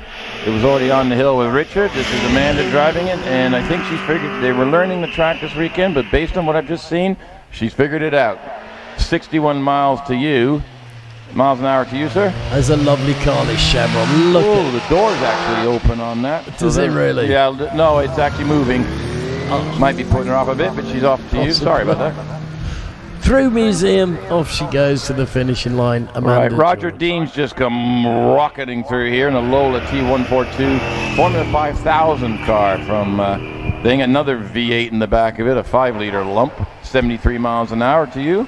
Yep, here he comes now, going through fallow, nice and sedately. Middle lane there for the run between the two corners into museum. No great records, no great speed, but nevertheless, he's round and he's safe. Next up, I've got a few of the all-swage Loton Park Championship things. I've got Andrew Feekins in a Renault Clio 182, so it's got about 182 horsepower. It's closer to a standard car, but that thing still did 63 miles an hour coming into Triangle. Up the hill, it's 78 miles an hour coming out, so it's not slow. It just happens to be in a road car. Yes, he's made his way through fallow, very nice, in the puff of smoke there in the middle, and through museum we'd go. Car 150 Andrew Feekins, and he's looking like a finishing time of 67.087. Michael Crutchley in the Alfa Romeo Giulia. I think we were arguing yesterday if it was a Giulia or a Giulia. I'm thinking Giulia. 1600. Of course you would. I can't win with you two. 58 miles an hour heading into Lakeside into Triangle, and 64 miles an hour up to you. So it's, again, not slow. No, here he comes, making a real fist of it, filling the lane, using all the space available, and almost touching the back wheels to the boot there. They come down so low, but anyway, there we go. Nice little run. Dave Newell, the Austin A40, car 153. It's been an adventure in the weekend with this, and I literally cheered it up the hill yesterday in third practice. 54 miles an hour into Lake. We're looking for sub 80 just to get, he's done 78 in this, and the way the car's going, he just wants there. 53 to you. Come on, Dave. Go on, Dave, indeed, as he makes his way between fallow and museum. He's into museum on the inside edge, just as he should be, and he's away to the finishing line. Dave Newell's Austin A40 there, finishing with 79.80. 81.38. Alan McFarlane in the Porsche Cayman S, 33.4 liter. Goodness me, he was here quickly. Yeah, he got there quickly. Now, Carl Beeman in his modified Renault Clio 172. He's been having a sort of at-the-track battle with Michael Harriman. They normally run the same class. It's just today they're in different times up the road. And he's 82 miles an hour to you, so he's looking for like a 58 he'd love to have. Oh, yeah, he's pushing this one, giving as much grunt as he can as he takes it through museum, into the middle lane, and off he goes to the finishing line. Under 60 seconds, I believe, 58.95. Ah, good run for Carl. Nice good run for Carl. Right. Now, those cars have got to come back down. The British Championship contingent, the runoff, will be coming up, but I believe we have a small runoff for the tin tops, but half of them are up the top of the hill at the moment, so we'll just wait to see. I haven't been given anything in the direction department time-wise or whatever the case may be, but I'm just going to wing it. The Giulia and the A40 are on their way down to you now, and as is the Porsche I don't mean Cayman. to pick on them because they're wonderful little cars and it's nice to see them out, but you think they come back faster coasting down the hill than they do driving up it? I'm going to get in so much trouble. I think you probably will. I shall let you deal with that one on your own. Oh, I see. Well, you know that hole I dug earlier? I'm just sliding down it. Well, it's all right. You'll probably find Chris Pons down there as well, to be honest. Yeah. Well, no, he's out with his he's out with his groupies. Oh, he's dug his way out of his hole. Yeah. Well, no, he's not with his hole, but he's with two other troublemakers. So the three of them are probably trying to put the world to right, or I imagine so. Anyway, the rest of the cars are coming down to you now. That's the end of batch. So the Tin Top Challenge next, you suspect? Well, I suspect, but we'll wait. So we've got a few minutes of what we call professional waffle. I don't know what amateur waffle is, because probably twice as bad. Yeah. I'm not sure how we would actually do that. Oh, I'd give it a fair chance. No. There you go. No. So, yeah. Yes, our professional waffle today will take the course of what's going to happen in the Tin Top Challenge. Well, maybe, or I might actually have maybe some class times so we can see who won what and everything. So just seeing we're going to scrounge around and hunt for any information we can give this committed band of spectators, and I still have quite a few out here. They've held out through this old weather. Here we go. In road going series production cars up to 2 liter, class A1. Rob Wilson in the little Peugeot 205 that was killing cones in the afternoon wins the class with a 59.81, followed closely by James Hudson and Jonathan Langmead in the Lotus Elise. James Hudson was in that red Golf that really attacked the track. There was less than 0.8 of a second between them, so that was good. In Class A2 road-going series production cars over 2 liter, Simon Hutchinson takes the class with a 58.66, followed by Rodney Isles just behind, believe it or not, with a 58.67. Phil James in third. There's a 1/100th win for Simon there. That was a good battle. Simon Tarling was fourth. In Class A3, Stephen Moore takes the class over Rick Leddy. Stephen Moore with a 56.18. Rick Leddy could just muster a 57.04. James Dockery was third in the Subaru Impreza. So we got a Mitsubishi Evo 6, an Audi TT, and a Subaru Impreza in the top 3. Alan Mansfield was the best of the Yaris's in that group. In Class B, for road-going specialist production cars, we have Steve Garner in the Westfield SCI with a Class 56.37. Robbie Barrell in his Lotus Elise V6 Cup 3500 Supercharged, 57.61, so he's second. And Joy Hoyle in the Caterham 7 Super Sprint, 58.66, took third. Fourth was Ray Lohr, a couple of tenths right behind her, so well good. In Class C1, we only had one runner in the end. That's Andrew Russell in the little Ginetta G15, 1120 with a 63.15 to finish up his weekend. And then we've got Class C2, modified series production cars from 1400 to 2 liter. Carl Stevens in the silver Mark II Escort got it down to a 56.56. I think he's happy with that run for the weekend. Followed by Michael Harriman in the Clio with a 59.00, and Jock Ramsey in the Opel Manta with a 60.77 took third in that class. George Harding in the other Mark II Escort was fourth. In Class C3 for modified series production cars over 2 liter, a bit of a surprise. Stephen Darley, who was guest driving in the Damien Bradley Legacy, has taken the class win with a 52.57. I think that's actually a class record. Damien, the best he could do was a 52.85. Tim Painter in the Aston Martin was way behind with a 60.01. He needs 4-wheel drive in that Aston Martin, I think. Andy Fraser took fourth. Right, how are we going? Here we go, more. Class D, Ash Mason. I don't know if this is a class record or not, but he took the win with 49.68 in his Westfield. Tom Price was right behind with a 50.34 in the Caterham 7. Richard Price was third with a 51.83 in his Caterham. Dave Kimberly took up fourth, followed by Phil Cook and Phil Goff to finish it up. Right, here it is, our Titan X top 10 runoff. Now, this is for the regular Loton Park competitors. We do only have 7. Now, this is a handicap runoff for the saloon cars. We got Dave Newell's, the A40, it's still going. And so how this works is they have a target time for their specific class of cars. So the cars are actually they're actually registered in certain classes, although they've been running in a group today. And so Dave Newell has a target time.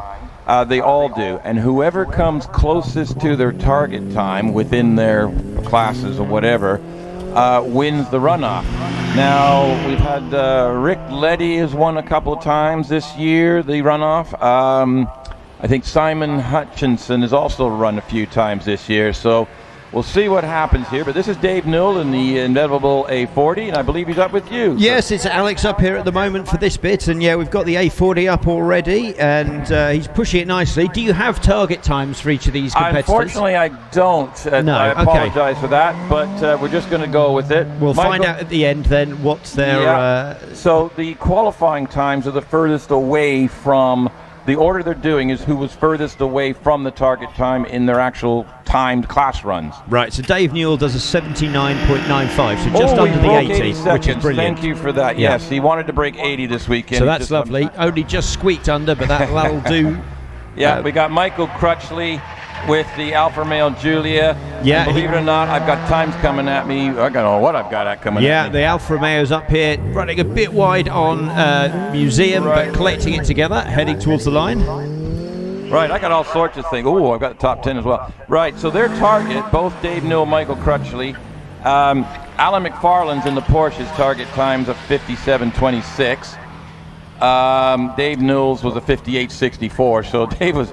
So Michael Crutchley did a 75.06. So he's closer than Dave, so he'll be ahead of them there. Alan McFarland's just gone past with a 62.62. Okay, so he's only 5 seconds off his target time. That's a tough target time. Yeah, it is a tough time. We've got Andrew Feekins up on the hill in his target. Oh, he's really giving it some. He pulled the left rear wheel off the corner, lifted it up coming through keepers there. So his target is 58.64 as well. So that's his target time. So you see, he needs to get. Oh, he's really chucking this car around. He's up here, 77 at the speed trap, which isn't bad for a little hot hatch like this. Yeah. And takes a very wide line into Museum, hoping to get a good run out. Hopefully, a bit of high speed as he heads towards the line. He's going to cross it with a 67.84. That's a time. He absolutely. The rear wheels are off the ground numerous times on that run. Now, Michael Harriman in the Mark 1 Clio, he's coming up to you, 83 miles an hour. He's looking for about 54 seconds. It's a tough he's always quick in this very lightweight little Clio, screaming round Museum, front tyres scrabbling for grip. Right. He's going to break the line with a 58.9. Oh, that's a quick time. He'll like that. Yeah. Doesn't get in the 50s. Carl Beeman is also same class as Michael, so they're both running at the 54 target. So Carl wants to beat Michael. They've been having a battle all year between the two of them. 58.9 to beat as he comes up towards Museum. That's a slightly newer shape Clio, this one, but they're both so modified. It doesn't really make much difference what age the car is. No.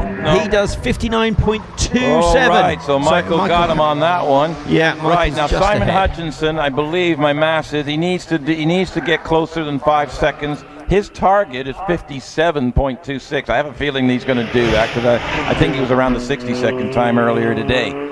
Yeah, I can hear him coming up the straight. Here he is, coming hard on the brakes into fallow. Lots of the rumble curve as he goes around there, up into Museum. Squeal of the tyres, puts his power on.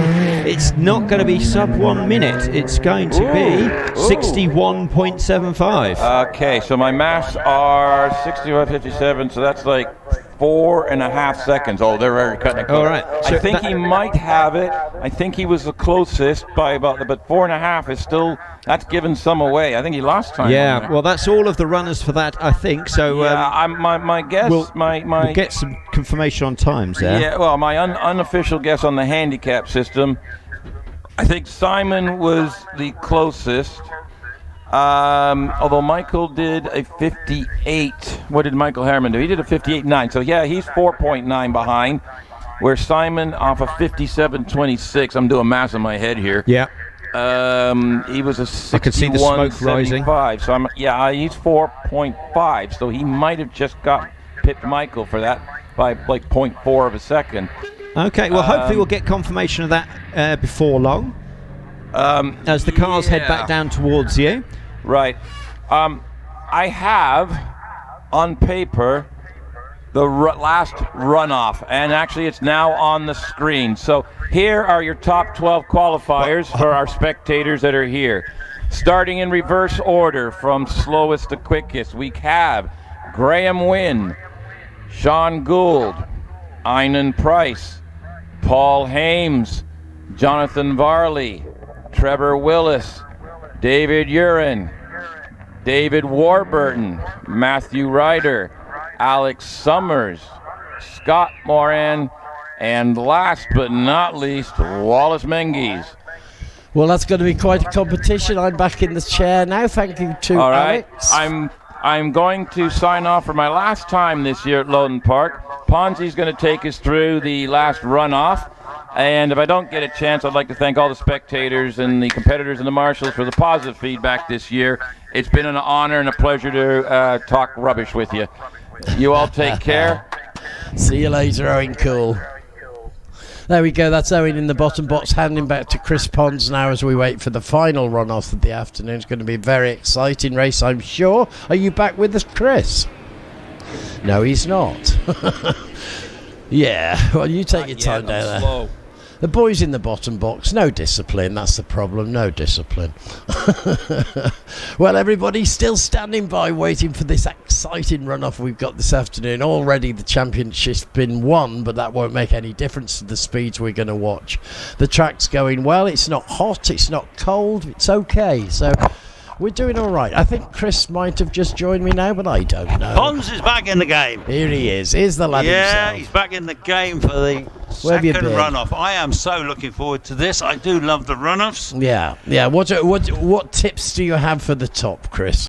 Well, we know that they're all very worthy, aren't they? They're all very worthy. Indeed. But as we know, generally the slower cars, or the worst times, if you like, go first. So once we get amongst the likes of Matthew Ryder, Alex Summers, Scott Moran and Wallace Menzies, though we would be expecting them realistically to be winning the runoffs, but let's see what happens. Absolutely, anything could happen here at the last meeting of the year. Yeah, first one in the runoff will be Graham Wynn, and this is the car he shares with Scott Moran. And this is the latest Gould. This is a fantastic piece of machinery. There's absolutely no reason why, this car is capable of winning runoffs, and it has done with Scott Moran this year. And so Graham, the elder of the two, he's a granddad with plenty of grandkids, but still competing absolutely at the top level. This is the Judd engine one, 4-litre Judd, normally aspirated, very, very powerful car, absolute latest spec. So come on, Graham, let's see what you got for us today. He's off the line in 2 seconds 2.1. He's already on his way up to keepers. He's looking absolutely excellent on the track. Here we'll probably go up to the top. Locks of wheel coming into view now, into triangle. Well done, Graham. He's on his way. Yeah, there's still a good crowd here enjoying this car, going up to keepers. It certainly will be 100 plus up the straight without any doubt at all. He's making his way up the straight. There's going to be no other cars on the hill. Through the speed trap, 117 mile an hour. And he's pushing it hard, really. Graham Wynn flying the car through museum as we speak. On he goes, finishing off with a beautiful flurry and a fast run to the finish of 47.70. 46.70. 46.70. Well done, Graham. Smashing time. It won't probably be the quickest, but on the line now is Sean Gould. Sean Gould is in his own home-built car. Target home-built factory car. Racing, so GR59, 4-litre Judd in this one as well, so that's a very, very powerful engine. Off you go. Yeah, he's on his way, he's coming down to me, he's going to come down to me now. Here he comes down through Loggerheads, he's coming down past Lake. He's not giving me a split time. He's up, he's 0.78 up on Graham at the moment. Yeah, they're giving me some times now. He's leading comfortably, so he's on the Cedar Straight. What time's he going to do? I think he's going to be, what's he going to do, a 45, 44? Such a test when they come off the Cedar Straight as he did, from 122 miles an hour, dropping it right down to half of that to get through Fallow, Museum, and then racing hard to the finish. 44.7, that's 2 seconds up on Graham. So that's a splendid time. So the bar is going up. So Sean's leading at the moment with a 44.7. Graham was 46.70, and the next up should be, right, who are we going to see next? Just looking at the coverage on here. They're keeping us guessing. Well, they're coming back down the hill because obviously these are Jordan, aren't they? All right, okay. Matthew Ryder's going to jump into the Gould, isn't he? And Scott Moran will jump into the other Gould. Yeah, so they're on their way down to you now. Take a couple of minutes to reach. They're freewheeling down, as explained, about the air-cooled engine. So, of course, they don't start the engines to get back down. They're just chugging their way down slowly and quietly. But give them a wave as they go past. Why not, ladies and gentlemen? It's the last day of the year. Well, it's not the last day of the year, but you know what I mean. Yeah, well, that's true enough, actually. To be fair, these cars have been magnificent all season, having the drivers have given us incredible entertainment. We've certainly loved seeing them. And what a setting to watch motorsport in. Loton Park is absolutely amazing, isn't it, really? All the trees. You just wouldn't think it was a motorsport venue, would you?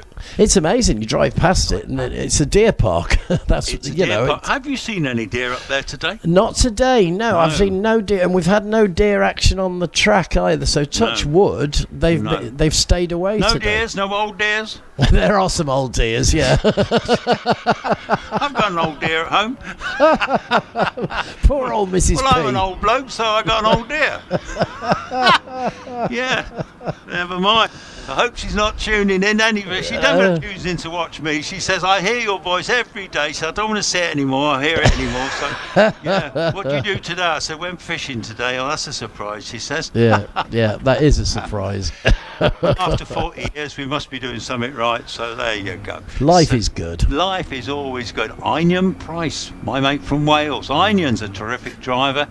Einion's a man to see. If it's pouring with rain, he is absolutely brilliant. So even though he's got the car that has only got 1600 engine in, or 1700, you put him in the wet and Einion shakes it all up, I can tell you. When he makes...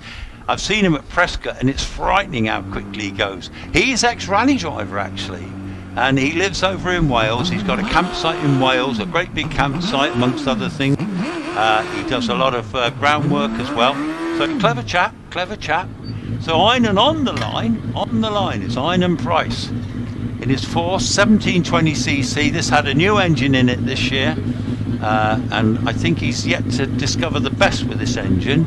But it's a bit different to his last year's engine. But nevertheless, he's an entertainer, Einion. He will be trying. He's left the line. He's left the line in just on 2 seconds. So he's already up. The car's very rapid. So let's see what Einion's got in store. Okay, so coming down to Loggerheads. Comes into my view. Coming into Triangle. Round Triangle. 92 mile an hour coming into Triangle. He's going up to Keepers now. This engine won't be as fast as the 3 litre and 4 litre jugs and the like, but nevertheless that won't slow him down too much. He'll be 100 plus, I think, through the straight. 111 on the Cedar Straight for Einion Price. You're quite right. Number 10.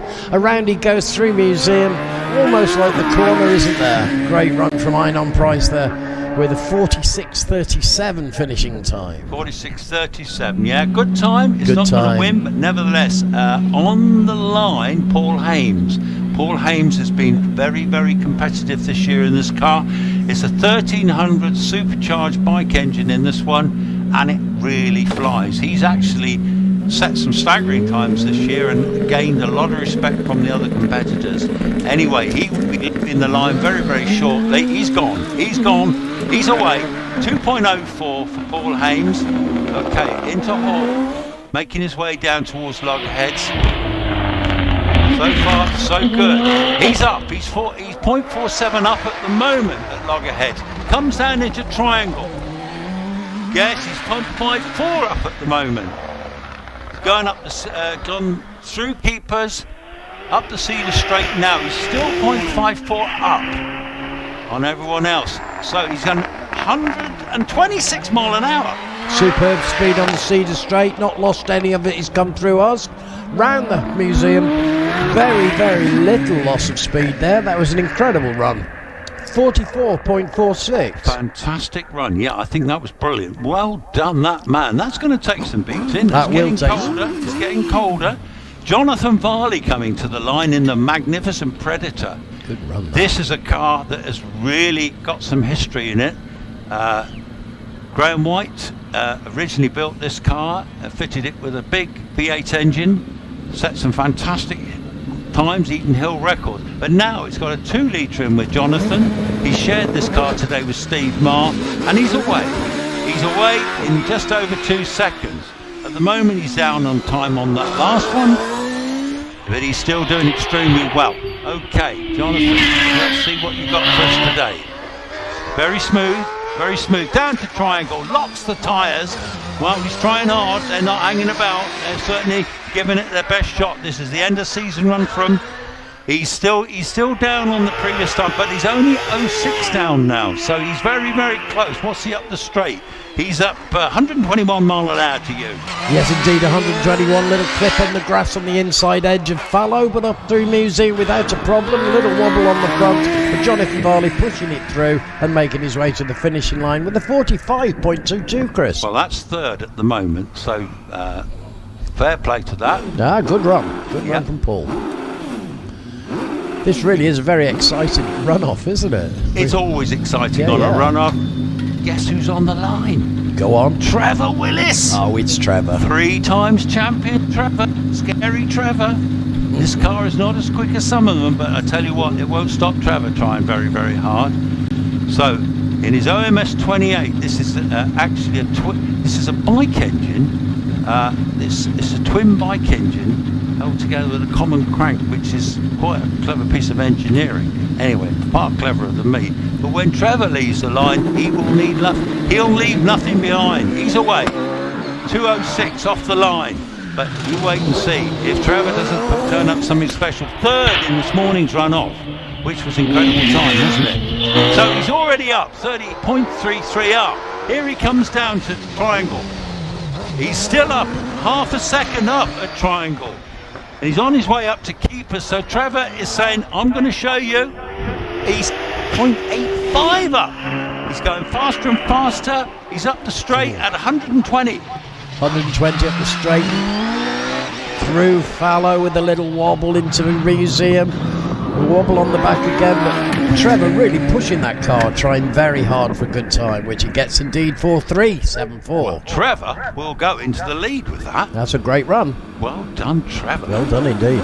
Well, we're going to call him Clever Trevor, not Scary Trevor. Clever Trevor. Clever Trevor. Remember him? I do. Remember indeed. the song? You'd remember that one, wouldn't you? Anyway, I'm not allowed to sing. That's Ian Drew in the blockheads. We won't be singing. Trevor. We won't be singing today. No, but guess who's on the line now? It's guess the car time. David Uren.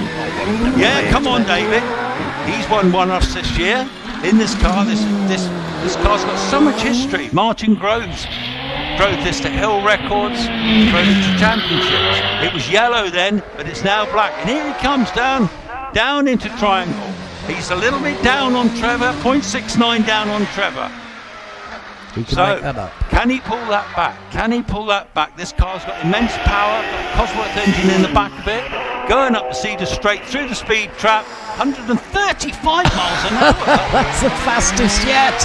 Oh my goodness, look at him pushing it through with a little wisp of smoke from the back, and he goes through Museum superbly as he goes off to the finishing line with a time of 44.21. Goes second. He pulled a bit of time back there. What was that? A colossal speed up the straight, wasn't it? That was amazing. Absolutely amazing. Oh my goodness. Now here's Dave Warburton in his Gould GR59. This is a 1600cc car. He broke the class record twice in this car today. He certainly did it in practice as well yesterday. So, you know, what's he capable of? What was it, the class record he did? Was it a 43, wasn't it, something? Yes, I think so. So, you know, David has been in brilliant form this weekend. He's away. He's 2 seconds off the line there. He's slightly down on time at the moment. He's only got a 1600 in this, so, you know, he's going to build some speed up. Here he comes down into Triangle now. He's 96 mile an hour into Triangle, on his way up to Keepers. He's very, well, that's expression I've heard today, neat and tidy. But he's flying. There he goes over the speed trap at 121. Oh, that is fast. 121 through, and not much loss of speed as he comes through. Other than a little wobble on the top from the back wheels as he goes through Museum, but makes his way safely over the line for 45.05. Okay, 45.05. He's fifth, but don't forget, he's only in a 1600cc car. There's only a few left to run. Matthew Ryder's next to show his hand. What's Matthew got for us? He's in a fabulous car. This car is a serious contender. It's got a brand new gearbox in it because the gearbox went pop at Prescott recently, and these don't come cheap. But nevertheless, here he is, 4-litre Judd Power, Sean Gould built car, designed and built by the Goulds, and this car is capable of doing this. trust me. And this lad is very, very capable. He is one of the stars of the future, the stars present now. So come on then, Matthew Youngrudder. Let's see what you're going to give us. Can you do it? Can you do it? He's focusing now. He's on the line. He's waiting to do it. So, everyone's ready to go. He accelerates off the line. He's away. Oh, that's 2 seconds just off the line. 2.07. Up into Hall. He's already... He's slightly down. He's 0.42 down at this point. Comes down into triangle. Smoothly through there, accelerates hard away. This car will really hurtle up that straight, so you'll see some serious performance up the straight. Yeah, he's making his way up the straight now. He's on his way. He's going to be way over 120. No, 115, I'm going to say. 126 miles an hour. 126, wow, that's mega, isn't it? It's fantastic, and through he comes. Yeah. And he's up. Very little loss of speed as he went through the 2 corners. They really are a nasty trick. 43.21, that puts him in first place. I told you, he's got it there, hasn't he? Yeah. He's a talent, and he's such a nice lad. He's humble, but my goodness me, he can drive a racing car, can't he? So now we're down to just three to play for. Right, the next one's going to be Alex Summers. Alex Summers, who's put on a magnificent display for us all year. In fact, the last 2 or 3 years in the Firestorm. Okay, well, we just had to stop the racing for the moment. We got some people on the top of the track, some hikers or something maybe. But anyway, we're clearing them from the top of the track. The marshals are going to have a friendly little word with them, say, you're on a race. Oh, goodness me. They've let... Is that a deer running around? Oh, we've got all sorts going on at the top. It's turned to Chester Zoo. We've got deers leaping about. Me. Yes, oh dear. It is a deer, oh dear. Oh dear. Can you identify the deer? Fallow deer? It is a fallow. Roe deer? No. You're going to go with fallow, are you? I'm going with fallow. Okay, fair enough. Now, what about the hikers? I think they've gone. I can't believe we've got hikers on the track in a run-off. I mean, it takes some believing, doesn't it? Well, we see it all. We have to take it in our stride, Chris. We certainly do. Well, all this time, Alex is sat there in the run-off, in the warm-up area there, focusing his mind. And I know Alex well enough to think he will be trying. He really will be trying. You know, he put on a magnificent display earlier and all season. The DJ Firestorm's a beautiful car, and I'm pretty sure it's going to promise something exciting. Poor old Alex. I wonder what's going through his mind at the moment as he's sitting there waiting to start. Well, I don't know if they told him there's deer on the track, but either way, it is what it is. They're just sort of keeping the tyres as clean as they can because they don't want any debris on these very soft tyres because these tyres get incredibly hot. And in fact, somebody's just clearing a little thing away from in front of him where he'd be running off because he doesn't want to embed some bit of stone or something into the tyre. Well, I tell you what, I'm just going to interrupt you now because although we're at a motor race, I'm watching the monarch of the Glen. The stag himself has come down. No way. We've got a great big horned deer. Haven't? Oh, they're running to... I can see it. I've just seen it on the live stream. Yeah. Oh, there's several of them. They're clapping. The marshals are clapping their hands and their flags to get rid of the deers. The deers have just gone behind the Park Ferme cars, and goodness me. Well, we got D chasing the deers apparently. I just replayed it there. Deer chasing. Wow. Yes, we've seen it all, mate. Deer. I think it's clear that it seems like the stag ran off into the brush over there, so they followed him. There was 3 actually with antlers, but the monarch... Deer. Yeah, deer. That's a bit of a tongue twister, isn't it? Deer. But well, it's the appropriate marshal to get rid of the deer, isn't it? Let's be fair about it. D for the deer. And that was quite a thing. But Monarch of the Glen, indeed. He's come to see some great racing this afternoon. You can't blame him. Well, they're the first ones we've seen all day. In fact, most of the weekend. I can't even recall any here yesterday. They don't cause too much of a problem. No. Make nice Bambi burgers, you know.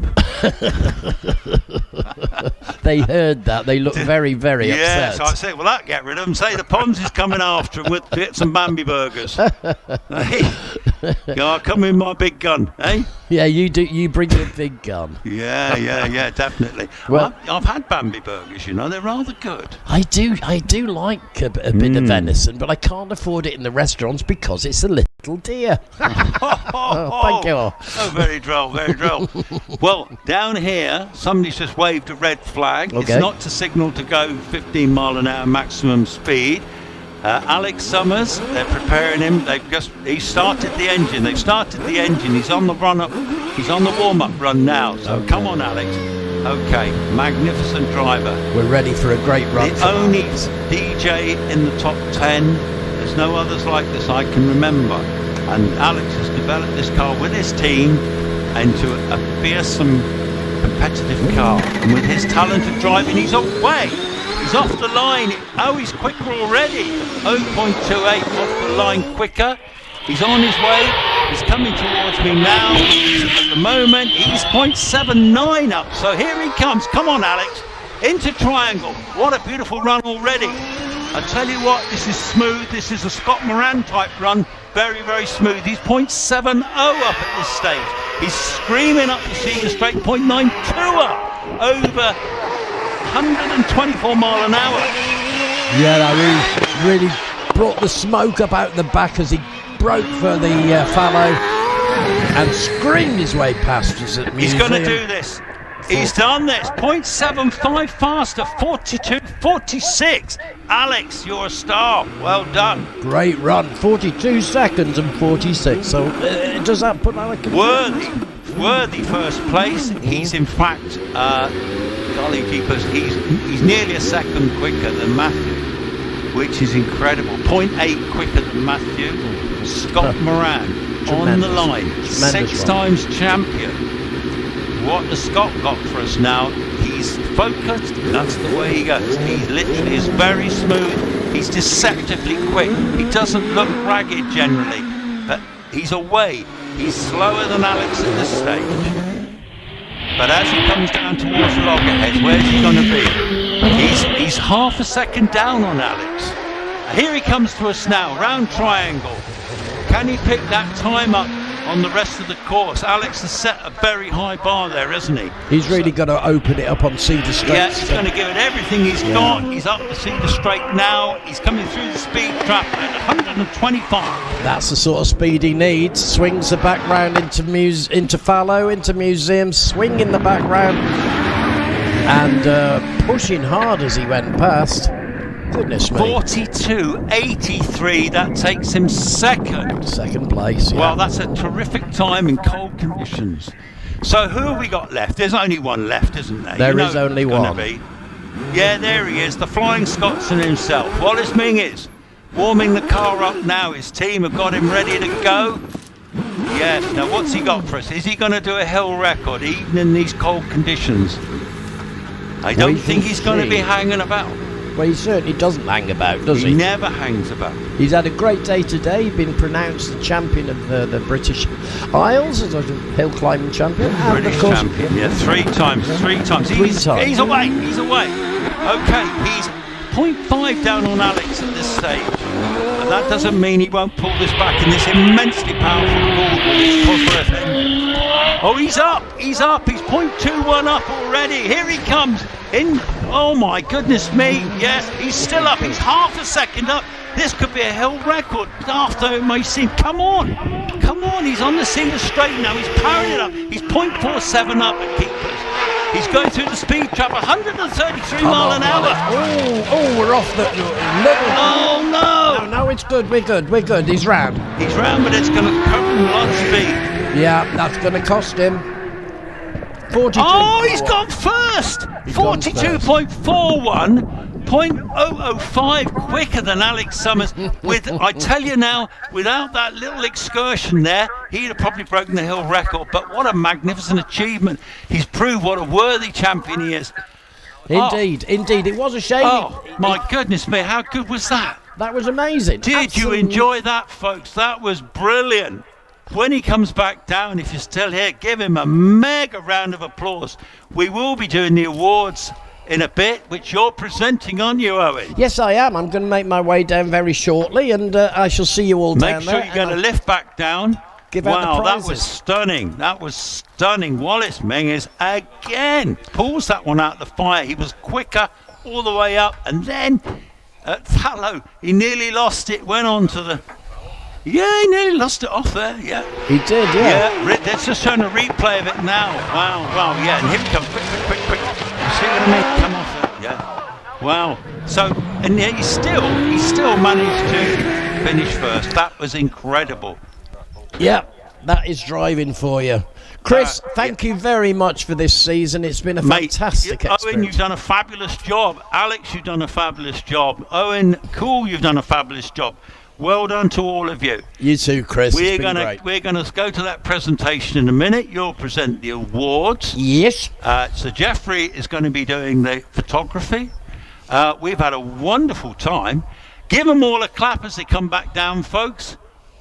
I'm going to sign off. Thanks to all the marshals. Thanks to everyone who's been running the event today, the rescue crews, the ambulances, all the clerks of the course, everybody organising everything, the timekeepers. There's so many to mention. It's been amazing. What a great day we've had.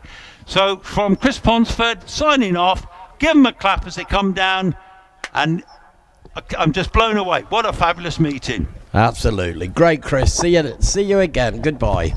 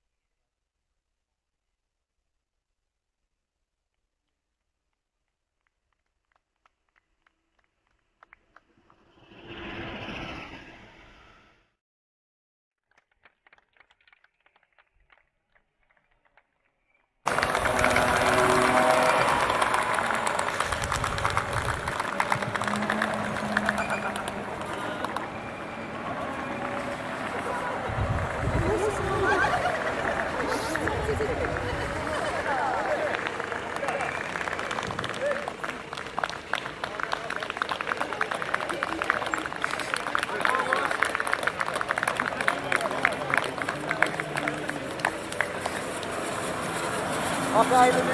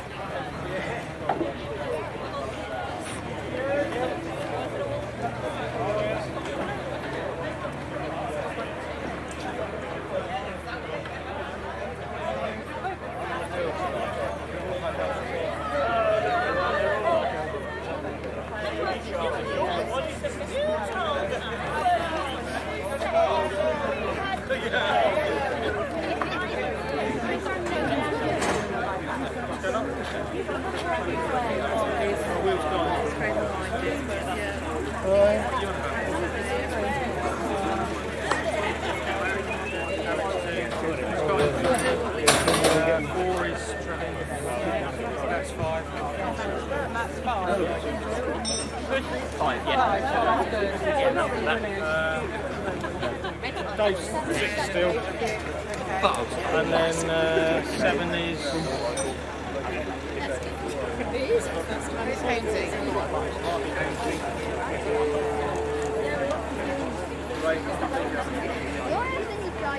What a nick. Siggy. We're doing the big group shot thingy. I think so. Yeah. I think they're slowly sorting it out. Who's organising it? Tim. You? No. Tim.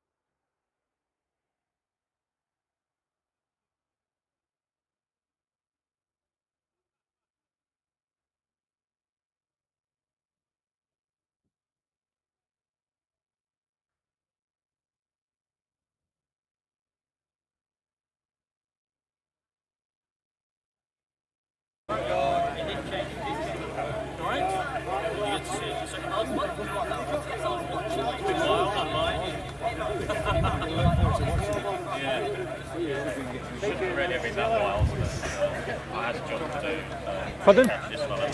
Yeah. That was good. Good. And the blues got.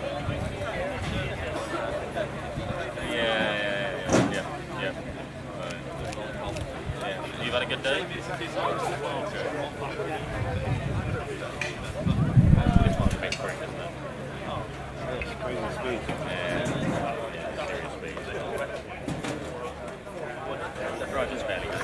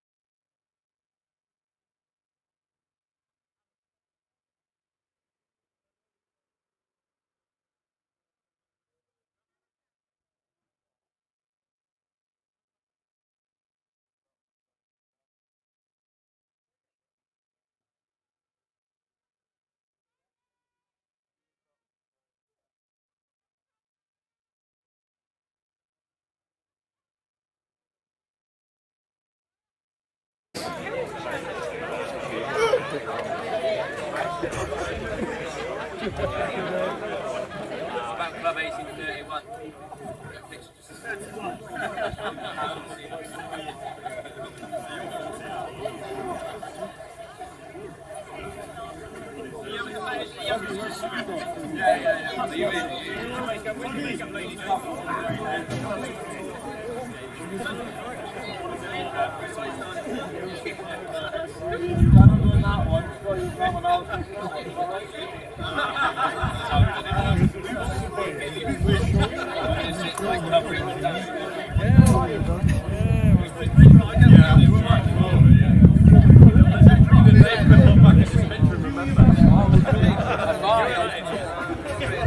Little micro. Yeah,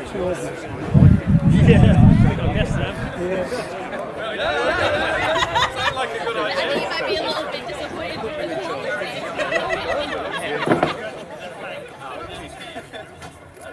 Where are we going? Who's artificial apart from Rich? I don't know, look at all of them. Tim, where are you? I'm here. Right, where have we to look? Because we're all looking in different directions. Look at Stuart for now. Then Scotty's behind me, so you'll get Look at Stuart for now. That's beautiful. Yeah, beautiful. You got a special lens. We did.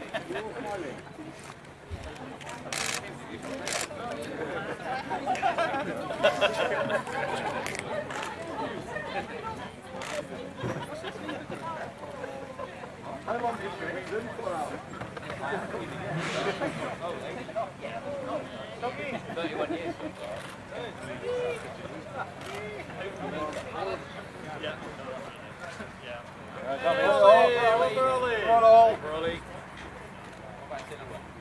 Oh, definitely. You were getting serious. No. Boring. Hey, can everyone give these guys a round of applause?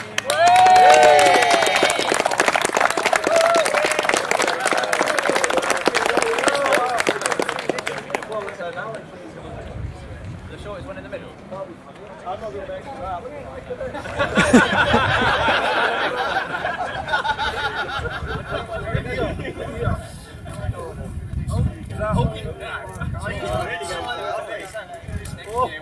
That's my fucking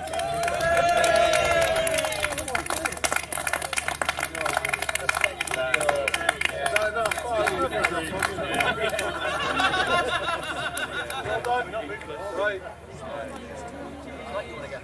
I do want to go home. I want to go